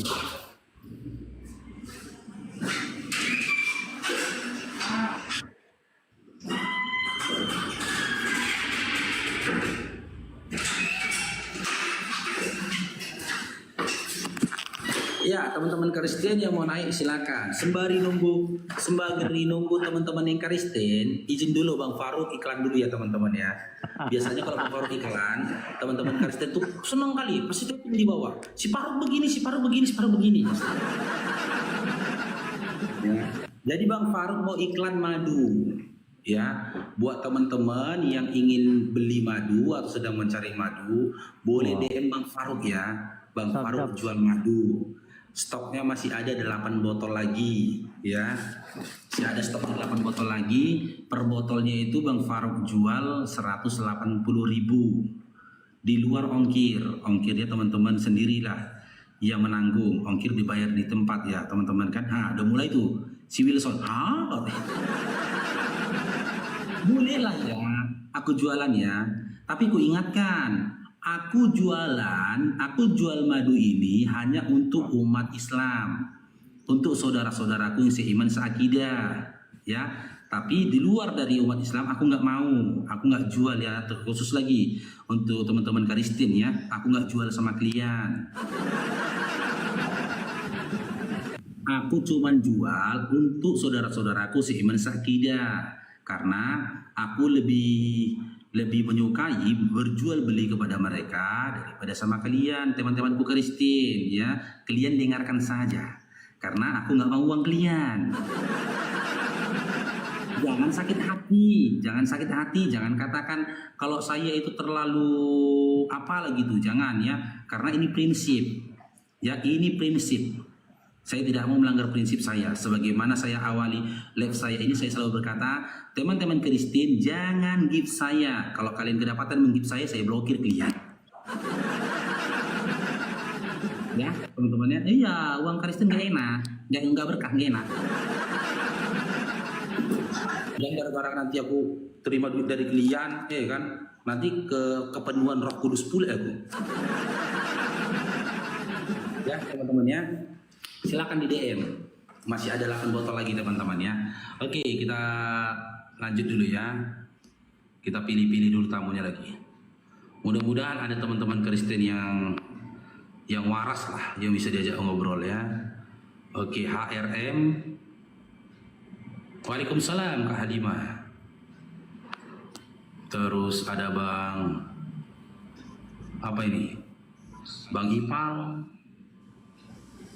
Oke, assalamualaikum Bang HRM. Bang HRM.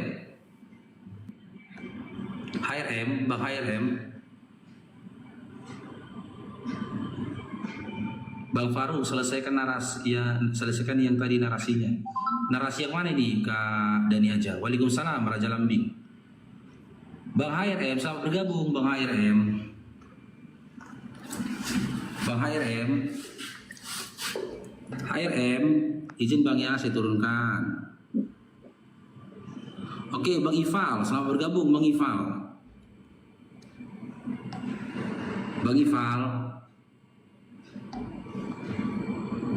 Bang Ifal. Yang tadi mana nih Kak? Yang tentang Bani Israel tadi? Iya, ya poinnya begitu. Jika memang kalian ingin mendapatkan jalan keselamatan dan hidup tadi, ya berimanlah kalian kepada apa yang disampaikan oleh Nabi Muhammad SAW.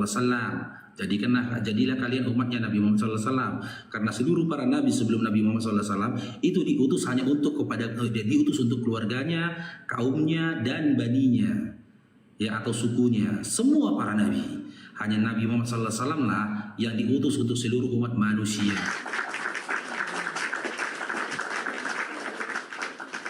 Ada nama Nabi Muhammad di Bible. Ada nama Nabi Muhammad di Bible. Kalau terjemahannya nggak ada lah kan? Ya Bang ya. Kalau terjemahannya nggak ada karena nggak akan ada. Karena apa? Jangankan nama Nabi Muhammad SAW yang bernama Arab, ya. Sedangkan original teks mereka Yunani, contoh nih Alfa dan Omega, itu nggak ada artinya. Tidak ada artinya kata-kata Alfa dan Omega. Kok bisa pula Wahyu 1 nomor 8 itu tulis awal dan akhir? Nggak ada lah kalau terjemahannya, nggak ada lah. Dari mana pula? Contoh lagi di surat Lukas 4 nomor 1. Di situ dikatakan bahwasanya Yesus itu dibawa oleh Roh Kudus, dibimbing Roh Kudus ke padang gurun. Ternyata dikembalikan ke original teksnya bukan Roh Kudus, hantu. Maka jika ingin mengetahuinya, ya coba dibaca original teksnya, gitu. Kita kaji original teksnya teman-teman ya.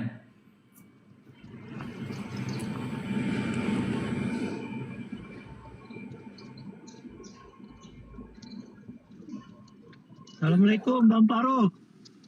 Waalaikumsalam. Iya, surat Yohanes itu Bang Tom. Itu di surat Yohanes. Tapi itu bisa didapati kalau kita kulik original teksnya, Bang. Terjemahannya akan mereka sangkal itu, Bang. Waalaikumsalam warahmatullahi wabarakatuh. Silakan, Bang. Iya, Bang Faruk. Saya mau minta pendapat saja nih. Sebab ada salah satu oten di sebelah itu, dia mengartikan dengan seenaknya Al-Quran itu. Pendapat saya memberikan masukan malah di keep saya. Itu.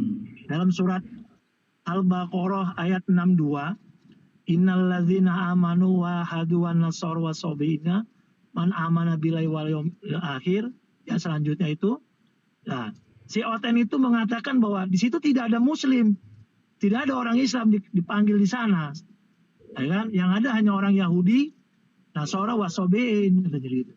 Jadi orang Muslim itu nggak ada, yang dipanggil orang Oten saja, katanya begitu. Oke. Kemudian saya bantah Bang Faruk, dia itu.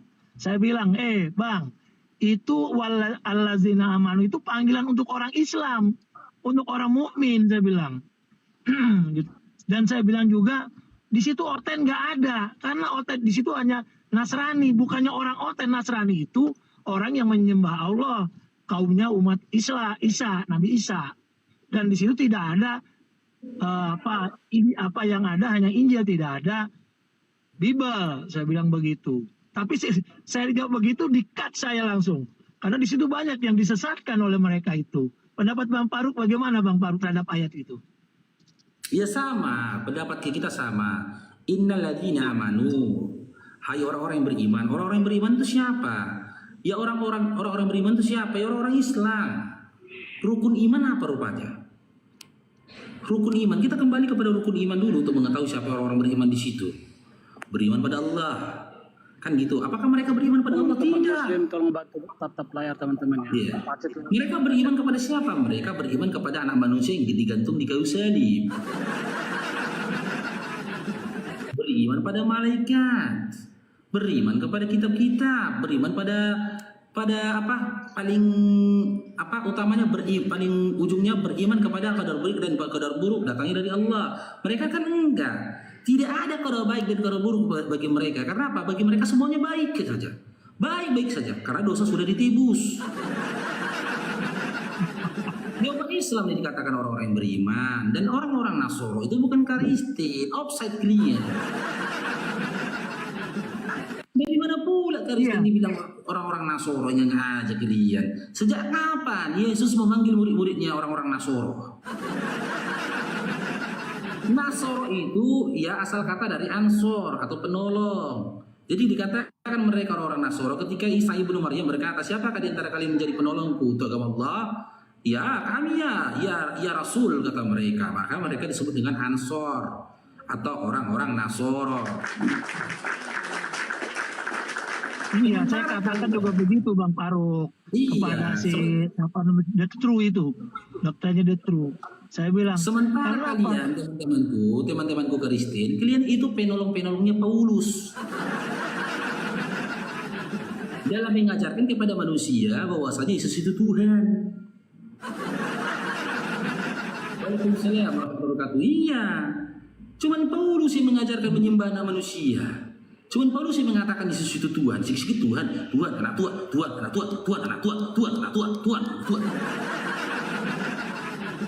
Ya, kalau di iman kalian kok ada dikit kan mungkin begitu. Tuhan anak Tuhan, Tuhan anak Tuhan, Tuhan. Tuhan anak Tuhan, Tuhan anak Tuhan.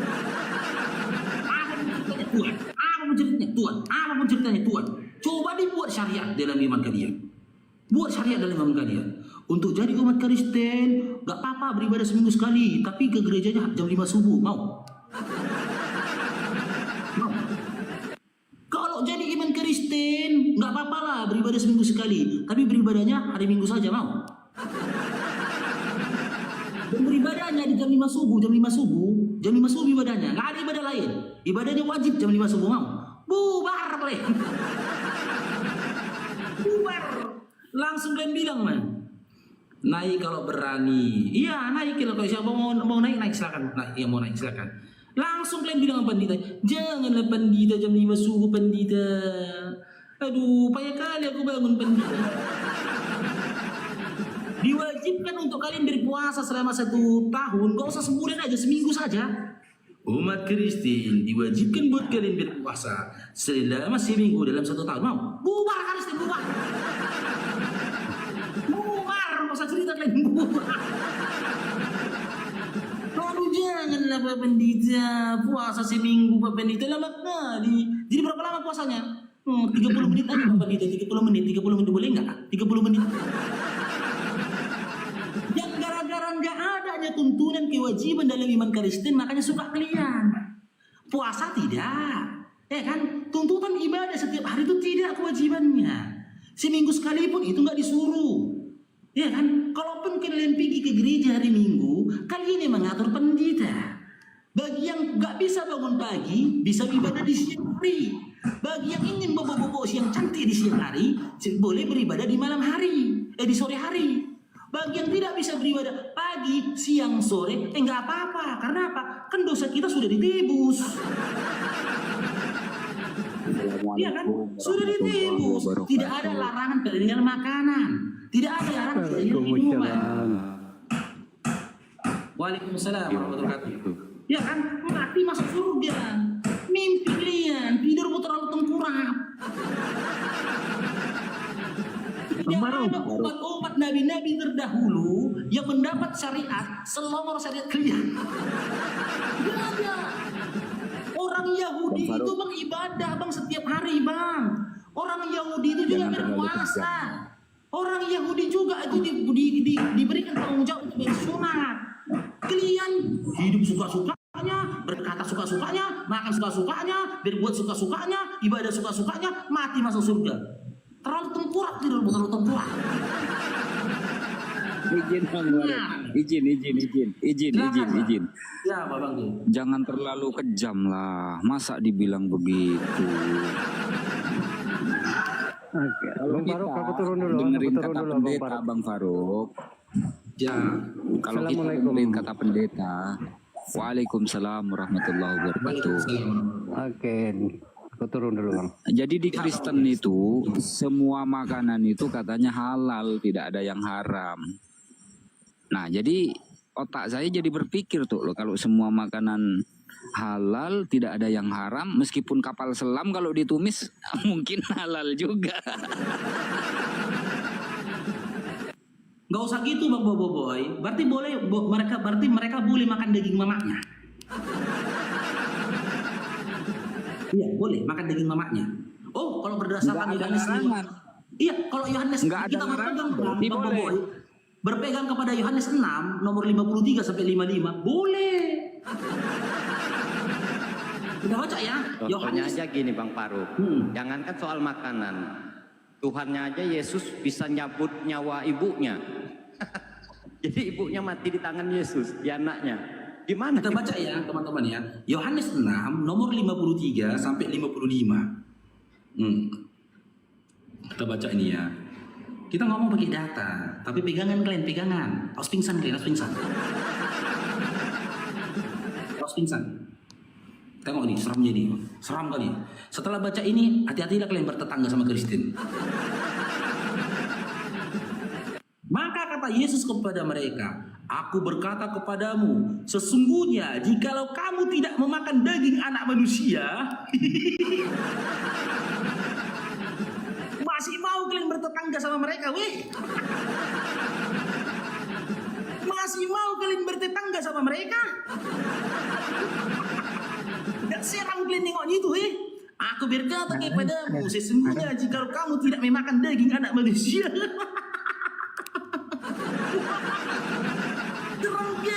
makanya kalau kalian bertetangga sama mereka, pasanglah pagar rumah kalian tinggi-tinggi. Pasang tembok pagar rumah kalian tinggi-tinggi. Kalau nggak gawat, tengah malam bangun nih, tengah malam masuk di kamar kalian. Udah? Dan nengok ini weh, aku berkata kepadamu, sesungguhnya jikalau kamu tidak memakan daging anak manusia dan meminum darahnya, tidak akan mempunyai hidup di dalam dirimu. Barang siapa yang makan dagingku, katanya, minum, aduh nggak sanggup aku bacanya. Seram aku bacanya itu, seram aku bacanya. Makanya teman-teman, kalau kalian punya tetangga mereka, tetap harus waspada. Ada rezeki, bangun pagar tembok rumah tinggi-tinggi banget bikin. Kalau bisa Bang Faruk, kalau bisa apa?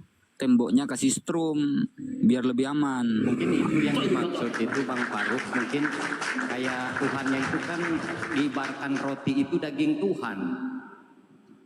Tapi Bang, poin di situ Bang, mungkin tidak ada makan terus habis lah Tuhannya dagingnya. Iya, tidak ada perumpamaan. Sesungguhnya aku berkata kepadamu, simak kalimat ya di ayat 53 nya. Sesungguhnya aku berkata kepadamu, jika kamu tidak memakan daging manusia, dengarnya aja udah kabur awak. Bisa kalian bayangkan, andaikan seorang pandita berkhotbah kayak gitu. Yohanes 6:53. Udah ramai nih jemaatnya Bang. Sesungguhnya aku berkata kepadamu, kata Yesus. Yesus berkata, sesungguhnya aku berkata kepadamu, jika kamu tidak memakan daging manusia, apa nggak bubar Bang jemaat? Bubar. Misalkan gini Bang, teman-teman, kita menghadiri lah ya resepsi mereka, entah acara apa, kan gitu. Datang panditanya bawa perkataan, bawa khutbah misalkan kayak kita kan ustaz ceramah dulu. Sebelum ada hajatan kan gitu ceramah ustaz di bawah ayat Quran kan gitu. Assalamualaikum warahmatullahi wabarakatuh kata ustaznya kan. Wassalatu wassalam disampaikan salawat baru diambil ayat Quran surah An-Nisa atau surat apa kan gitu. Ini kalau di mereka Bang, kita datang ini hajatan mereka kita datang. Udah, duduklah kita. Udah, terus panditanya itu ngomong buka acara lah. Ya, selamat sore, selamat pagi, salam sejahtera bagi kita semua. Sebelum memulai acara ini, ya saya mau berkhutbah dulu. Saya bukakan di dalam Yohanes 6:53. Masih santai kita nih, masih santai kita.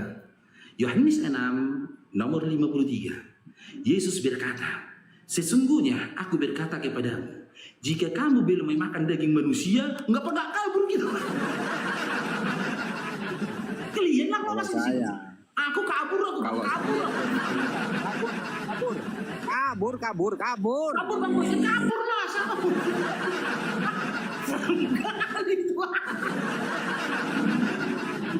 Apa ini? Dilanjutkan lagi nih. Mungkin aku salah dengar ini kan gitu. Ada saudara muslim masih penasaran dia Bang Boboy. Tunggu dulu lah. Nggak boleh kita dengar informasi itu setengah-setengah kan gitu. Apa kelanjutannya? Jika kalian belum memakan daging manusia, kelanjutannya meminum darahnya, apa gak kabur? Di ruangan ya. Rupanya kelanjutannya minum darahnya lagi. Coba kaburkan kalian dari hajatan itu. Kalau kalian mau bertahan di situ urusan kalian lah. Kalau aku sendiri kabur kabur. Kabur aku mendengarkannya. Serem kali orang ini. Main makan daging manusia, masalah manusia. Saya screenshot dulu, Bang Faruk. Saya izin screenshot dulu yang tadi, biar nggak lupa. Tak jadiin konten nanti itu.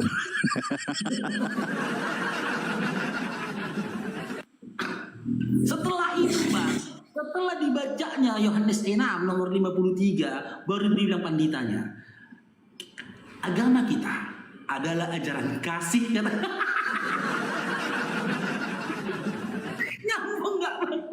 Nyambung nggak? Tadi dia baru baca ayat yang dimana diperintahkan makan daging manusia, minum darah manusia. Setelah itu dia ngomong, ajaran kita adalah ajaran kasih.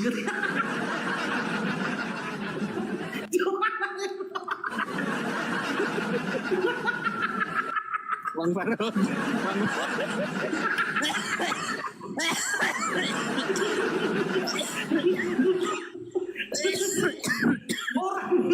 Minum dulu Bang Boboy.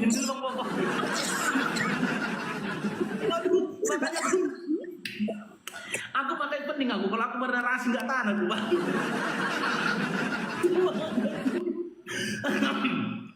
Jemaatnya udah kudung kabur, Bang.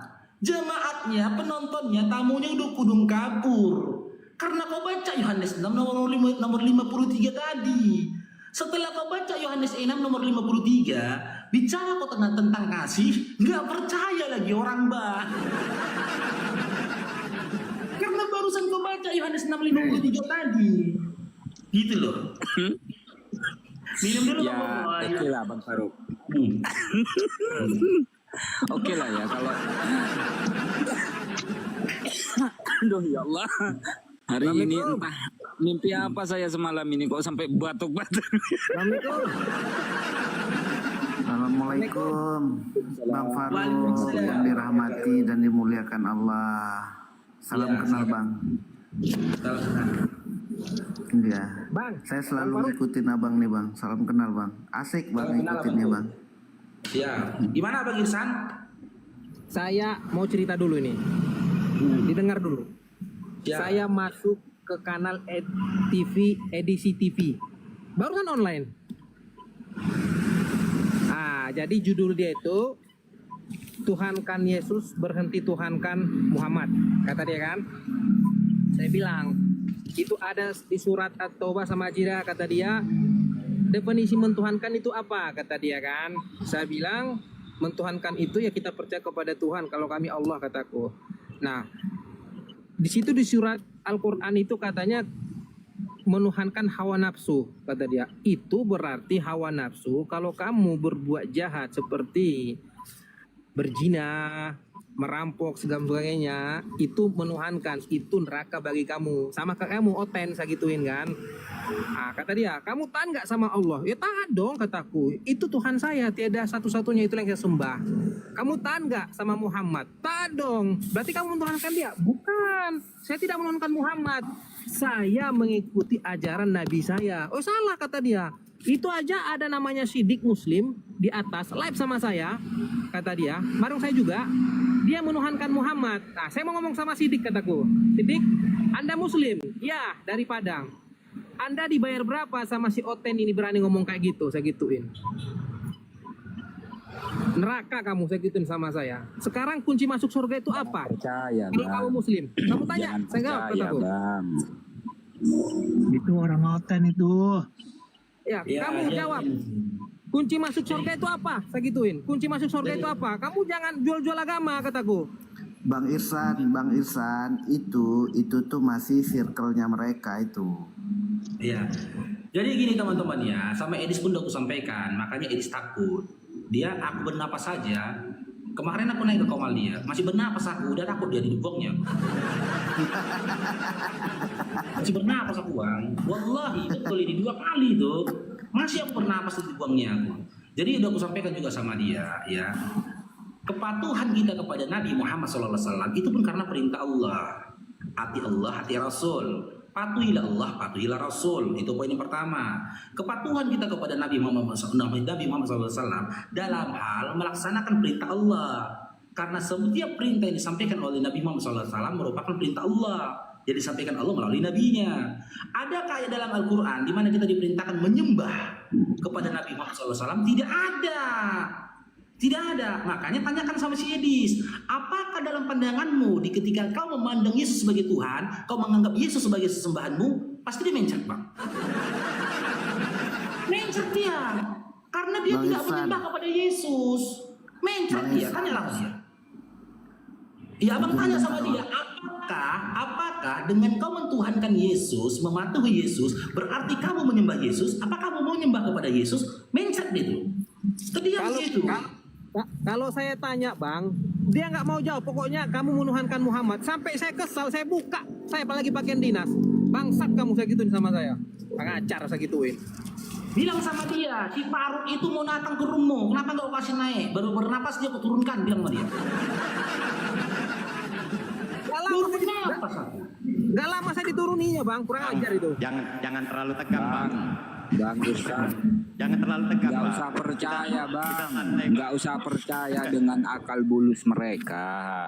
Mereka itu memang senengnya nyamar-nyamar, ngaku muslim, lalu ngaku menyembah Nabi Muhammad. Lawang itu memang ajaran mereka yang divalidasi oleh kitab suci mereka. Akan tetapi tidak mengapa Kristus diberitakan dengan maksud palsu maupun dengan maksud jujur, aku tetap bersukacita dan aku senantiasa tetap bersukacita, kata Paulus.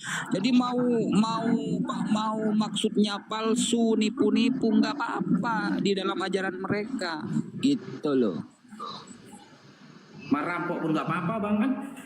2 Korintus 11 nomor 8. Menipu pun nggak apa-apa. Roma 3 nomor 7 ada dalilnya. Ada dalilnya. Jangankan itu bang Irsan, ini lagi kita bahas lagi bang. Iya, mereka memakan daging manusia pun seakan-akan bisa kok. Iya kan? Ini aku lagi cerita nih bang. Inilah kan. Aku simulasi nih bang ya. Aku simulasi ini hajatan misalkan, ya kan? Aku hajatannya Awas. Mas hati-hati yang nggak kuat ini di mute, yang nggak kuat di mute ya, yang nggak kuat di mute. Saya udah jadi korban tadi. Bang Faruk semuanya izin turun dulu ya. Ya siap bang, siap. Ya, Jadi ya. hajatan Assalamualaikum. ini. Waalaikumsalam warahmatullahi wabarakatuh. Ini hajatan Islam. Hajatan Islam. Biasanya kan kalau kita ada hajatan, kita undang ustadz kan untuk ceramah kan teman-teman kan. Ada ustadznya gitu masuk, kita duduk ini tamu. Ini minuman dikasih misalkan.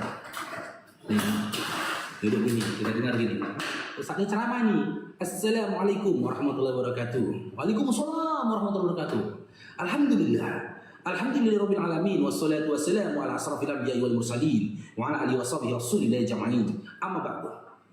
Di acara khitanan anak saudara kita ini, mari kita memanjatkan syukur kepada Allah. Mari kita membesarkan nama Allah. Sembari begini nasihat diberikan dan gitu enak kita makannya. Ya bersyukurlah kita, ya enak kita dengarnya. Udah selesai ceramahnya, dakwahnya kan. Waalaikumsalam warahmatullahi wabarakatuh. Udah selesai, makan kita kan pulang. Ini hajatannya Kristen. Datang kita hajatan Kristen, JJJJ, duduk kita. Ya kan? Sebelah Kristen, sebelah kanan Kristen bang, sebelah kiri Kristen, duduk kita. Selamat pagi, selamat siang kata pendetanya. Selamat siang, toleransi lah kita ya, toleransi ini misalkan. Salam ada yang kurang. Selamat siang saudara-saudara terkasih. Nah gitu. Selamat siang saudara-saudara terkasih. Selamat siang saudara-saudaraku terkasih. Ya hari ini kita ada hari ini ya keluarga si Fulan sedang merasakan sukacita damai sejahtera. Beliau mendapatkan berkat dari Tuhan. Karena mendapatkan keberkahan berupa anaknya lulus S1, S2 kedokteran dari USU misalkan. Seperti yang tertulis di dalam firman Tuhan di Yohanes 6 nomor 53, masih enak-enak kita nih Bang, masih enak-enak. Maka kata Yesus kepada mereka, aku berkata kepada kamu, katanya, nunjuk pendetanya gini Bang, aku berkata kepadamu, sesungguhnya jikalau kamu tidak makan daging anak manusia, tamunya dengan gini Bang, Bapak mau kabur gini. Oh, kata orang nggak usah dengar informasi sebelah-sebelah. Jangan, harus tuntas dulu. Berhenti lagi kita. Dilanjutkannya. Sesungguhnya jika kamu tidak makan daging anak manusia, terus dilanjutkan ini Bang, dan minum darahnya, gila ngomong ini.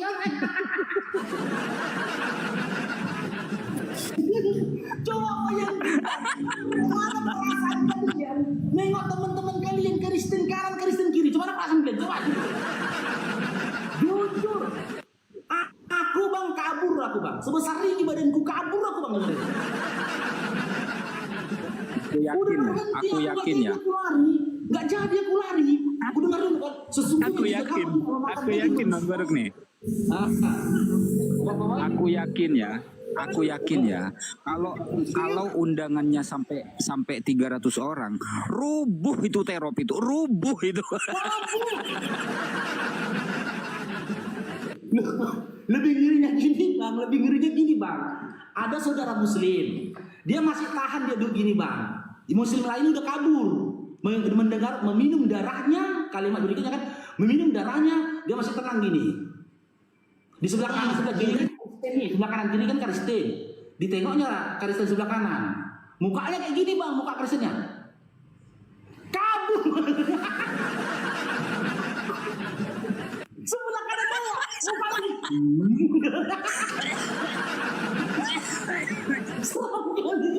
Pasti dikejar sama yang punya hajatan kan. Faruk, kenapa kau lari Faruk? Kenapa kau lari Faruk? Ah, seram kali dia. Seram kali dia. Mainan kan seram kali, makan daging manusia, minum darahnya kan seram.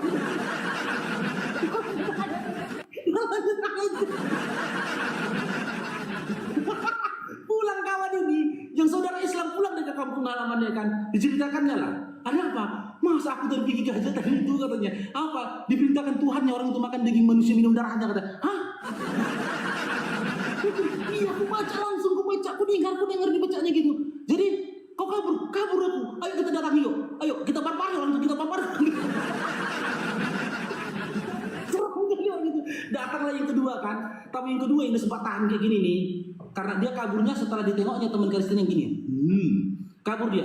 Baru ini tadi nanya, kau tadi kenapa belum kabur? Aku tadi berusaha untuk bersangka baik. Bersangka baik aku tadi. Jadi kenapa akhirnya kabur? Di sebelah kananku ku tengok orang itu kayak gini mulutnya.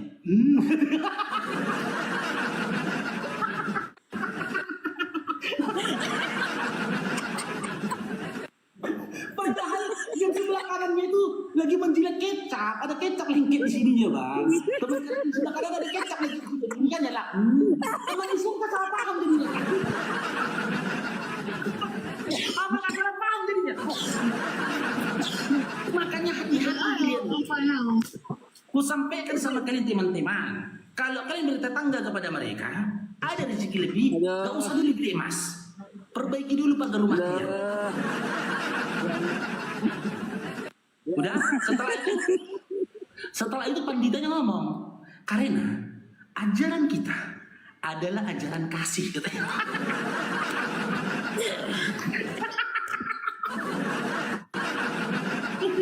Kalau bisa ngamuk kita kan. Kok pakai akal kamu ya? Kok tadi baru cerita kau makan daging manusia, minum darah manusia, ujung-ujungnya kau bilang ajaran kasih. Aku dengar tadi ya, aku dengar dengar tadi. Jika kamu boleh makan daging manusia dan meminum darahnya, kamu tidak mendapat hidup yang kekal. Aku manusia.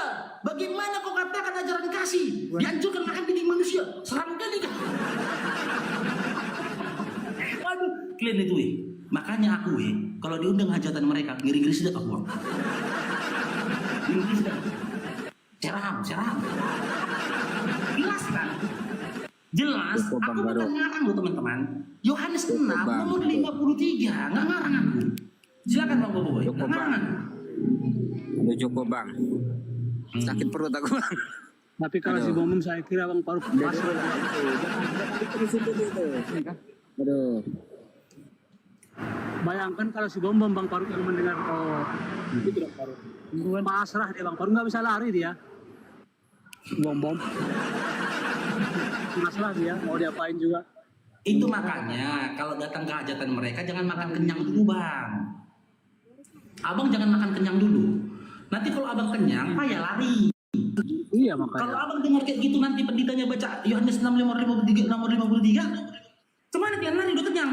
Terkapar lah kalian. Mati ketakutan. Oke, Bang Putra lagi ya, selamat bergabung. Bang Juma mana ini mau naik? Siapa Bang Agoy? Juma ini Bang Juma katanya di situ bawah itu. Nah, aduh ini kalau menghujat kau buang kau ya apa Zuma kau ya, menghujat kau buang ya. Aku bicara tidak menghujat teman-teman ya. Ada datanya ya. Yohanes di 6:53 tadi ya. Ada datanya. Ya terserah kalian memberikan pemahaman seperti apa. Terima itu Zuma kau.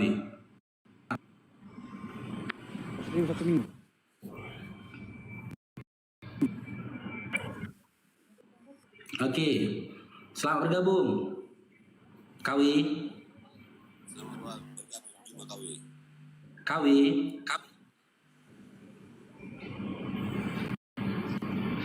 Kau jangan kepancing-pancing aku narasi nanti. Aku kok narasi 15 menit lagi kencing celana orang nanti ketawa kedua. Ngomong kau. Jangan sampai aku bernarasi. Narasi aku nanti kencing celana orang ketawa-ketawa. Tadi kau minta naik. Kawi. Ngerepot takutnya nih Bang Agoy. Takut yang repot itu. Jadi gimana teman-teman? Masih mau datang ke hajatan mereka?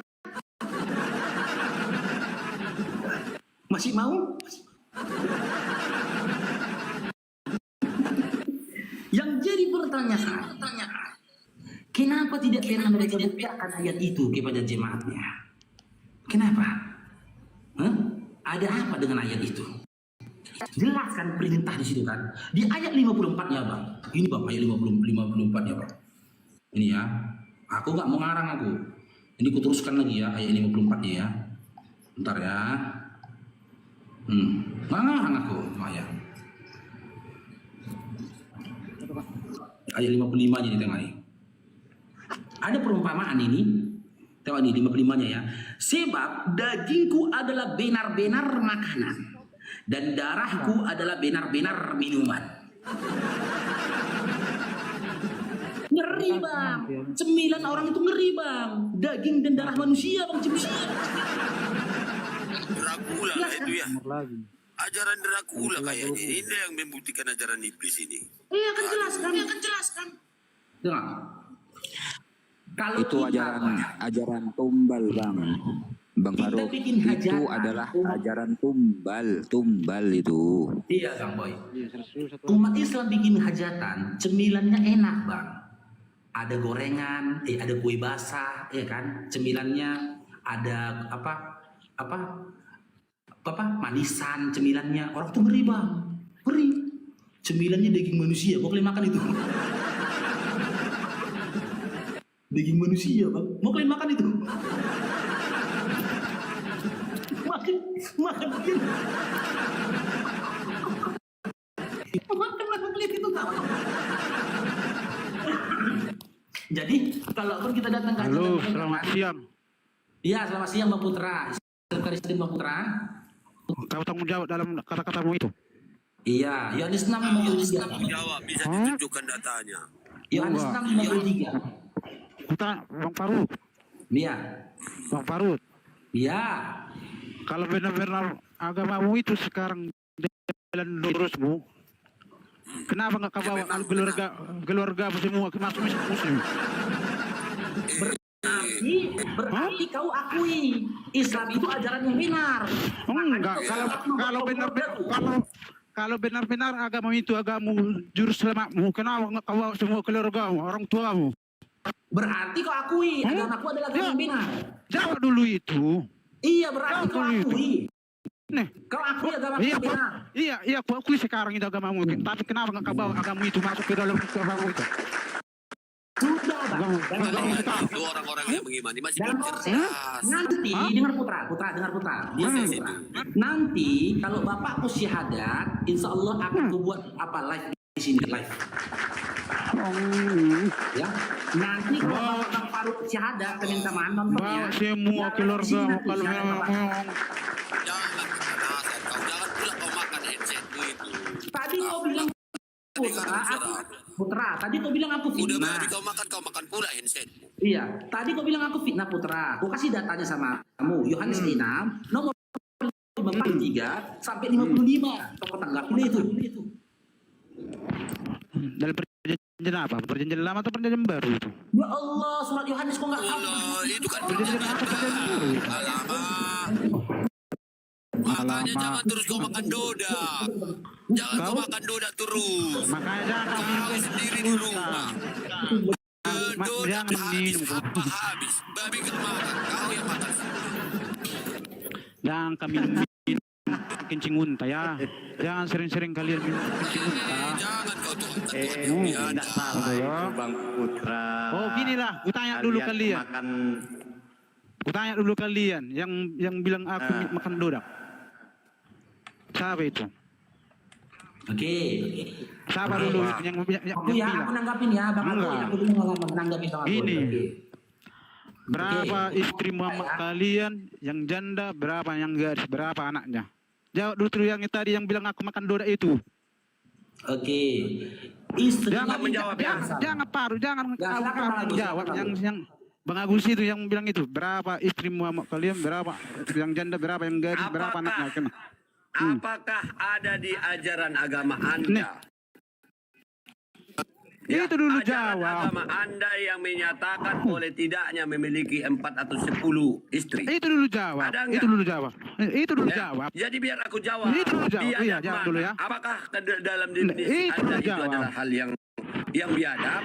Itu dulu jawab. Jika di dalam di dalam ajaran Anda, Tuhan Anda itu menciptakan ibunya, yang lebih biadab lagi, Tuhan yang menciptakan ibunya, terus membuntingi ibunya, terus yang lahir dia. Itu dulu jawab yang kubilang itu. Tuhanmu dan agamamu mengajarkan orang bisa membuntingi atau kira-kira siapa ibu itu kandung sendiri. Orang tuanya Paulus. Biadab nanya ini. Putranya Makanya Bang Faruk siapa? Makanya Bang Faruk kalau udah masuk Islam, kalau udah masuk Muslim, orang tuanya siapa itu? jangan kau urus kitab lain. Kamu kan udah pindah agama. Iya, kamu kan udah pindah agama. Kenapa? Karena memang di ajaran agama kalian tidak ada mengajarkan budi pekerti luhur. Bang Ali. Kamu kan udah pindah agama, Bang Agus. Perilaku yang beradab. Kamu cinta, udah karena kamu Tuhan cintai. Mengajarkan dia bisa menikahi, mengawini atau membuntingi itu yang ku bilang sama kamu yang paruh ya. Adakah ajaran di agamamu yang melarang mengawini bukan sendiri? Kalau kamu udah pindah agama, ada enggak larangan dia? Kalau kamu udah murtad, jawab dong. Jangan lagi kau lebih ada mana mempunyai banyak istri atau bisa memperistri ibu kandung sendiri. Itu aja kita paling jawab. Jadi kalau Kristen itu menghujat Islam, jadi Islam nggak boleh ada nggak di ajaran Kristen kamu gitu. melarang mengawini ibu kandung sendiri? Enggak, maksudku gini, coba tadi kita tanggapi. Kita jawab saja, berapa istri Nabi Muhammad SAW? Itu ada 11. Yang gadis ada berapa? 1. Gak apa-apa, kita kasih tahu namanya. Ya, yang pertama, ya Saudah binti Khadijah, yang kedua Saudah binti Zam'an, Aisyah binti Abu Bakar, itu sudah Zainab, Ummu Salamah, Zainab binti Jahsy, Juwairia, Habibah, nggak apa-apa. Berapa jumlah anaknya? 7. Kita sebut namanya. Kita dapatkan Ini Bang poinnya. Farouk. Dia mau kemana Jadi poinnya? dia itu seolah-olah agama dia itu bisa mencubit agama Islam, tapi Islam nggak boleh membalas gitu. Terus seolah-olah bagi dia itu gitu. Enggak, aku kesalnya gini, dia bilang aku fitnah. Dia bilang aku tadi fitnah gitu loh. Betul loh kata itu Farouk kata dia. Aku udah kasih data Yohanes 6 nomor 53 sampai 55. Kenapa kau bilang fitnah? Jika memang pemahaman kami salah, naik kau ke atas, paparkan. Makna dari ayat itu tuh begini loh, begini. Tapi di saat kau memaparkan, pastikan dirimu memiliki kemampuan. Jangan ngamuk. Lagi dia, Bang. Naikin lagi, Bang. Iya, si Jepri ini coba naik kau Jepri. Jangan ngamuk-ngamuk kalian, nanti aku banting kalian pakai kursi ini ya. Ya, aku kalau ngamuk banting kursi, kalau kalian lain. Kalau kalian marah, ngunyah dedak. Marah, gigit-gigit meja. Kalau marah kalian, ngunyah-ngunyah plastik. Lebih marah lagi kalian nanti lebih marah, ngais-ngais sampah kalian. Orang memang dia marah, seram. Kuakui seram. Aku marah masih banting kursi aku. Ayo naik, Jepri. Paling kalau kita marah, baca istighfar, ambil wudhu, ya toh? Ya paling parah lah banting kursi gitu kan. Kalau yang orang Kristen muslim. lain Bang, kalau dia marah Bang biasanya ke gereja itu makan daging babi sama minum tua. Nah itu dia. Di depan Yesus. Rumah ibadah kok tempat minuman, gimana itu? Enggak, mereka Bang. Mereka kalau marah itu ngunyah-ngunyah. Noise ukti. Mereka kalau marah ngunyah-ngunyah dedak. Karena apa mereka mau mengunyah dedak? Karena penyakit mereka itu pemalas. Mereka nggak suka baca, malas mereka membaca. Kan gitu. Mereka lihat tumpukan tepung, dipikir dia tumpukan tepung. Sementara di bungkusan atau di karung dari dedak itu sudah ada tulisan. Tapi dia tidak baca sampai selesai. Kebiasaan teman-teman Kristen ini kan nggak mau baca sampai selesai. Memang ada tulisan di dedak itu ada tulisannya. Lezat dan bergizi. Lezat dan bergizi. Tulisan di dedak itu. Tapi di ujung kalimatnya ada tulisan untuk babi. Nah, yang untuk babinya nggak dibacanya, Bang. Makanya informasi itu sampai sama di makanan ternak kan di situ. Iya, makanya sampai informasi sama dia setengah orang dibacanya lezat dan bergizi. Ngamuk dia kan, tengahnya dedak, dikupas dia, dikunyah sama dia, udah siap dikunyah dia, ditelan dia, baru dia minum. Ya kan? Setelah itu baru dia tersadar. Waduh, udah dibaca aja ujungnya untuk babi rumah. Makanya baca sampai tuntas. Kalian kan nggak mau baca sampai tuntas, pemalas kalian. Kalau kami umat Muslim, ya kami memang awal saja surat yang turun disampaikan kepada Allah, kepada Nabi Muhammad SAW. Surah Al-Alaq, Iqra bismi rabbikal ladzi khalaq. Bacalah. Makanya kami umat Muslim rata-rata gemar baca, suka baca. Ini saudara-saudara Bang Farouk ini di rumahnya segini-segini kitab itu tebal-tebal, dibaca setiap malam. Kami hobi baca, kalau kalian kan malas kalian baca. Ya kan? Kalian tengok karung tumpukan karung, ya kan? Nampak tumpukan karung. Kalian baca tulisan besarnya saja separuh, lezat dan bergizi. Oh mantap ini, marah kalian si Farouk kan kurang ajar si Farouk ini. Kalian buka dedak itu, cukup. Kalian ambil kalian kunyah, nyanyi kurang ajar si Farouk ini. Ternyata entahlah kayak mana ada perasaan kalian. Cok, baca sampai selesai, lezatnya bergizi. Yang kecil ini apa tulisannya ya? Yang kecil ini apa tulisannya? Baca gini, waduh untuk babi.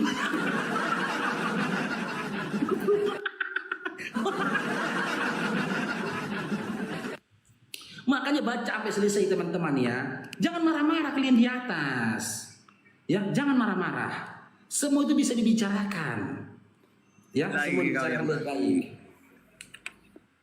Oke, Ukhti Rina, selamat bergabung Ukhti Rina. Ukhti Rina.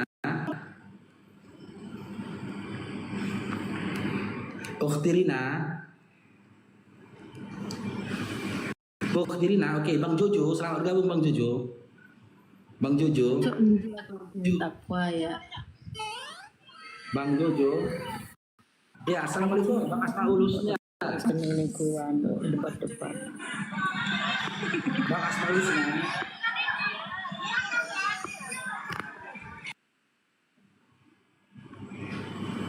Ini kepencet kurasa ini. Lagi enak diketawakan tetep layar, rupanya naik. Kepencet jadi. Izinlah, aku klarifikasi dulu. Siap. Aku klarifikasi Bang dulu Faruk, tadi. mau nanya boleh, Bang? Yang bentar Bang Faruk, dulu, aku mau klarifikasi nanya ini. pertanyaan Oten yang dari bawah. Katanya nyerocos cuman apa aja ya. Datanya ada Yohanes 1:14, Yohanes 1 ayat 1, Yohanes 10:30, Yesaya 54 nomor 5. Kamu baca itu ya.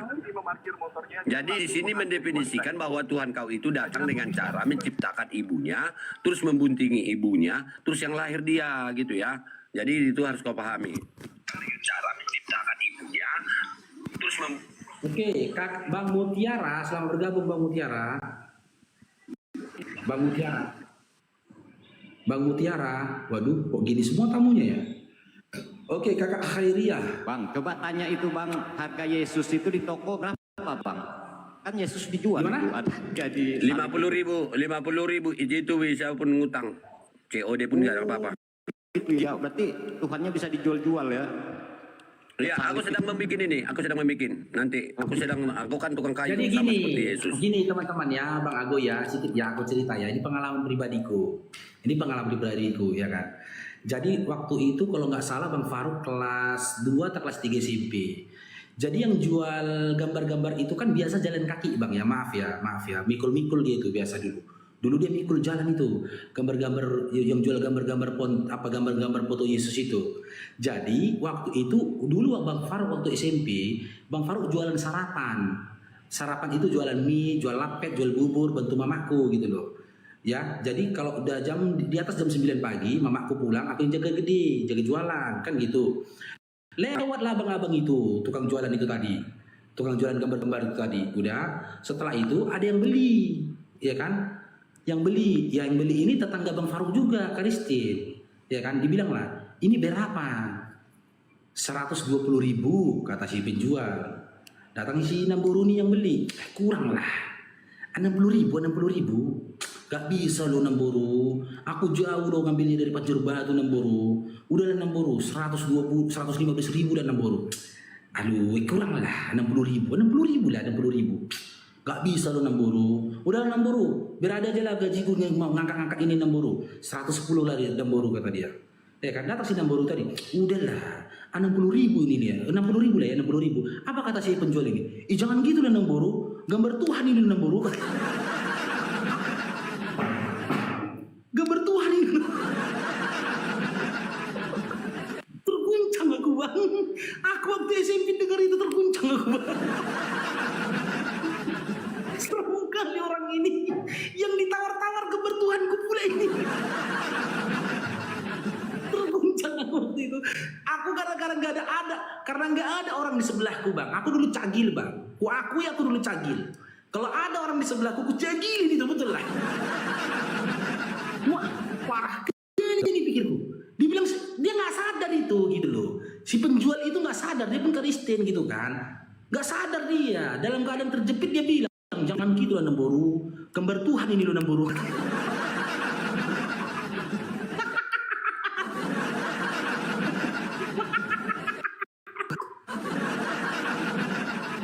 Dalam hatiku kan terakhir nggak jadi dia beli Namboru itu, nggak jadi dibelinya.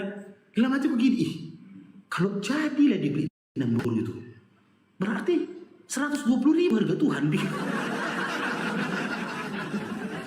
Gimana ini? Garu-garu kepala aku jaga jualan Bang. Gimana? Betulnya kami ini. Cuman 120.000. Di zaman itu Bang, ya ada pemain bola yang gigi, maaf cakap ya, pemain Brazil. Lagi heboh dia tuh, lagi ngetren itu pemain Brazil. Sekarang udah redup prestasi dia. Boneng giginya boneng. Siapa itu ya? Siapa pemain bola itu Bang? Ada yang tahu nggak? Pemain bola itu yang boneng dia, pemain Brazil. Iya, Cristiano apa?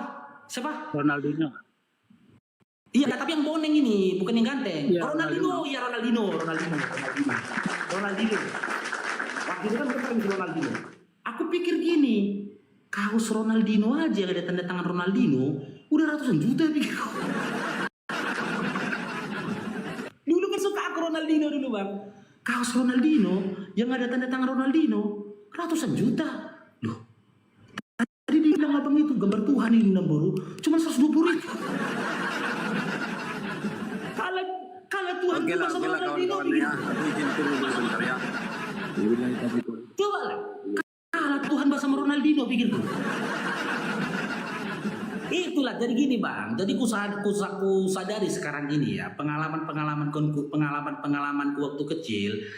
Ternyata itulah proses ya yang diberikan Allah jadi hidayah. Akan ada teman-teman mualaf pun kalau ditanya pasti ada itu momen-momen dia merasakan itu dulu gitu loh. Disudutkan dia dengan pandangan seperti itu, tergaji sama akalnya gitu loh.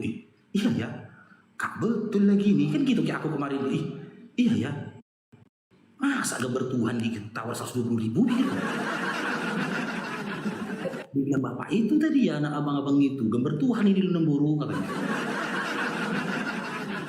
Seandainya pun jadi tadi Namburu itu beli pikirku. Aku ingat Ronaldinho dulu kan, lupa aku gambar nomor berapa Ronaldinho itu dulu. Iya kan, kaos Ronaldinho aja gak ada tanda tangannya mahal dulu. Kalau ada tanda tangannya kan masuk TV 100 juta. Masa lebih mahal lagi tanda tangan Ronaldinho pikir. Pikir aku waktu itu bang, gak betul lagi nih bang, ini gak betul nih. Ini kalau diteruskan babak belur nih. Dilongor-longorin lah ini kok betul.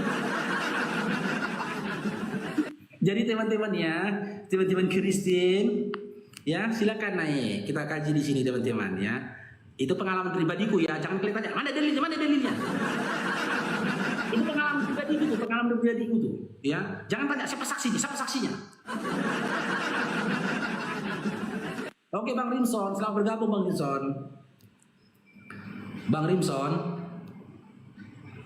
Bang Rimson. Loh kok gini tamu-tamuku ya? Bang Rimson. Assalamualaikum. Oke Bang Bu. Waalaikumsalam. Silakan Bang Rimson. Ada yang sampaikan abangku silakan. Terima kasih support semangat aja Bang Faruk. Semoga istiqomah terus jalan terus jaya kita Islam jaya Islam. Cuman lima aja Bang Faruk. Siap Bang. Oke Bang Budianto. Bang Dio kena rekod weh. Kena rekod Bang Dio, kena Bennett dia. Sering ngiri-ngiri sih tapi ini. Kalau ini di Bennett, aduh, habis akun. Bang Budianto, selamat bergabung Bang Budianto. Kalian jangan main Bennett lah kalian. Jangan main ribut-ribut lah kalian. Ya kan? Kalau kalian mau diskusi naik ke atas. Ya, jangan melapor-laporkan kalian. Serem kali main-main kalian. Ya, selain makan apa, selain ngemil daging manusia, main repot kalian. Assalamualaikum Bang Dio. Waalaikumsalam warahmatullahi wabarakatuh. Kaget aku Bang Faruk, aku ndak naik di sini pun, lagi istirahat makan, tiba-tiba ke Bennett. Macam kali aku tengok noten ini. Padahal aku yang bernarasi kan Bang. Iya, Bang Faruk yang bernarasi, aku pula yang kena Bennett. Apa cuma ininya? Kekerasan dan kriminal laporannya. Kurang ajar Berarti Bang Dio, TikTok ini ngambil konsep Kristen juga Bang. Soal penebusan dosa. Jadi dianggap Bang Dio yang menebus kesalahanku di TikTok gitu loh.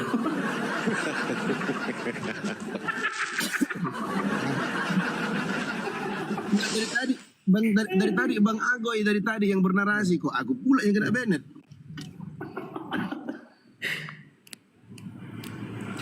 Aduh. Ya, assalamualaikum Bang Naga. Silakan Bang Naga. Terima kasih orang baik. Ya, Bang Faruk yang bernarasi, Bang Dio Glenn Bennett. Terima kasih orang baik. Assalamualaikum warahmatullahi wabarakatuh. Waalaikumsalam warahmatullahi wabarakatuh. Silakan Bang Naga, silakan. pas kucek tadi permintaan tamu tiba-tiba udah Bang Dio. Ini YouTube ini bagus. Ini TikTok siaran langsung di Baluap TV. Di Baluap disiar langsung. Saya ini disiar langsung di Baluap TV. Oh, live ini. Yang live Bang Farouk ini siaran langsung di Baluap TV. Oh gitu. Mungkin kadang saudara kita aku tengok ada berapa akun yang nge-live, mungkin nanti kalau yang ada musik ya, nanti sayang takut kena copyright ya, lagi berjalan ya kan. Tapi Ya, semoga ada siapa yang ngerekam? siaran langsung. Iya, yang masukkan siaran langsungnya siapa? Abang atau itu Sinaga? Itu Sinaga, ada berapa akun lagi ku tengok tadi belum yang belum ku cek. Oh, bilang jangan lupa perpuluhan. Iya. Nanti kalau itu Sinaga aku tengok tadi penonton ada 15 orang, baru mungkin Oten nggak ada ya. Nanti kita minta perpuluhannya. Karena ini kan di live secara langsung. Daripada kena copyright kalau ada musik. Iya, tiba-tiba karena demi perpuluhan banyak orang yang ngaku suku Lewi, banyak ngaku suku. Oh, gitu ya. Termasuk Bang Dio. Oh, Bang Dio enggak. Oh, enggak. Bang, jangan kalau aku mahal Bang. Aku kalau bernarasi per huruf Bang ininya bayarannya. Bang. Oh, per huruf ya. Makanya enggak sanggup netikan bayar, jangan. Ini aku naikkan bantah penghujat dulu ya. Iya. Ini bantah penghujat dulu. Jojo belum ngomong dari tadi loh, Bang Jojo. Selamat bergabung Bang Jojo. Iya Bang, jawab aja Bang. Oke, biar ada room untuk Oten ya. Saya yang saya turut udah naik yang mengganti saya ya. Assalamualaikum. Jadi nggak live lah. Waalaikumsalam. Salam dari Medan ya.